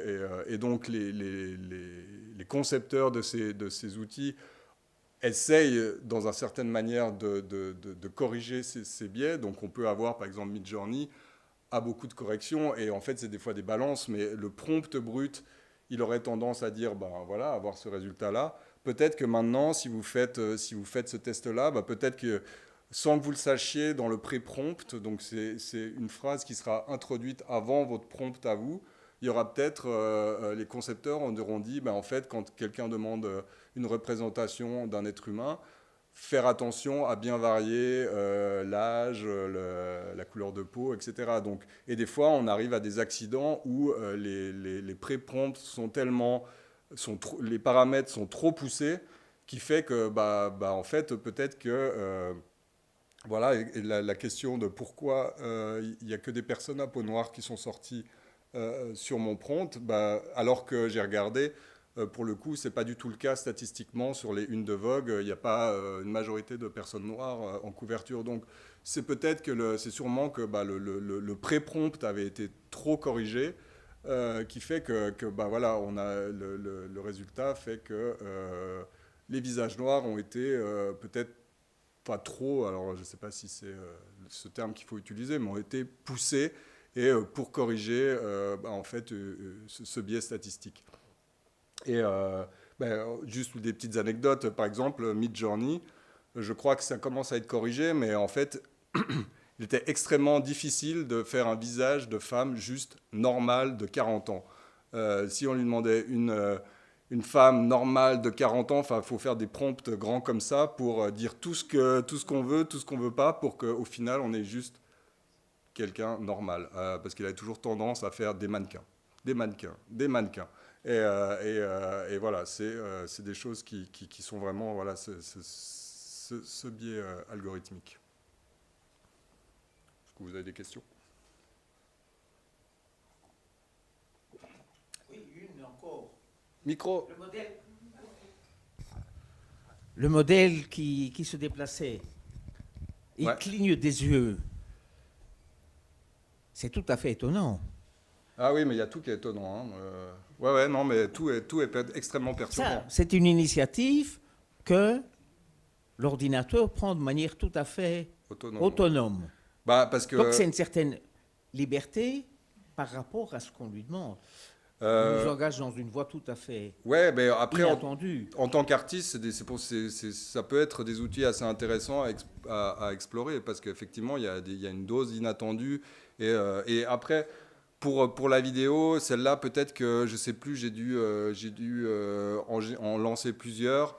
Et voilà, il y en avait... C'est vrai que je devrais peut-être la mettre, c'est une bonne idée, parce qu'il y en avait une où, en fait, le corps de la personne tournait, mais tournait beaucoup trop, et la tête restait sur elle-même. Et donc, ça créait quelque chose de... C'est vrai que je la mettrai, celle-là, la prochaine conférence. Mais du coup, on a des choses qui peuvent être très, très bizarres. Donc là, j'ai mis la plus réaliste. J'en avais dû en générer 3-4. Et voilà, il y a des trucs un peu bizarres qui se passent, mais c'est vrai que celle-là, pardon ? Elle est autant plus réaliste. Ouais. Bah oui, c'est troublant. En fait, je ne sais pas si vous avez assisté à ce phénomène début 2024, mais il y a eu une invasion, si vous êtes sur Facebook, il y a eu une invasion d'images extrêmement bizarres qui sont arrivées en masse, qui ont inondé Facebook, et je pense qu'ils continuent d'inonder Facebook. En fait, c'est des images qui sont assez stéréotypées.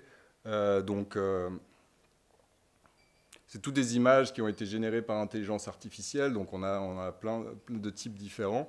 Et voilà, il y a eu la série avec les enfants dans une sorte d'Afrique un peu mythifiée qui aurait construit des choses incroyables avec des ordures. Il y a les enfants qui font des autoportraits incroyables. Il y a des personnes âgées qui tricotent des robes, des tricots incroyables, souvent avec des phrases impactantes et toujours avec des centaines, des milliers de commentaires, de likes, etc. Il y a toute une série comme ça, enfin il y en a des milliers. Et moi, en voyant ce phénomène, je me suis dit, mais c'est quoi ces trucs? C'est vrai que ça m'a un peu donné envie de faire cette conférence.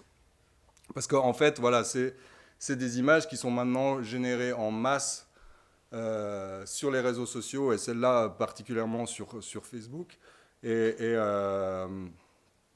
En fait, elles sont vraiment créées pour générer de l'attention et pour être réactives. Donc on a toujours ce texte qui est souvent un peu qui peut être en contradiction avec l'image, ou enfin elles sont vraiment faites pour générer de l'interaction. Et en fait, il faut savoir que grâce à l'intelligence artificielle, il y a des comptes qui balancent toutes les heures des centaines d'images comme ça, des comptes qui sont automatisés, qui sont créés en masse. Et en fait, dans quel but? Alors, il y a plusieurs buts. Ça peut être juste récupérer du contenu publicitaire en créant du trafic sur ces comptes-là et en ayant plus de vues, plus d'interactions. Voilà, gagner de l'argent, ça peut être dans des pays à un niveau de vie moins élevé que les pays occidentaux, et grâce aux quelques centimes gagnés par publicité, accumulés par des dizaines de milliers d'interactions, en fait, génère de l'argent. Mais il faut aussi savoir que en fait, ça peut être pour préparer des futures arnaques ou des futures manipulations, parce qu'un compte qui a généré qui a capitalisé sur plein de visiteurs, tout d'un coup, ce compte peut être revendu à une entreprise, à un parti politique, à une entité gouvernementale, à des hackers, je ne sais pas qui, pour tout d'un coup, un compte qui balançait des chats générés par intelligence artificielle avec des milliers d'utilisateurs, en fait, va pouvoir commencer peut-être à balancer du contenu politique, parce que on saura que c'est que ça touche un public un peu plus crédule, d'une certaine typologie, d'un certain âge, et qu'on va pouvoir potentiellement influencer sur ces utilisateurs. Ou aussi peut-être juste certainement aussi juste pour des histoires, des questions marketing. Mais voilà, faut savoir que ces choses-là existent. Et en fait, ce qui est impressionnant avec ces images, c'est qu'elles sont toujours accompagnées par des milliers de commentaires, des dizaines de milliers de commentaires.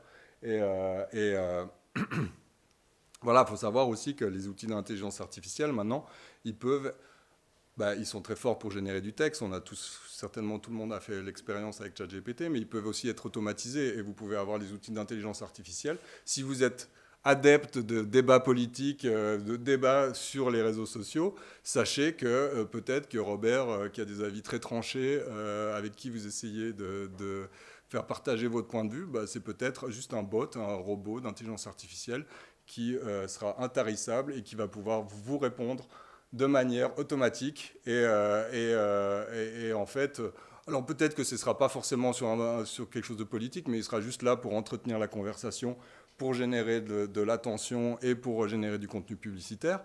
Mais peut-être que ce sera aussi dans des visions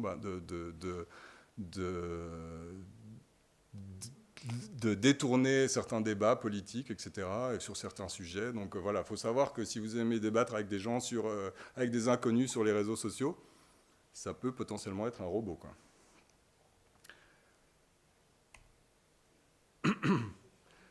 Donc voilà, j'en arrive au thème des deepfakes. Donc deepfake. Donc si vous ne savez pas ce que c'est une deepfake, ben, qu'en fait une deepfake, c'est ces technologies qui permettent en temps réel de transformer un visage donné par une personne en direct qui n'est pas la personne vraie. Donc là, on voit que cette personne sur la droite est en train de manipuler ce personnage de cartoon.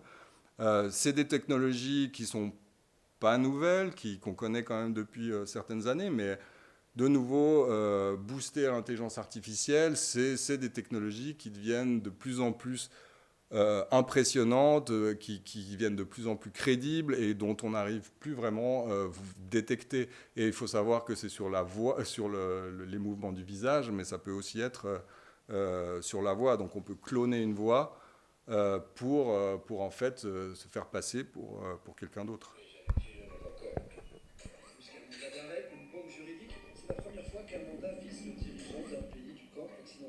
Vous entendez le son ? Que la justice internationale s'applique pour tous. On ne peut pas vouloir l'appliquer pour les chefs d'État africains, l'appliquer pour Vladimir Poutine et ne pas l'appliquer pour Benjamin Netanyahu. La décision est juridique, les réactions faites de... Bon, attendez, je me demande si j'ai pas un truc qui tourne en parallèle. Bon, c'est pas très important. Attendez, je veux juste vérifier parce que... Bon. Donc là, on voit que donc cette personne qui est la personne qui contrôle l'avatar de la photo de Morgan Freeman. Donc voilà, on peut voir quand même que c'est assez impressionnant. Et donc ça, c'est vraiment des technologies qui sont devenues matures, on peut dire. Donc voilà, maintenant, pour des deepfakes bien faits, il n'y a quasiment plus moyen de les détecter. Et voilà, et les deepfakes peuvent aussi être utilisés maintenant sur des choses plus complexes, comme tout le corps. Et après, on peut dire, oui, mais la manipulation d'images, ça fait longtemps que ça existe, les effets spéciaux, etc. Ce qu'il faut quand même savoir, c'est que ça devient beaucoup plus facile de faire ces choses-là.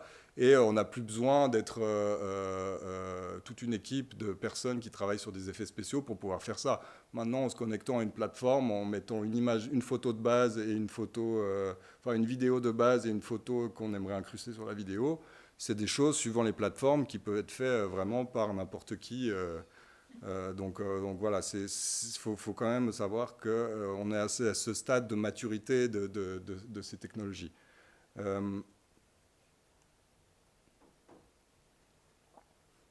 Donc voilà, on arrive à la vidéo que j'ai dû rajouter un peu en express là. C'est en fait, il y a quelques jours, Google s'est réimposé comme le mastodon de l'intelligence artificielle, alors qu'ils avaient pris un peu de retard ces dernières années. Ils ont sorti la vidéo, le nouveau modèle de génération vidéo qui a vraiment cassé Internet. Donc là, maintenant, Google a sorti un nouveau moteur qui peut, grâce à un prompt, donc juste avec une petite phrase, rien d'autre, pas de photo, pas d'image, pas de son, générer à la fois de la vidéo, du texte, de la musique, du son, et ce texte est généré et synchronisé sur les lèvres. Welcome to a non-existent car show. Let's see some opinions. I mean, man, the acceleration is crazy. You look far, step on the pedal, and you are there. I feel safe with him in an SUV, and it seems to be like the right type of car for him. I think the range is only going to get better. Sorry. We don't want to drive gas cars anymore. Yeah, no more gas cars. You can see I'm kind of a Bon, alors là, donc, tout ce que vous voyez là, donc, je sais, c'est assez difficile à croire. Moi, j'ai hésité à les mettre parce que j'avais besoin de vérifier que c'était bien vrai. Mais du coup, là, j'ai vu que l'Internet, que tout le monde y allait de ces petites vidéos, etc. Donc, voilà, c'est vraiment là où on en est. Donc ça, c'est vraiment du 100% généré par intelligence artificielle. Il n'y a aucun média visuel, ni audio, ni rien qui a été mis en amont par l'utilisateur, en tout cas. Et donc, on peut, pour l'instant, c'est pas encore disponible en Europe, donc on peut faire des tests, mais bref. Mais donc, voilà, tout part juste d'une ligne de texte qui décrit le contexte, le texte qu'on veut lui faire lire, et donc la synchronisation des mots, la musique, etc. Et il y a d'autres. Là, je vous ai montré un micro-trottoir parce que je trouve que c'est assez. En fait, le micro-trottoir est un outil qui est quand même pas mal utilisé par les médias, enfin les influenceurs, on va dire, les influenceuses d'extrême droite sur les réseaux sociaux, notamment sur TikTok, pour soi-disant montrer ce que pense le vrai peuple. Et donc, vous voyez que là, en termes de micro-trottoir, enfin voilà. Il n'y a quasiment aucune manière de détecter que ce n'est pas du vrai contenu. Et après, voilà, donc ce nouveau modèle s'appelle VO3. Et si vous tapez VO3 là, sur Google, vous allez voir que vous allez avoir des dizaines de vidéos qui soient plus du côté des effets spéciaux, du film. Donc ça va transformer vraiment toute l'industrie, toute la création vidéo et visuelle. Question là-bas. Le micro. Merci. Je veux juste savoir s'il est multilingue ou si pour l'instant c'est anglais-anglais. Alors, vu que c'est hyper frais, j'ai l'impression, de ce que j'ai vu, j'ai l'impression que c'est que anglais. Mais bon, vu comment ces choses-là avancent, je pense que dans 2 semaines, dans 6 mois, dans 6 mois maximum, ça marchera dans toutes les langues. Donc, tout à l'heure, je vous ai montré ces images qui visaient principalement, on va dire, les personnes plus âgées.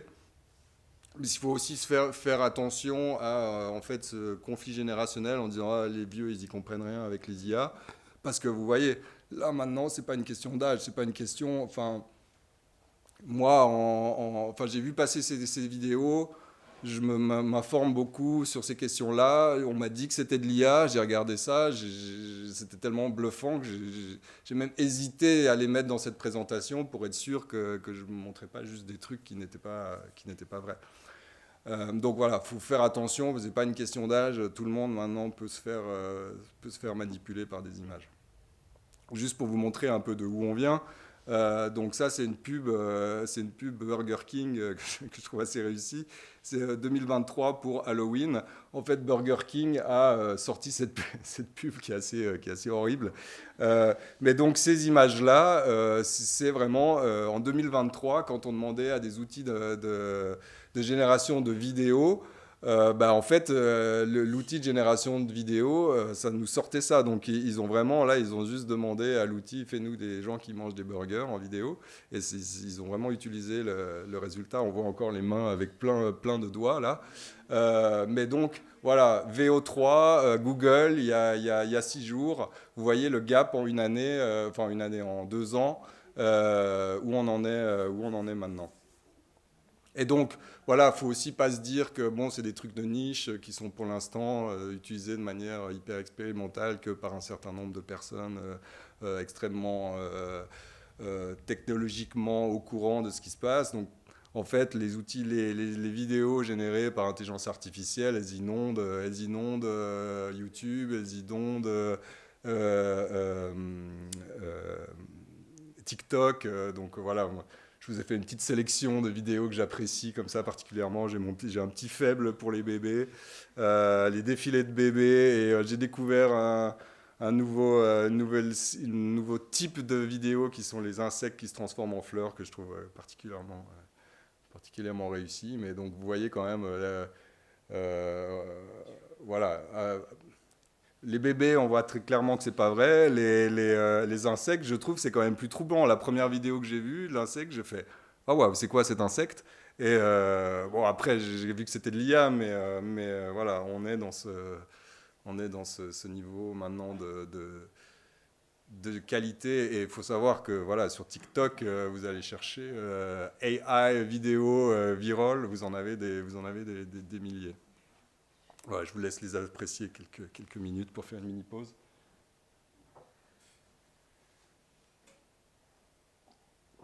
Les monstres marins, ils sont pas mal aussi. Hein. Et de nouveau, si vous allez regarder à l'arrière des vidéos, vous allez pouvoir analyser, vous allez voir que c'est pas tout à fait... il y a des choses où vous voyez que ça bug un peu, que c'est pas tout à fait réaliste, mais bon.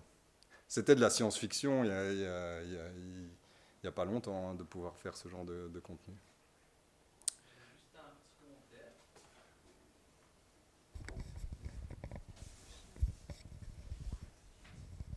commentaire. Une façon de... ce sera juste une piste pour savoir si une image ou une vidéo a été générée par une IA, c'est dû à la procédure qu'on utilise pour les générer. C'est de voir s'il y a beaucoup de contraste, parce que de base, pour générer une image, on part du bruit noir et blanc, et on a autant de pixels noirs que de pixels blancs. Et du coup, par exemple, si on voit ici, toutes les vidéos sont bien contrastées. Les noirs sont très noirs et les blancs sont aussi très blancs. On voyait ça aussi dans la vidéo VO3.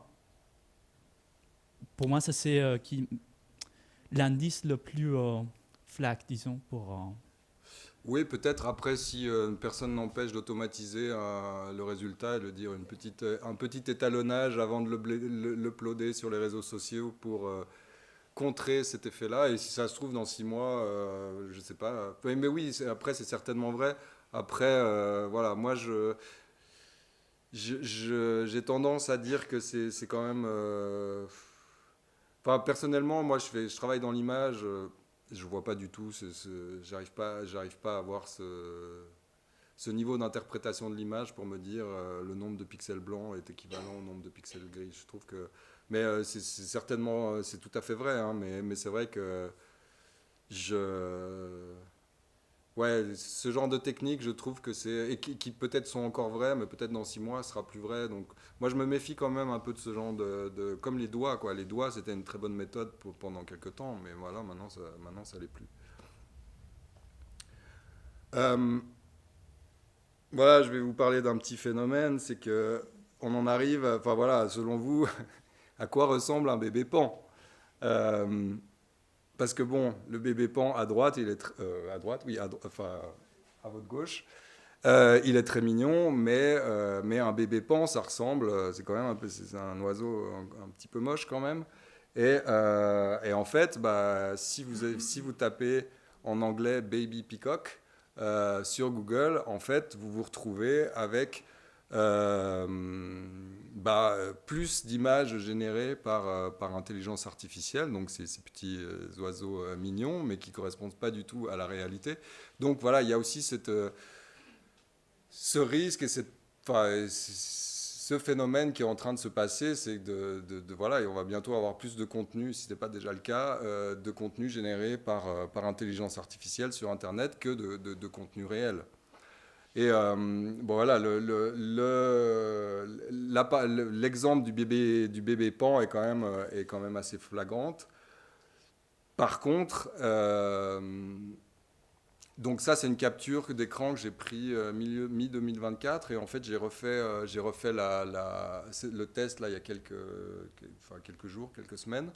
Et en fait, si vous refaites ce test-là, il y a toujours des photos générées par IA, mais il y en a moins. Et donc en fait, voilà, dans mes conférences il y a quelques temps, je disais bon ben voilà, on risque d'aller vers cet Internet où en fait il va être de plus en plus difficile de trouver du contenu réel. Mais voilà, là je tente à balancer un peu mon propos parce qu'en fait il faut aussi se rendre compte que Google, qui à la fois pousse des modèles de génération d'images et vidéos qui sont complètement incroyables, mais à la fois ils ont aussi un moteur de recherche. Et donc en fait, si leur moteur de recherche est saturé de résultats générés par intelligence artificielle, ils se tirent aussi une balle dans le pied. Donc, ils sont, voilà, les GAFAM sont un peu pris dans ce double mouvement de à la fois pousser pour de plus en plus d'intelligence artificielle et à la fois ce développement des intelligences artificielles va contre leur propre business model dans le cas de Google. Donc, ils ont l'air de créer des filtres pour faire en sorte que le contenu généré par IA soit moins présent. Et Google, en fait, il faut savoir que Google, ils ont réduit le nombre de vidéos qu'on pouvait, par utilisateur, générer par jour, uploader par jour, parce que je crois que c'est quand même pour les comptes pro, etc., c'est quand même 100 vidéos par jour. Enfin, avant, je crois qu'il n'y avait pas de limite où c'était 300. Là, ils ont réduit à 100 parce que maintenant, il y a des comptes automatisés qui génèrent des vidéos, qui uploadent des vidéos non-stop, dans le but de faire des vues, du contenu publicitaire et générer du contenu publicitaire.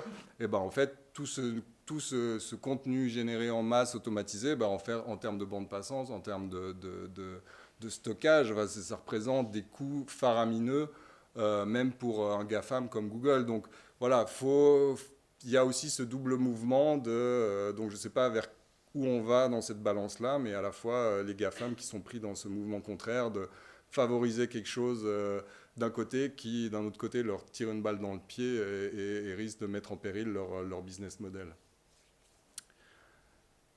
Je ne sais pas si, enfin oui, certainement vous vous rappelez, mais début 2025, il y a eu des énormes incendies à Los Angeles.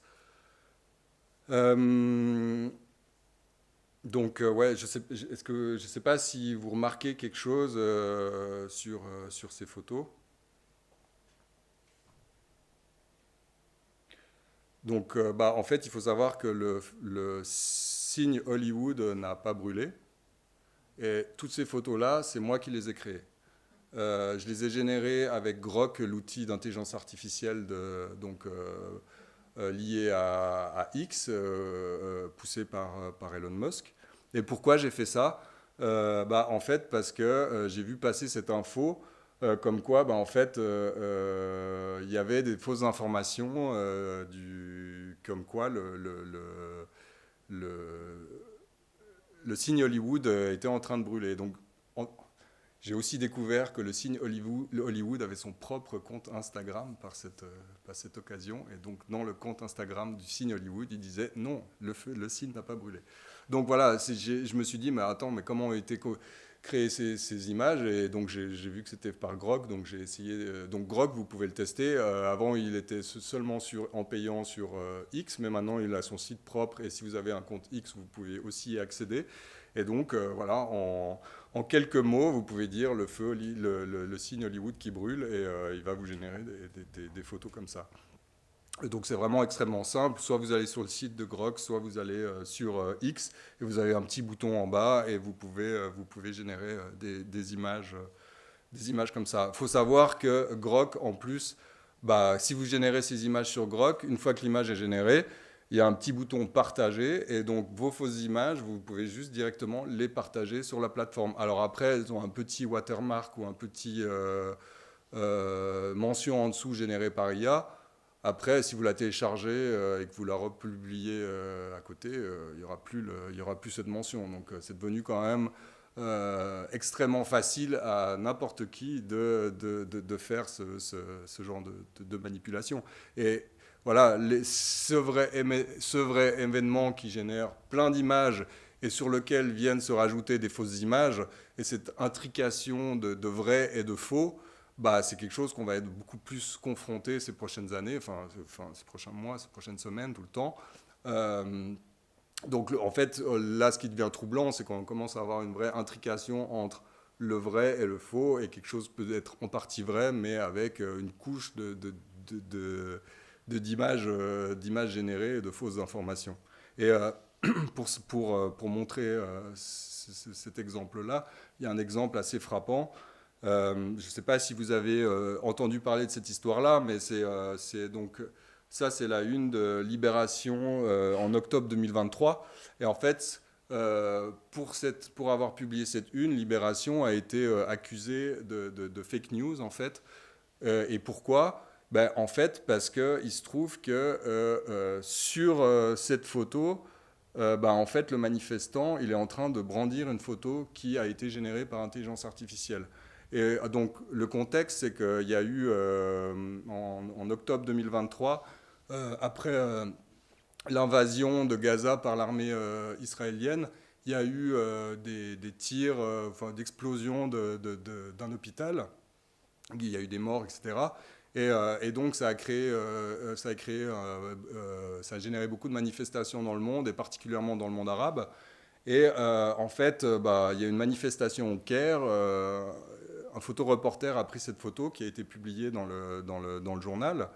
Et en fait, cette photo, il s'avérait que cette photo, qui avait été une photo qui avait été initialement générée, on ne sait pas trop l'origine de cette photo, mais elle avait été générée initialement pour illustrer un tremblement de terre en Turquie qui avait eu lieu en début d'année 2023. Et donc, en plus, c'est en 2023, donc cette image, si on regarde dans les détails, on voit que le bébé, il a pas 5 doigts, il a 3 doigts, il a des trucs un peu bizarres sur la tête. Mais en fait, voilà, Libération a été accusé de partager des fake news. Bon, après, ils se sont expliqués, etc. Après, moi, je pense que ce qui s'est passé, après, c'est mon interprétation, mais début 2023, ce genre de choses, c'était tout neuf, c'était jamais arrivé. Et en fait, je pense qu'ils ne se sont même pas juste posé la question, en fait. Et depuis, je pense qu'ils font super gaffe.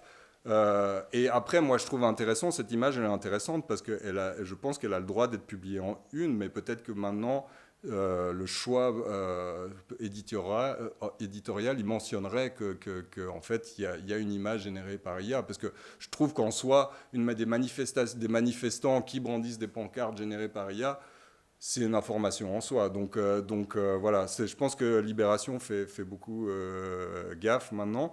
Mais voilà, c'est pour illustrer un peu ce niveau d'intrication qu'on arrive entre le réel, entre la vraie information, la fausse information. Donc une information n'est pas forcément fausse par essence, elle peut se greffer sur une sous-couche de vérité et avec une surcouche de faux.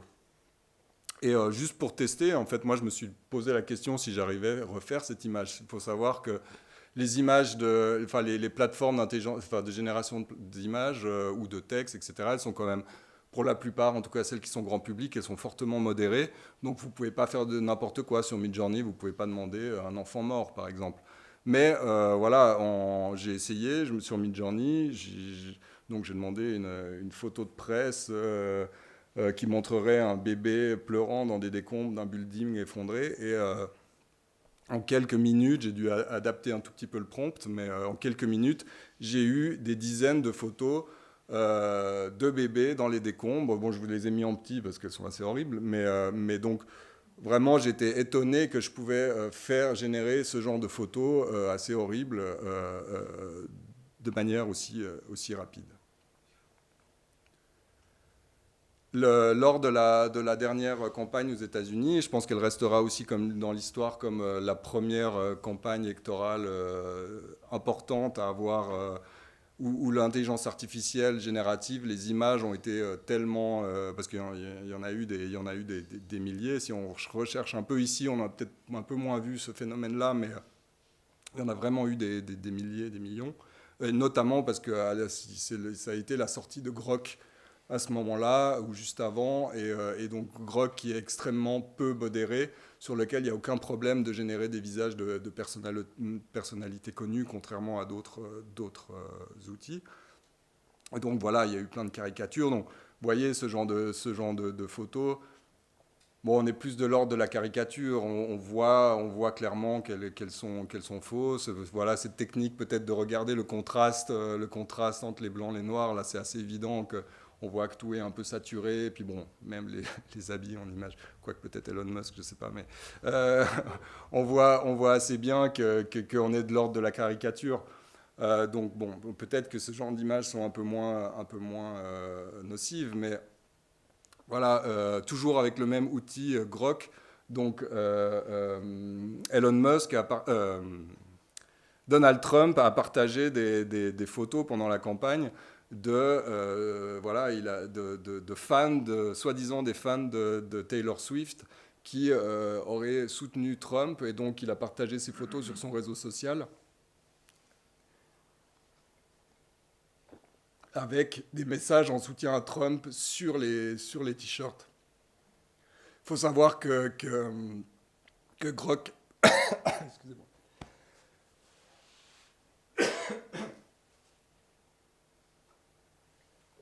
Il faut savoir que Grok, il est particulièrement fort pour incruster du texte sur des images. Donc ça, c'est moi qui les ai faits. Je voulais tester et ça m'a pris 3 minutes. Hein. Et après, une fois qu'on a trouvé le prompt, j'ai dû ajuster peut-être le prompt 2-3 fois. Et après, on appuie sur le bouton. C'est comme la machine à sous. Vas-y, on doit attendre chaque fois 30 secondes que l'image sorte. Et on peut en faire des milliers comme ça en quelques minutes. Donc, en fait, ces photos sont quand même particulièrement...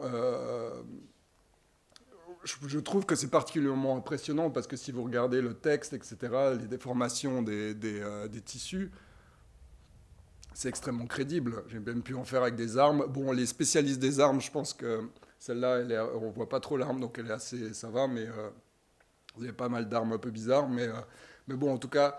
Les textes des t-shirts, ça rend super bien. Et vous voyez, il y en a même avec la tête de Trump. Et je crois que j'ai même pas mis ça dans j'ai même pas mis ça dans mon prompt, quoi. Il a pris l'initiative de faire ça, quoi. Donc, et ça, vraiment, ça m'a demandé aucune compétence. Moi, ce qui m'a vraiment choqué pendant cette campagne-là et qui m'a vraiment donné l'envie de faire cette intervention-là, c'est cette vidéo que je vais vous montrer. En fait, il y a une vidéo qui a été débunkée assez vite, hein, je pense que ça a pris un jour, mais il y a une vidéo qui est sortie sur X encore, d'une personne, d'une jeune personne qui aurait été un témoignage qui explique qu'il se serait fait renversé il y a quelques années qui aurait eu un accident de voiture. La conductrice aurait fait un délit de fuite et il s'avère que ça aurait été Kamala Harris. Et donc il y a ce témoignage de cet adolescent qui accuse, qui déclare que Kamala Harris l'a renversé et a fait un délit de fuite 10 ans plus tôt. Je vais vous montrer cette vidéo.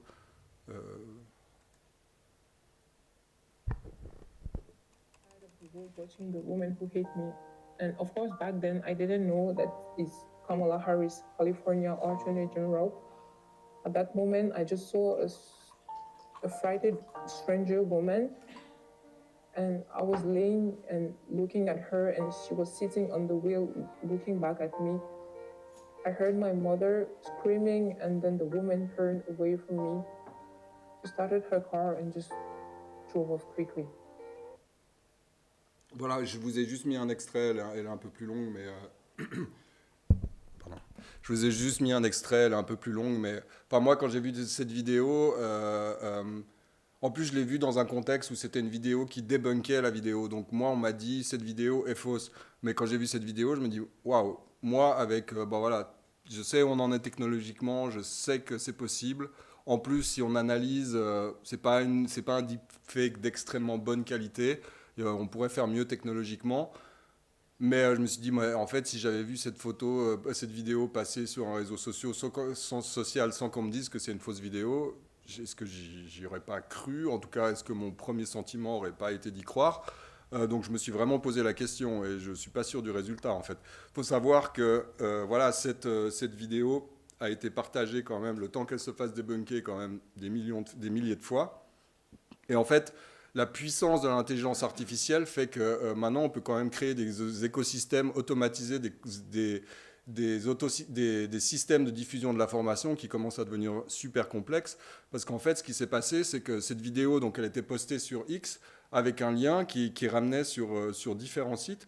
Donc en fait, là vous voyez, c'est moi qui suis... Enfin, les sites ont été désactivés, mais là, c'est moi qui suis allé sur un de ces sites qui hébergeait cette vidéo. Donc je suis allé sur Internet Archive, qui est un site qui enregistre la mémoire du net, en fait, et on peut voir des versions précédentes de sites Internet. Donc si vous avez envie de voir à quoi ressemblait votre site Internet de 98, peut-être qu'il est sur Internet Archive. C'est toujours assez marrant, voire gênant, de faire cette expérience. Mais donc dans ce cas-là, même si le site était désactivé, j'ai pu y aller. Et en fait, il faut savoir que donc... alors après, je ne vais pas m'étendre sur qui avait fait cette campagne, etc., parce qu'il y a plusieurs théories, enfin bref, ce n'est pas le sujet. Mais donc, il y avait des sites qui avaient été entièrement générés, poussés par des outils d'intelligence artificielle. Donc, là, je vous parle de l'image, du son, etc., mais il faut savoir que c'est pareil pour le code. Et donc, on peut tout à fait dire à une intelligence artificielle de générer de toutes parts un site fonctionnel qui génère du texte, des liens, etc. Et donc, la technique, c'était qu'il y avait des sites qui avaient été, des sites qui avaient été achetés. Et par exemple, des sites locaux, ça aurait pu être, par exemple, dans un contexte belge, ça aurait pu être le Bruxelles News. Ils auraient acheté le site, ils auraient hébergé ce site internet avec cette vidéo qui aurait été hébergée quelque part sur le site. Le reste du site est peut-être complètement crédible avec des informations peut-être, voilà, des résultats de matchs sportifs, la vraie météo, etc. Mais en dessous, quelque part, cette vidéo, et que peut-être que, vu qu'on peut aussi pousser, par exemple, taper sur Google, vous cherchez la météo, peut-être que les résultats de recherche boostés par l'IA auraient pu remonter dans les premières recherches, vous aurez cherché la météo, vous en serez retrouvé sur le site météo, puis en dessous, vous voyez la vidéo de Kamala Harris, enfin l'accusation contre Kamala Harris, vous regardez cette vidéo, vous vous dites mais qu'est-ce que c'est? Et vous n'avez pas fait gaffe que vous êtes sur un site, un site miroir d'un faux site qui n'existe pas, parce que tout le reste du site est fonctionnel, et vous faites juste pas gaffe. Et ça aurait très bien pu être fait par une comédienne. On n'avait pas, pour cet exemple, besoin d'une intelligence artificielle. Oui, tout à fait. Une jeune... Oui, mais en fait, la différence... en fait, voilà, je vais... Quel est l'intérêt pour ce vidéo d'avoir utilisé l'intelligence artificielle? En fait, là, il faut aussi savoir qu'on est un peu au début d'un truc. Donc là, il y a une vidéo, mais on peut dire là, il y a une vidéo. Mais on aurait pu automatiser ce processus-là et se dire, en fait, on en génère des milliers et on fait des variations. Et il y a enfin, je sais pas. Mais c'est des histoires de vitesse. Il aurait fallu avoir une comédienne, ça aurait pris du temps. Là, avec des outils, ça peut prendre quelques heures. Après, c'est une bonne question. J'y reviens juste 3 slides plus tard. Et en fait, cette question-là, par exemple, qui est un peu liée à votre question, je pense, et on peut me dire, moi, dans mes conférences, on dit oui, mais voilà. La propagande, ça a toujours existé. Au début, on y est sensible, mais après, on s'y habitue. On commence à connaître comment ça se passe, etc. On se désensibilise petit à petit en tant que société, en tant qu'individu. Et oui, mais voilà, je prends comme exemple les fameuses images qui sont assez connues de Staline, qui en fait... effaçait ses anciens camarades à fur et à mesure des purges, et que en fait voilà, là c'était sur cette photo, c'était apparemment le responsable du NKVD, la police politique. Il y a eu une purge, il s'est fait exécuter, et donc il a été éliminé de toutes les photos où ils figuraient ensemble. Donc voilà, à l'époque, ça demandait, il fallait une personne qui prenne la photo, le négatif, je ne sais pas exactement comment ça se passait, mais c'est repeint à la main, etc. Voilà, ça prenait quand même du temps, l'image prenait du temps à se rediffuser, etc. Juste pour m'amuser, hein, j'ai fait un petit test, j'ai pris cette photo-là. Donc ça, c'est moi. J'ai utilisé Photoshop, qui maintenant intègre des outils de correction, de retouche d'image qui utilisent l'IA. Donc voilà, en quelques secondes, j'ai enlevé l'ancien ami de Staline. J'ai rien fait, j'ai juste appuyé sur un bouton. Et c'est mieux que le résultat est meilleur. Donc voilà, c'est juste pour vous montrer qu'on passe quand même... On a quand même un niveau d'échelle qui est quand même autre que voilà, faire un truc artisanalement avec un comédien, etc. Et il faut savoir que voilà, ça, si vous entendez parler de ferme à troll ou de bot farm ou d'usine à troll, enfin il y a plusieurs termes qui existent, mais donc ça, c'est ce genre de choses. Donc vous voyez que quelques personnes en fait peuvent contrôler des faux comptes par centaines, par milliers. Et là, je ne sais pas ce que font ces personnes-là, mais peut-être que... Parce que vous pouvez, si par exemple, si vous avez envie de faire croire que vous avez plus de followers sur votre Instagram que ce que vous avez, vous pouvez, pour quelques euros, vous payez 1000 followers en plus. Bah, en fait, vous allez payer, ça va prendre quelques minutes, et vous allez peut-être... payer indirectement ces personnes-là qui vont voilà, faire en sorte que des personnes fictives vont liker vos posts et vous suivre. Et en fait, les plateformes savent qu'il y a ce genre de choses qui existent. Donc, en fait, avant, peut-être qu'on pouvait faire un faux compte, c'était juste créer un compte, enfin une machine qui crée un compte et puis qui n'a pas vraiment d'existence. Mais maintenant, pour contrôler si c'est des vrais comptes ou des faux comptes, il faut que ces comptes soient aussi actifs. Donc en fait, les usines à troll, elles vont donner une vie artificielle aux comptes sur les réseaux sociaux. Donc en fait, c'est des comptes, il va y avoir une photo, ils vont poster des photos, ils vont peut-être avoir une activité sur les réseaux sociaux, poster des choses, aller liker des choses, pour simuler des actions humaines sur les réseaux et qui les rend d'autant plus faciles que maintenant, avec les outils d'intelligence artificielle, vous pouvez même mimer des actions aléatoires qui sont générées d'habitude par les humains. Et donc, vous pouvez avoir tout d'un coup des armées de faux comptes comme ça qui sont contrôlés par quelques personnes. Et c'est un peu, je pense certainement, c'est des mercenaires. Hein. Vous pouvez demander en ligne peut-être à une petite usine à trolls, ça doit être une petite usine à trolls, il doit y en avoir des beaucoup plus grandes, de faire telle et telle action, d'aller faire une action de harcèlement contre quelqu'un. Enfin voilà, et par rapport à votre question de oui, un comédien, etc. Mais oui, mais sauf que maintenant on est à une autre échelle avec l'intelligence artificielle, on peut instantanément générer du contenu, et on peut même créer du contenu personnalisé. Donc je n'ai pas encore entendu que ce genre d'histoire est arrivé, mais par exemple, on pourra très bien imaginer, c'est sûr que c'est des choses qui vont arriver, dans une élection, en fait, parce que maintenant on parle de micro-ciblage, donc en fait, les algorithmes vous connaissent même mieux que vous, et on pourrait tout à fait imaginer aller pour une cible hyper réduite des personnes de moins dans 32 et 34 ans qui aiment la K-pop et qui achètent tel et tel produit sur Amazon, on sait qu'ils sont sensibles à tel message, générer un contenu par intelligence artificielle qui va être diffusé qu'à ces personnes-là. Donc on pourrait avoir, il y a déjà des exemples, par exemple, il y a, dans un autre type, mais il y a le Premier ministre indien Modi, j'ai oublié son prénom, parce que je crois qu'en Inde, il y a 200 langues ou quelque chose comme ça, 200 langues officielles.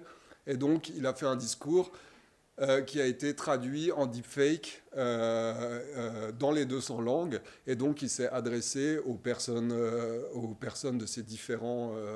des différents locuteurs de ces langues-là.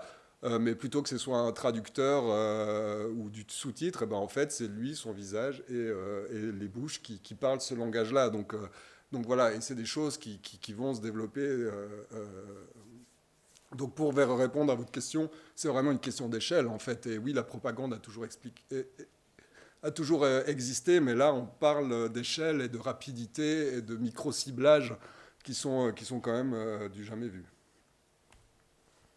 Donc voilà, la question suivante, c'est comment se former soi-même, comment faire en sorte qu'on ne tombe pas dans le piège.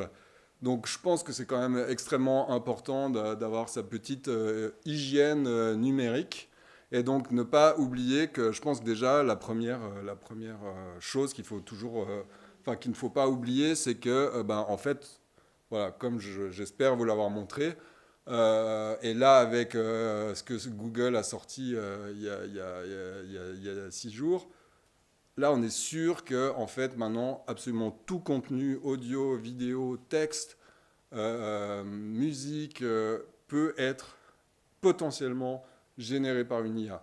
Je sais, c'est triste, hein, mais je pense qu'il faut vraiment garder ça en tête. Et ensuite, il faut vraiment faire gaffe. Il faut vraiment faire gaffe à ses émotions, en fait, parce que quand on voit un contenu qui nous fait ce petit, vous voyez, vous regardez une vidéo, puis vous faites « Ah, En fait, c'est vraiment nos émotions, c'est vraiment la porte d'entrée à la manipulation, en fait. Et donc, si on a quelque chose qui nous touche, qui nous fait voilà, cette petite émotion de dire « Ah, c'est dingue, j'ai envie de le partager », quoi. Déjà, c'est dire « On respire ». Parce que, en fait, le vieux dicton de... c'est quoi, comme on dit déjà, il faut tourner sa langue 3 fois avant de parler. Je pense qu'il faut revenir à ce vieux dicton. Parce que déjà, le fait de respirer, déjà, on attend 3 secondes, on se calme. Parce que je pense que dans la plupart des cas, les partages un peu émotionnels, ils se font dans les 5 premières secondes. Donc déjà, si vous respirez, vous dire... est-ce que j'ai vraiment besoin de partager cette information? Juste s'accorder un quart d'heure avant de partager, vérifier la source, et vous verrez déjà, une fois que l'émotion est repartagée, déjà peut-être cette vidéo qui vous paraissait indispensable d'être partagée, peut-être que c'est déjà moins le cas. Donc vraiment, faire gaffe à ses émotions et vraiment pas partager tout de suite si on voit du contenu qui nous touche. Et voilà, donc, point 4, c'est vraiment ne jamais republier quelque chose à chaud, vraiment aller dire je partage ça demain, et vous verrez déjà le lendemain peut-être que ça vous semblera moins utile de partager ça. Et ensuite, voilà, vérifier l'information. Si ce truc que vous avez vu vraiment, il vaut toujours la peine, il faut qu'on soit sûr de la source. Donc voilà, ça c'est...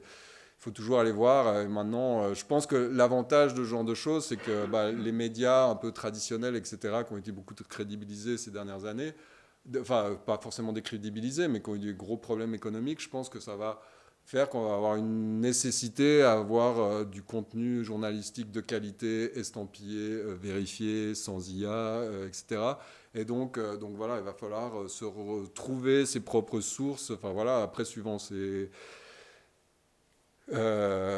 conviction politique, etc. Chacun trouvera sa source la plus valide, mais voilà, je pense qu'on va devoir vraiment besoin de se retourner vers des sources fiables et aussi multiplier ces sources-là, donc essayer aussi de voir ce qui se passe chez les autres, dans les autres mouvements politiques, etc., si ces informations sont aussi partagées, si elles sont aussi présentes. Donc vraiment sortir de sa bulle, croiser les infos. Et petit point 7, jamais oublier qu'un ami qui partage un truc, c'est pas une source fiable. Hein, donc voilà.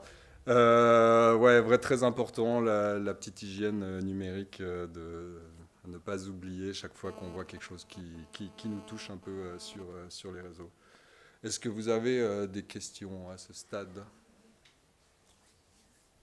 Est-ce que vous pratiquez l'hygiène numérique déjà? Est-ce que chacun a sa petite hygiène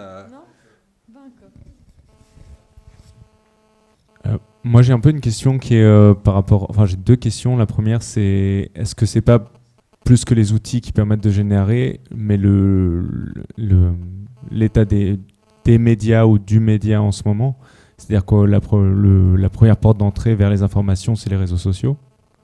Et du coup, c'est plus ça le problème qu'il y a des outils pour générer du faux. Et un deuxième qui est lié à ça, c'est que moi, je suis assez étonné, par exemple, sur même des médias assez réputés, que dans les pubs, il y a souvent des faux articles, en fait. Et je vois ça très, très fort avec mes parents, et qui peuvent justement aussi aller orienter vers ces faux médias et vers ces faux articles.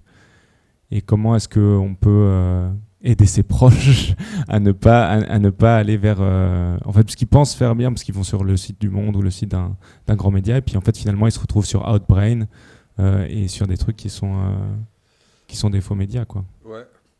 J'ai pas la réponse à ça, mais oui, mais en fait, tu as raison, j'avais un peu oublié ces pubs, mais c'est vrai que... je sais pas si vous avez déjà vu ces pubs, mais c'est souvent genre... ce que Elon Musk ne veut pas que vous sachiez.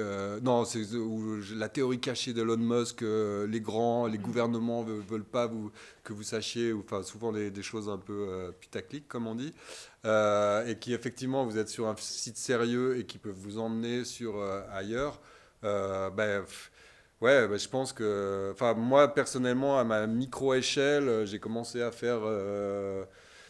Cette éducation auprès de mes parents, parce que je suis un peu leur référent numérique, parce que je m'y connais un peu en informatique. Donc voilà, mais je pense que c'est pour ça que je fais ce genre de conférence à ma micro-échelle, c'est que voilà, je m'intéresse à ce sujet, je suis au courant de 2-3 trucs, j'essaye de partager mon expérience, et puis voilà, maintenant que vous savez tout ça, après je pense que c'est à chacun autour de soi de faire de la pédagogie et de dire aux gens de faire gaffe.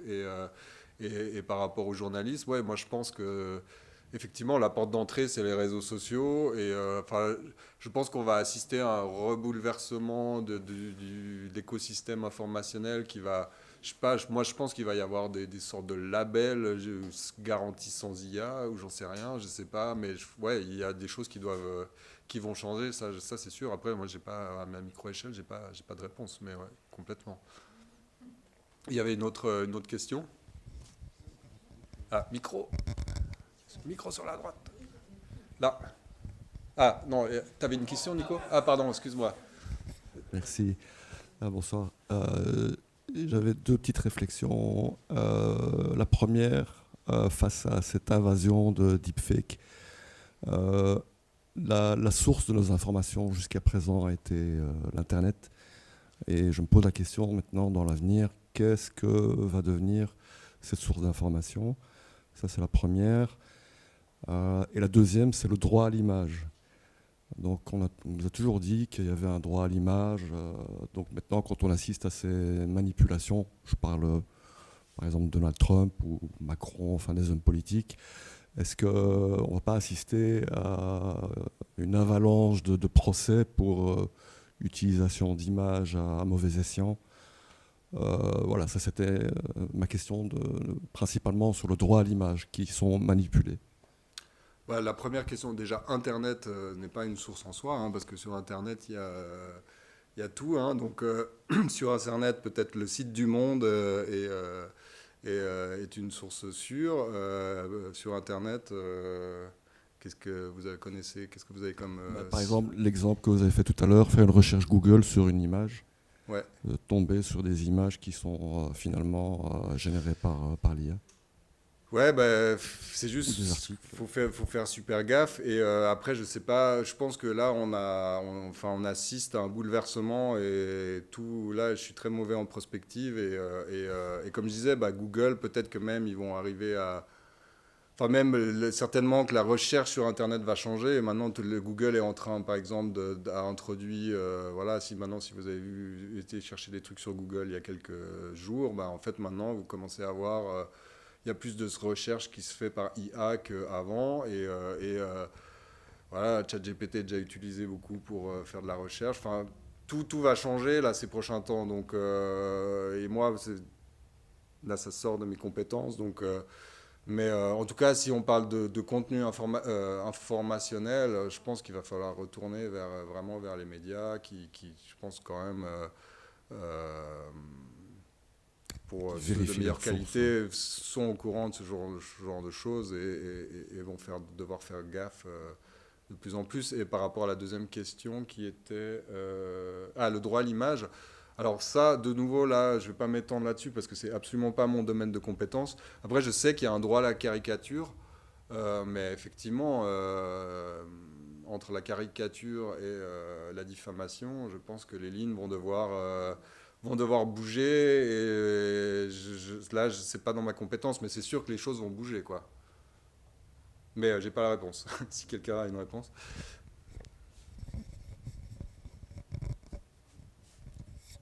Oui, une autre question sur les limites légales, peut-être, parce que tu disais, par exemple, quand tu voulais générer l'image d'un bébé mort, par exemple, tu ne peux pas faire ça dans le programme.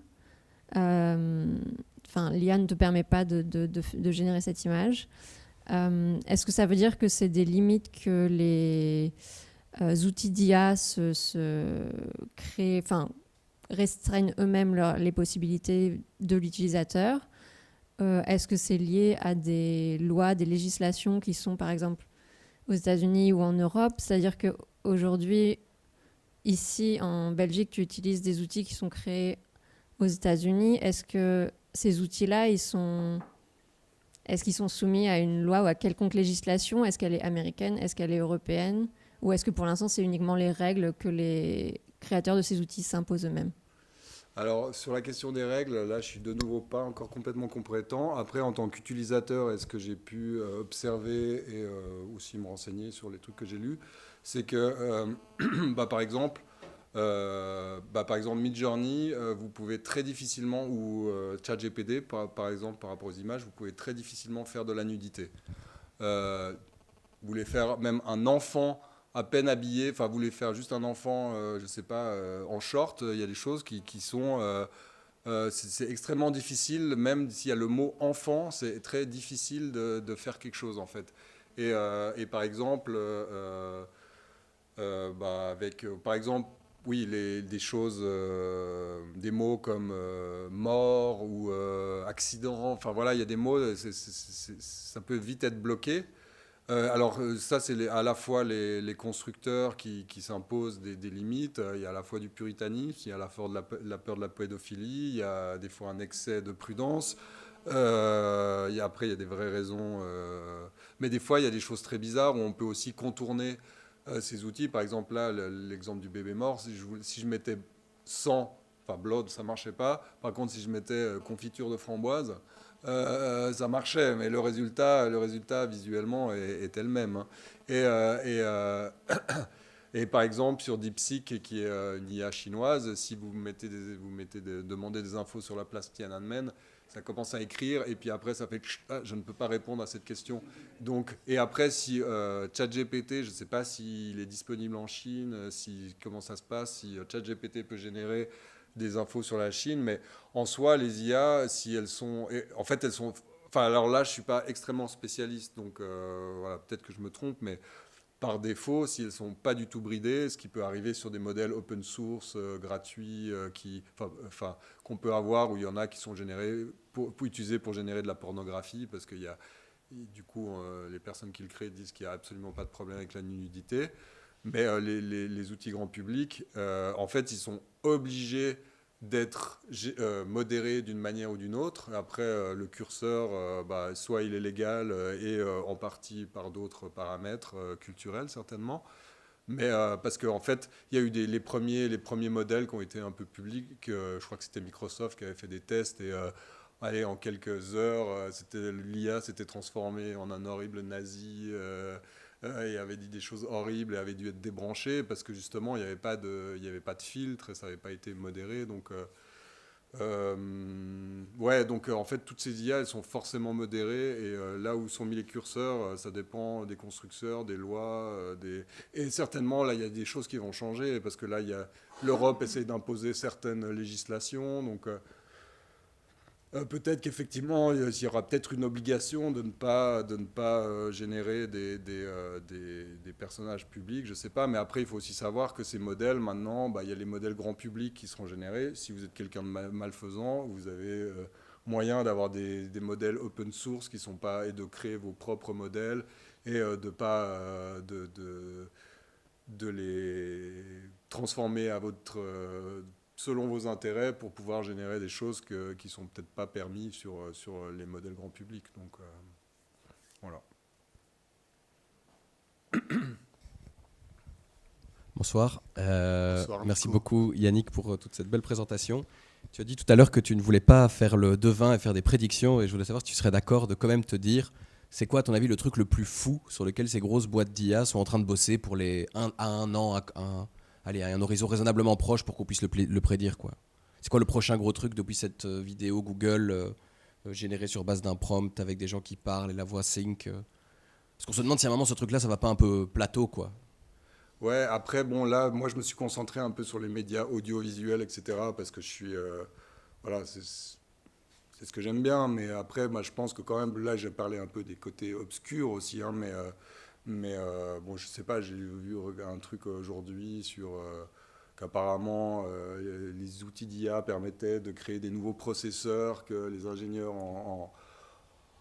conçoivent les puces ne savent pas exactement comment ça fonctionne parce qu'ils ont des processus l'IA, un processus d'optimisation auquel on n'avait pas pensé et on ne sait pas pourquoi ça marche, mais ça marche et apparemment ça a des meilleurs résultats. Donc ça, je pense que ça va se retrouver dans pas mal de domaines, je ne sais pas, la génétique. Là. Mais là, moi, ça va tellement vite que rien que dans mon propre domaine qui est l'image visuelle, quand on en était aux premières versions de DALL-E 1 en 2022, quelque chose comme ça, quand je voyais ces trucs, j'étais « Ah, mais c'est incroyable !» mais jamais j'aurais pensé qu'on en était la VO3 Google 3 à 4 ans plus tard à ce niveau. Bon, voilà, moi je suis les informations sur ces Enfin, je suis les nouveautés, et quand même, toutes les 2 semaines, je suis c'est dingue. Et moi, en tant qu'artiste, je me demande comment intégrer ces nouvelles technologies dans mon processus. Franchement, j'y arrive pas, parce que ça va tellement vite qu'un truc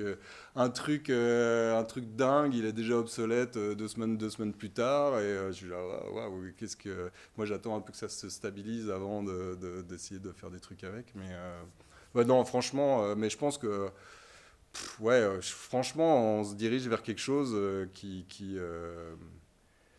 est tellement peut-être au-delà de notre pensée qu'on va être dans un monde tellement différent dans 5 ans, j'en sais rien, ou peut-être tout se sera effondré, il n'y aura plus d'électricité, on en reviendra à... Je ne sais pas, tout est possible. Parce qu'on a eu le plaisir un jour de s'échanger les nouvelles avancées dans le milieu de la musique, où là maintenant on a de la musique aussi générée par BrIAS qui est aussi super convaincant et très très bizarre avec des chansons à paroles, etc. Et est-ce que tu sais si c'est des choses qui existent aussi au niveau de la 3D ? Ouais, en fait la 3D maintenant on peut... oui, par exemple partir à partir d'une photo, la transformer en 3D, créer même dans le design. Il y a des designers maintenant qui s'aident de la 3D, de l'IA pour générer en fait des plans 3D, l'architecture aussi. Et après, ce qui est aussi intéressant d'utiliser ces outils quand même régulièrement, c'est qu'on voit les possibilités, mais aussi les limites. Et en fait, on se rend compte qu'un peu le fantasme, ça va nous remplacer, même si les technologies sont incroyables. On voit toujours quand même un peu, c'est à 80% incroyable, mais il y a toujours 20% de trucs complètement absurdes. Et j'ai l'impression que ces 20% de trucs qui ne vont pas, même si la technologie avance, j'ai l'impression qu'ils sont toujours là, mais à d'autres niveaux. Mais je sais pas, par exemple, une petite expérience, ma sœur, elle prépare ses voyages avec ChatGPT. Du coup, elle lui dit prépare-moi mon voyage, dis-moi où je vais aller, fais-moi des propositions en dehors des sentiers battus, etc. Et donc, elle m'a dit, regarde ce que ChatGPT m'a dit sur Bruxelles, vérifie que c'est bien. Et franchement, c'était... puis en plus, elle avait dit, propose-moi des endroits qui sont pas connus des touristes, sachant que mon frère, il habite dans tel quartier, que moi, je vais dormir là-bas, qu'on doit aller quand même voir cette expo, donc fais-moi un parcours cohérent dans la ville par rapport à ça. Et c'était franchement pas mal. Il y avait des petits cafés dans lesquels j'aime bien aller, qui sont effectivement en dehors des sentiers touristiques. Et je me dis, c'est impressionnant. Mais c'est toujours ces 20% de trucs un peu bizarres où tout d'un coup, il dit, dans le même après-midi, tu vas aller au fin fond de Schaerbeek et ensuite à Ixelles et puis revenir à Molenbeek. Et du coup, là, tu te dis, là, avec les transports, là, ça marche pas du tout. Donc, donc c'était bien à 80%, mais c'était à 20% pas cohérent, quoi. Ce qui est quand même une bonne statistique. Mais j'ai l'impression que dans tous ces domaines, dans le domaine de l'image, dans le domaine, moi, de ce que je connais, il y a toujours ce truc où je fais c'est incroyable, mais il y a toujours ce truc de ça c'est quand même un peu pourri, quoi. Et je me demande si moi c'est l'expérience que je vis, mais j'ai l'impression que par rapport au texte aussi, j'utilise beaucoup le texte et ça fait des rangs de texte, ça fait des choses incroyables, mais il y a toujours ces 20% un peu nuls qu'il faut corriger. Et donc on est toujours là, on a besoin d'être là pour guider l'IA, pour s'en servir, pour faire la hiérarchie entre ce qui est bon et ce qui n'est pas bon. Et ça, je pense que ce truc-là va quand même perdurer pendant pas mal de temps, quoi. Il y avait encore des questions ? Alors, pour les 20% dans le film de Google. Déjà les 20%, c'est que j'ai pas encore testé, donc on va tester, mais je suis sûr qu'ils seront encore là. Après, ça va. J'ai pas encore testé, donc ouais, effectivement, ça semble repousser la limite, mais on verra. Je voulais vous demander, est-ce que vous allez parfois dans les écoles pour former un peu les jeunes ? Après tout. Pas encore trop, mais moi je suis assez convaincu que les adultes doivent être... parce que les jeunes, ils ont déjà des cours aux médias, etc. Ils sont en contact avec le... leur dépend, hein. À leur dépend, souvent. Ouais, peut-être, mais moi je dis pas que je vais pas le faire, hein, mais moi, en fait, les adultes, ils ont le pouvoir économique, ils ont le droit de vote, et ils sont les cibles premières des manipulations. Parce que pour orienter une élection, on a besoin... C'est par la jeunesse que beaucoup de choses se passent. Hein. Ouais, c'est eux quand même qui vont être la suite. Hein. Les jeunes, ils sont en infériorité numérique, ils n'ont pas le pouvoir économique, ils ne votent pas. Et donc je pense vraiment que le travail doit principalement être fait sur les adultes. Et bien sûr sur les enfants. Mais je ne suis pas sûr que ce soit la cible principale. Parce qu'en plus, ils grandissent là-dedans. Donc ils sont à l'école encore. Et donc, ils sont en formation. Ces choses-là descendent dans les écoles. Ils vont être formés. Les adultes, ils ne sont plus à l'école. Mais on va le faire, on s'y attelle. Mais tout ça pour dire, se focaliser trop sur les enfants, c'est oublier les adultes. Voilà.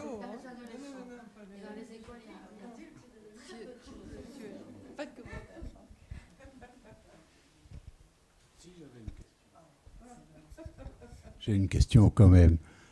Vos slides, vous en avez fait par intelligence artificielle ? Non, j'ai utilisé mon cerveau, tout ça.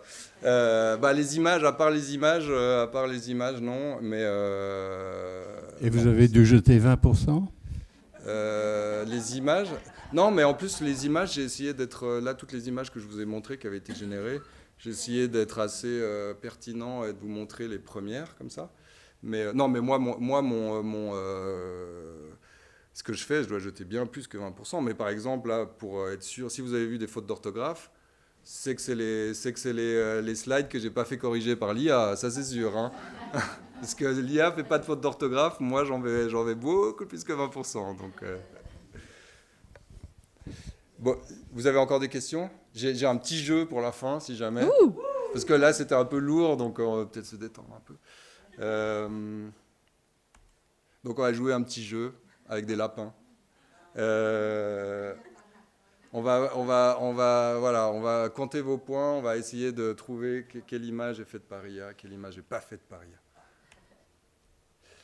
Alors, je vous laisse compter les points dans votre tête, donc entre ces 2 millions de petits lapins. C'est toutes des images qui viennent de Google Stock Image, qui est une image banque utilisée par les créatifs pour du contenu un peu générique. Et donc, ils vendent à la fois des images faites par des photographes et des images générées par IA. A ou B, je vous laisse regarder dans votre tête. Donc, c'était la A. Qui a bien répondu ? Ah, pas mal, vous êtes bon. Alors, une autre. A ou B ? Ah, il y en a qui ont dit. Ah, mais vous influencez les autres, là. Vous influencez les autres.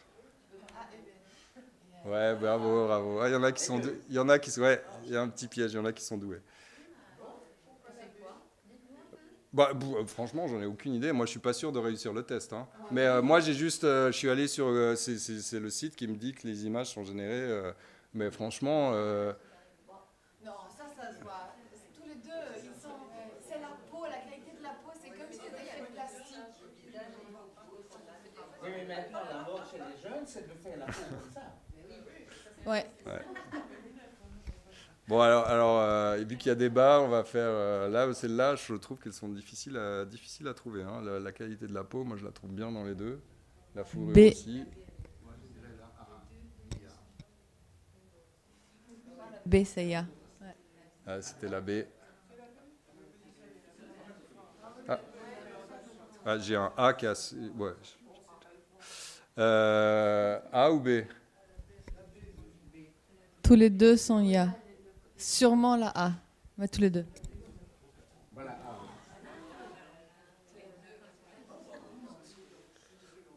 Bon, voilà. Qui a réussi à faire un sans faute? Il y avait un piège, c'est celle où il y avait les deux. Ouais. Bon, j'avais un super cadeau pour le gagnant, la gagnante. Dommage. Vous ne saurez jamais ce que c'est. Bon, voilà, juste, je vais vous montrer un peu.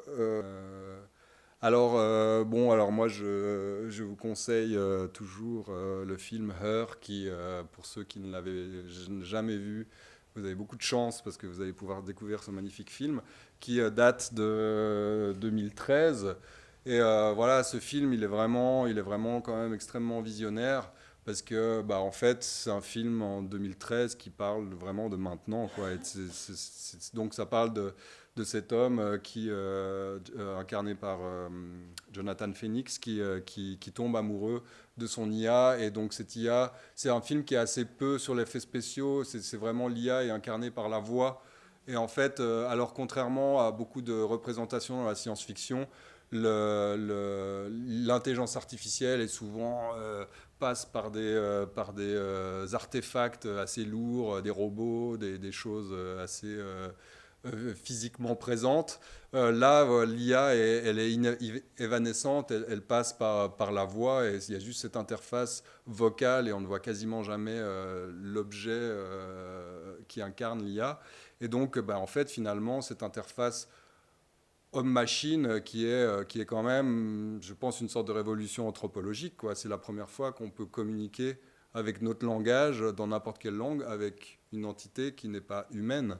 Et donc, après, bon, il y a le langage avec les animaux qui peut voilà, on peut communiquer avec les animaux, mais quand même, c'est la première fois qu'on peut, dans toutes les langues, communiquer avec quelque chose qui n'est pas humain.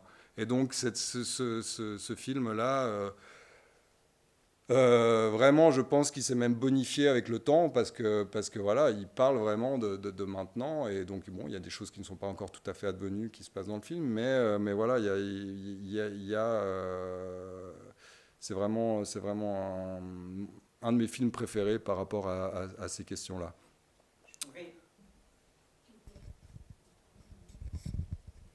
La voix qui est extraordinaire, ce n'est pas une voix d'informatique, c'est la voix de Scarlett Johansson. Tout à fait. Qui est une voix extraordinairement sensuelle. Mais donc, c'est un des éléments qui n'est pas directement dépendant de l'intelligence artificielle, pas encore. Maintenant, on pourrait reproduire cette voix de manière... Il s'avère que Scarlett Johansson, il y a eu débat parce que OpenAI, qui crée ChatGPT, pour leur outil vocal qui est extrêmement puissant aussi, ils avaient la première version avancée, ils avaient utilisé une voix soi-disant mélangée avec plein d'autres voix, mais qui était extrêmement proche de celle de Scarlett Johansson.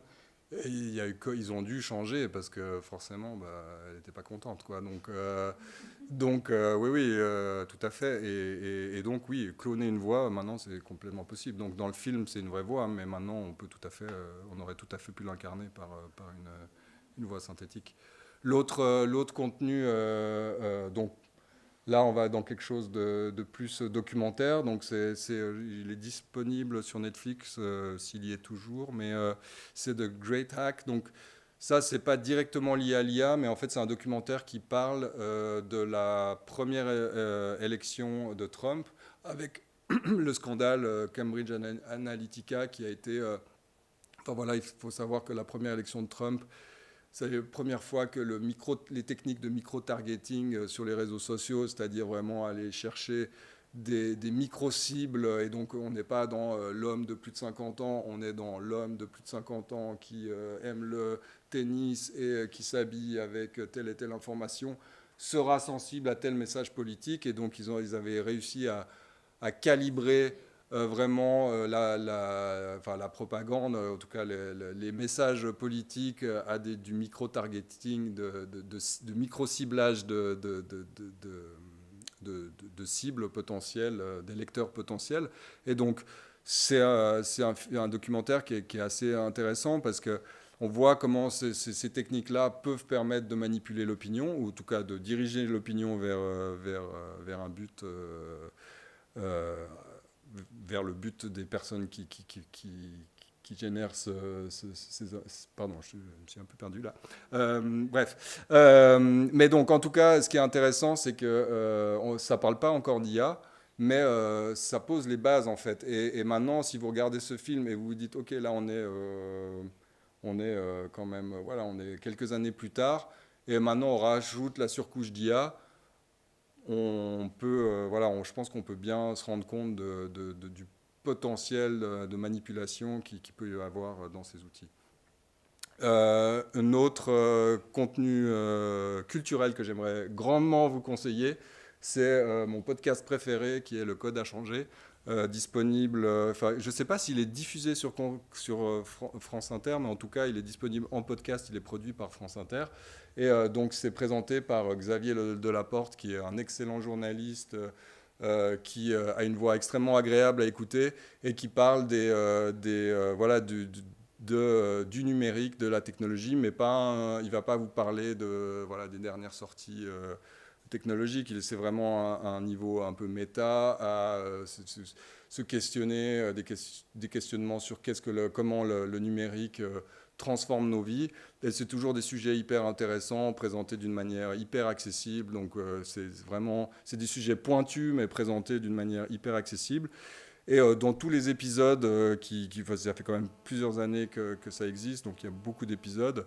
Je pourrais vous en conseiller un parmi plein d'autres, mais sur vraiment le sujet des IA, il y a l'épisode des Dames de l'algorithme. Vu que là, on a quand même vu un peu les côtés sombres de l'IA,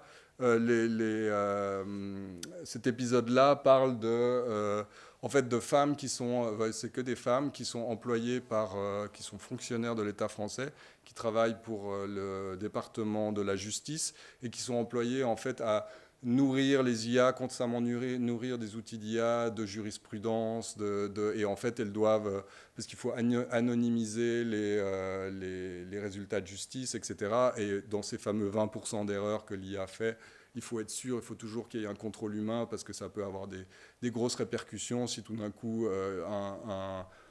un document a mal été anonymisé. Et en fait, elle dit que c'est assez marrant, c'est que parce qu'en fait, ils sont vraiment dans une démarche où ils ont développé une sorte de lien femme-machine qui est très intéressant. Et aussi, on voit que c'est des gens qui ne vont a priori pas être remplacés par la machine, parce qu'il y aura toujours besoin de ce contrôle humain sur ces 20 fameux pourcents, parce qu'en fait, il y a plein de choses qui est dit, en fait, dans les noms de famille, Dubois, où il y a plein d'homonymes entre des mots réels et des mots de famille, et en fait, l'IA a du mal à, par exemple, faire la différence entre certains contextes, etc. Et donc, en fait, elles ont développé une sorte d'affection envers la machine, comme ça, et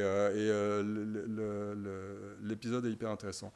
Et le dernier épisode que je vous conseille, c'est l'épisode 324 du podcast Blanc, qui n'est pas un podcast dédié à la technologie, mais cet épisode-là invite cette experte en technologie, Naomi Roth, que j'ai découvert pendant cet épisode-là. Et vraiment, elle parle des relations amoureuses potentielles entre humains et machines.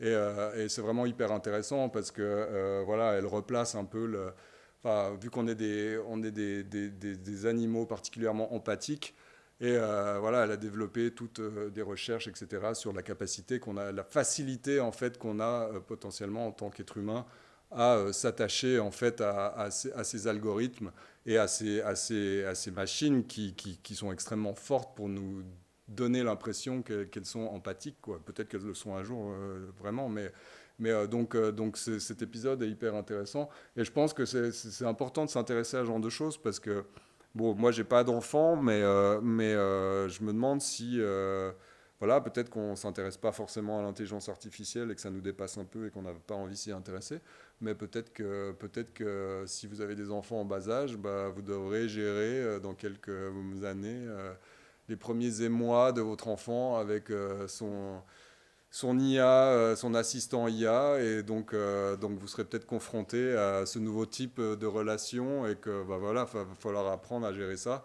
Et donc je pense que même si vous, dans votre quotidien, ça vous aide pas, que vous y intéressez pas, je pense que vos enfants peut-être auront une autre relation à tout ça. Donc cet épisode est vraiment très intéressant par rapport à ça.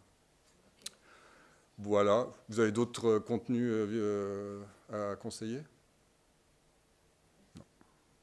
Voilà, bah écoutez, si vous voulez plus d'infos, alors j'ai mon compte Instagram qui IA et nous, où voilà, je le mets pas beaucoup à jour, mais c'est plus, voilà, il y a des choses que vous allez retrouver dans ma conférence si voilà, vous avez des choses qui vous intéressent. J'ai fait une petite bibliographie d'articles ou de choses qui m'ont aidé à faire cette conférence. J'ai essayé, c'est pas du tout une bibliographie universitaire, hein. Il y a plein de vidéos YouTube, il y a des podcasts. J'ai essayé de faire un truc un peu accessible avec des trucs intéressants sur YouTube qui sont faciles à regarder. Et mon site internet personnel pour mon travail d'artiste. Voilà, merci à tous d'être venus.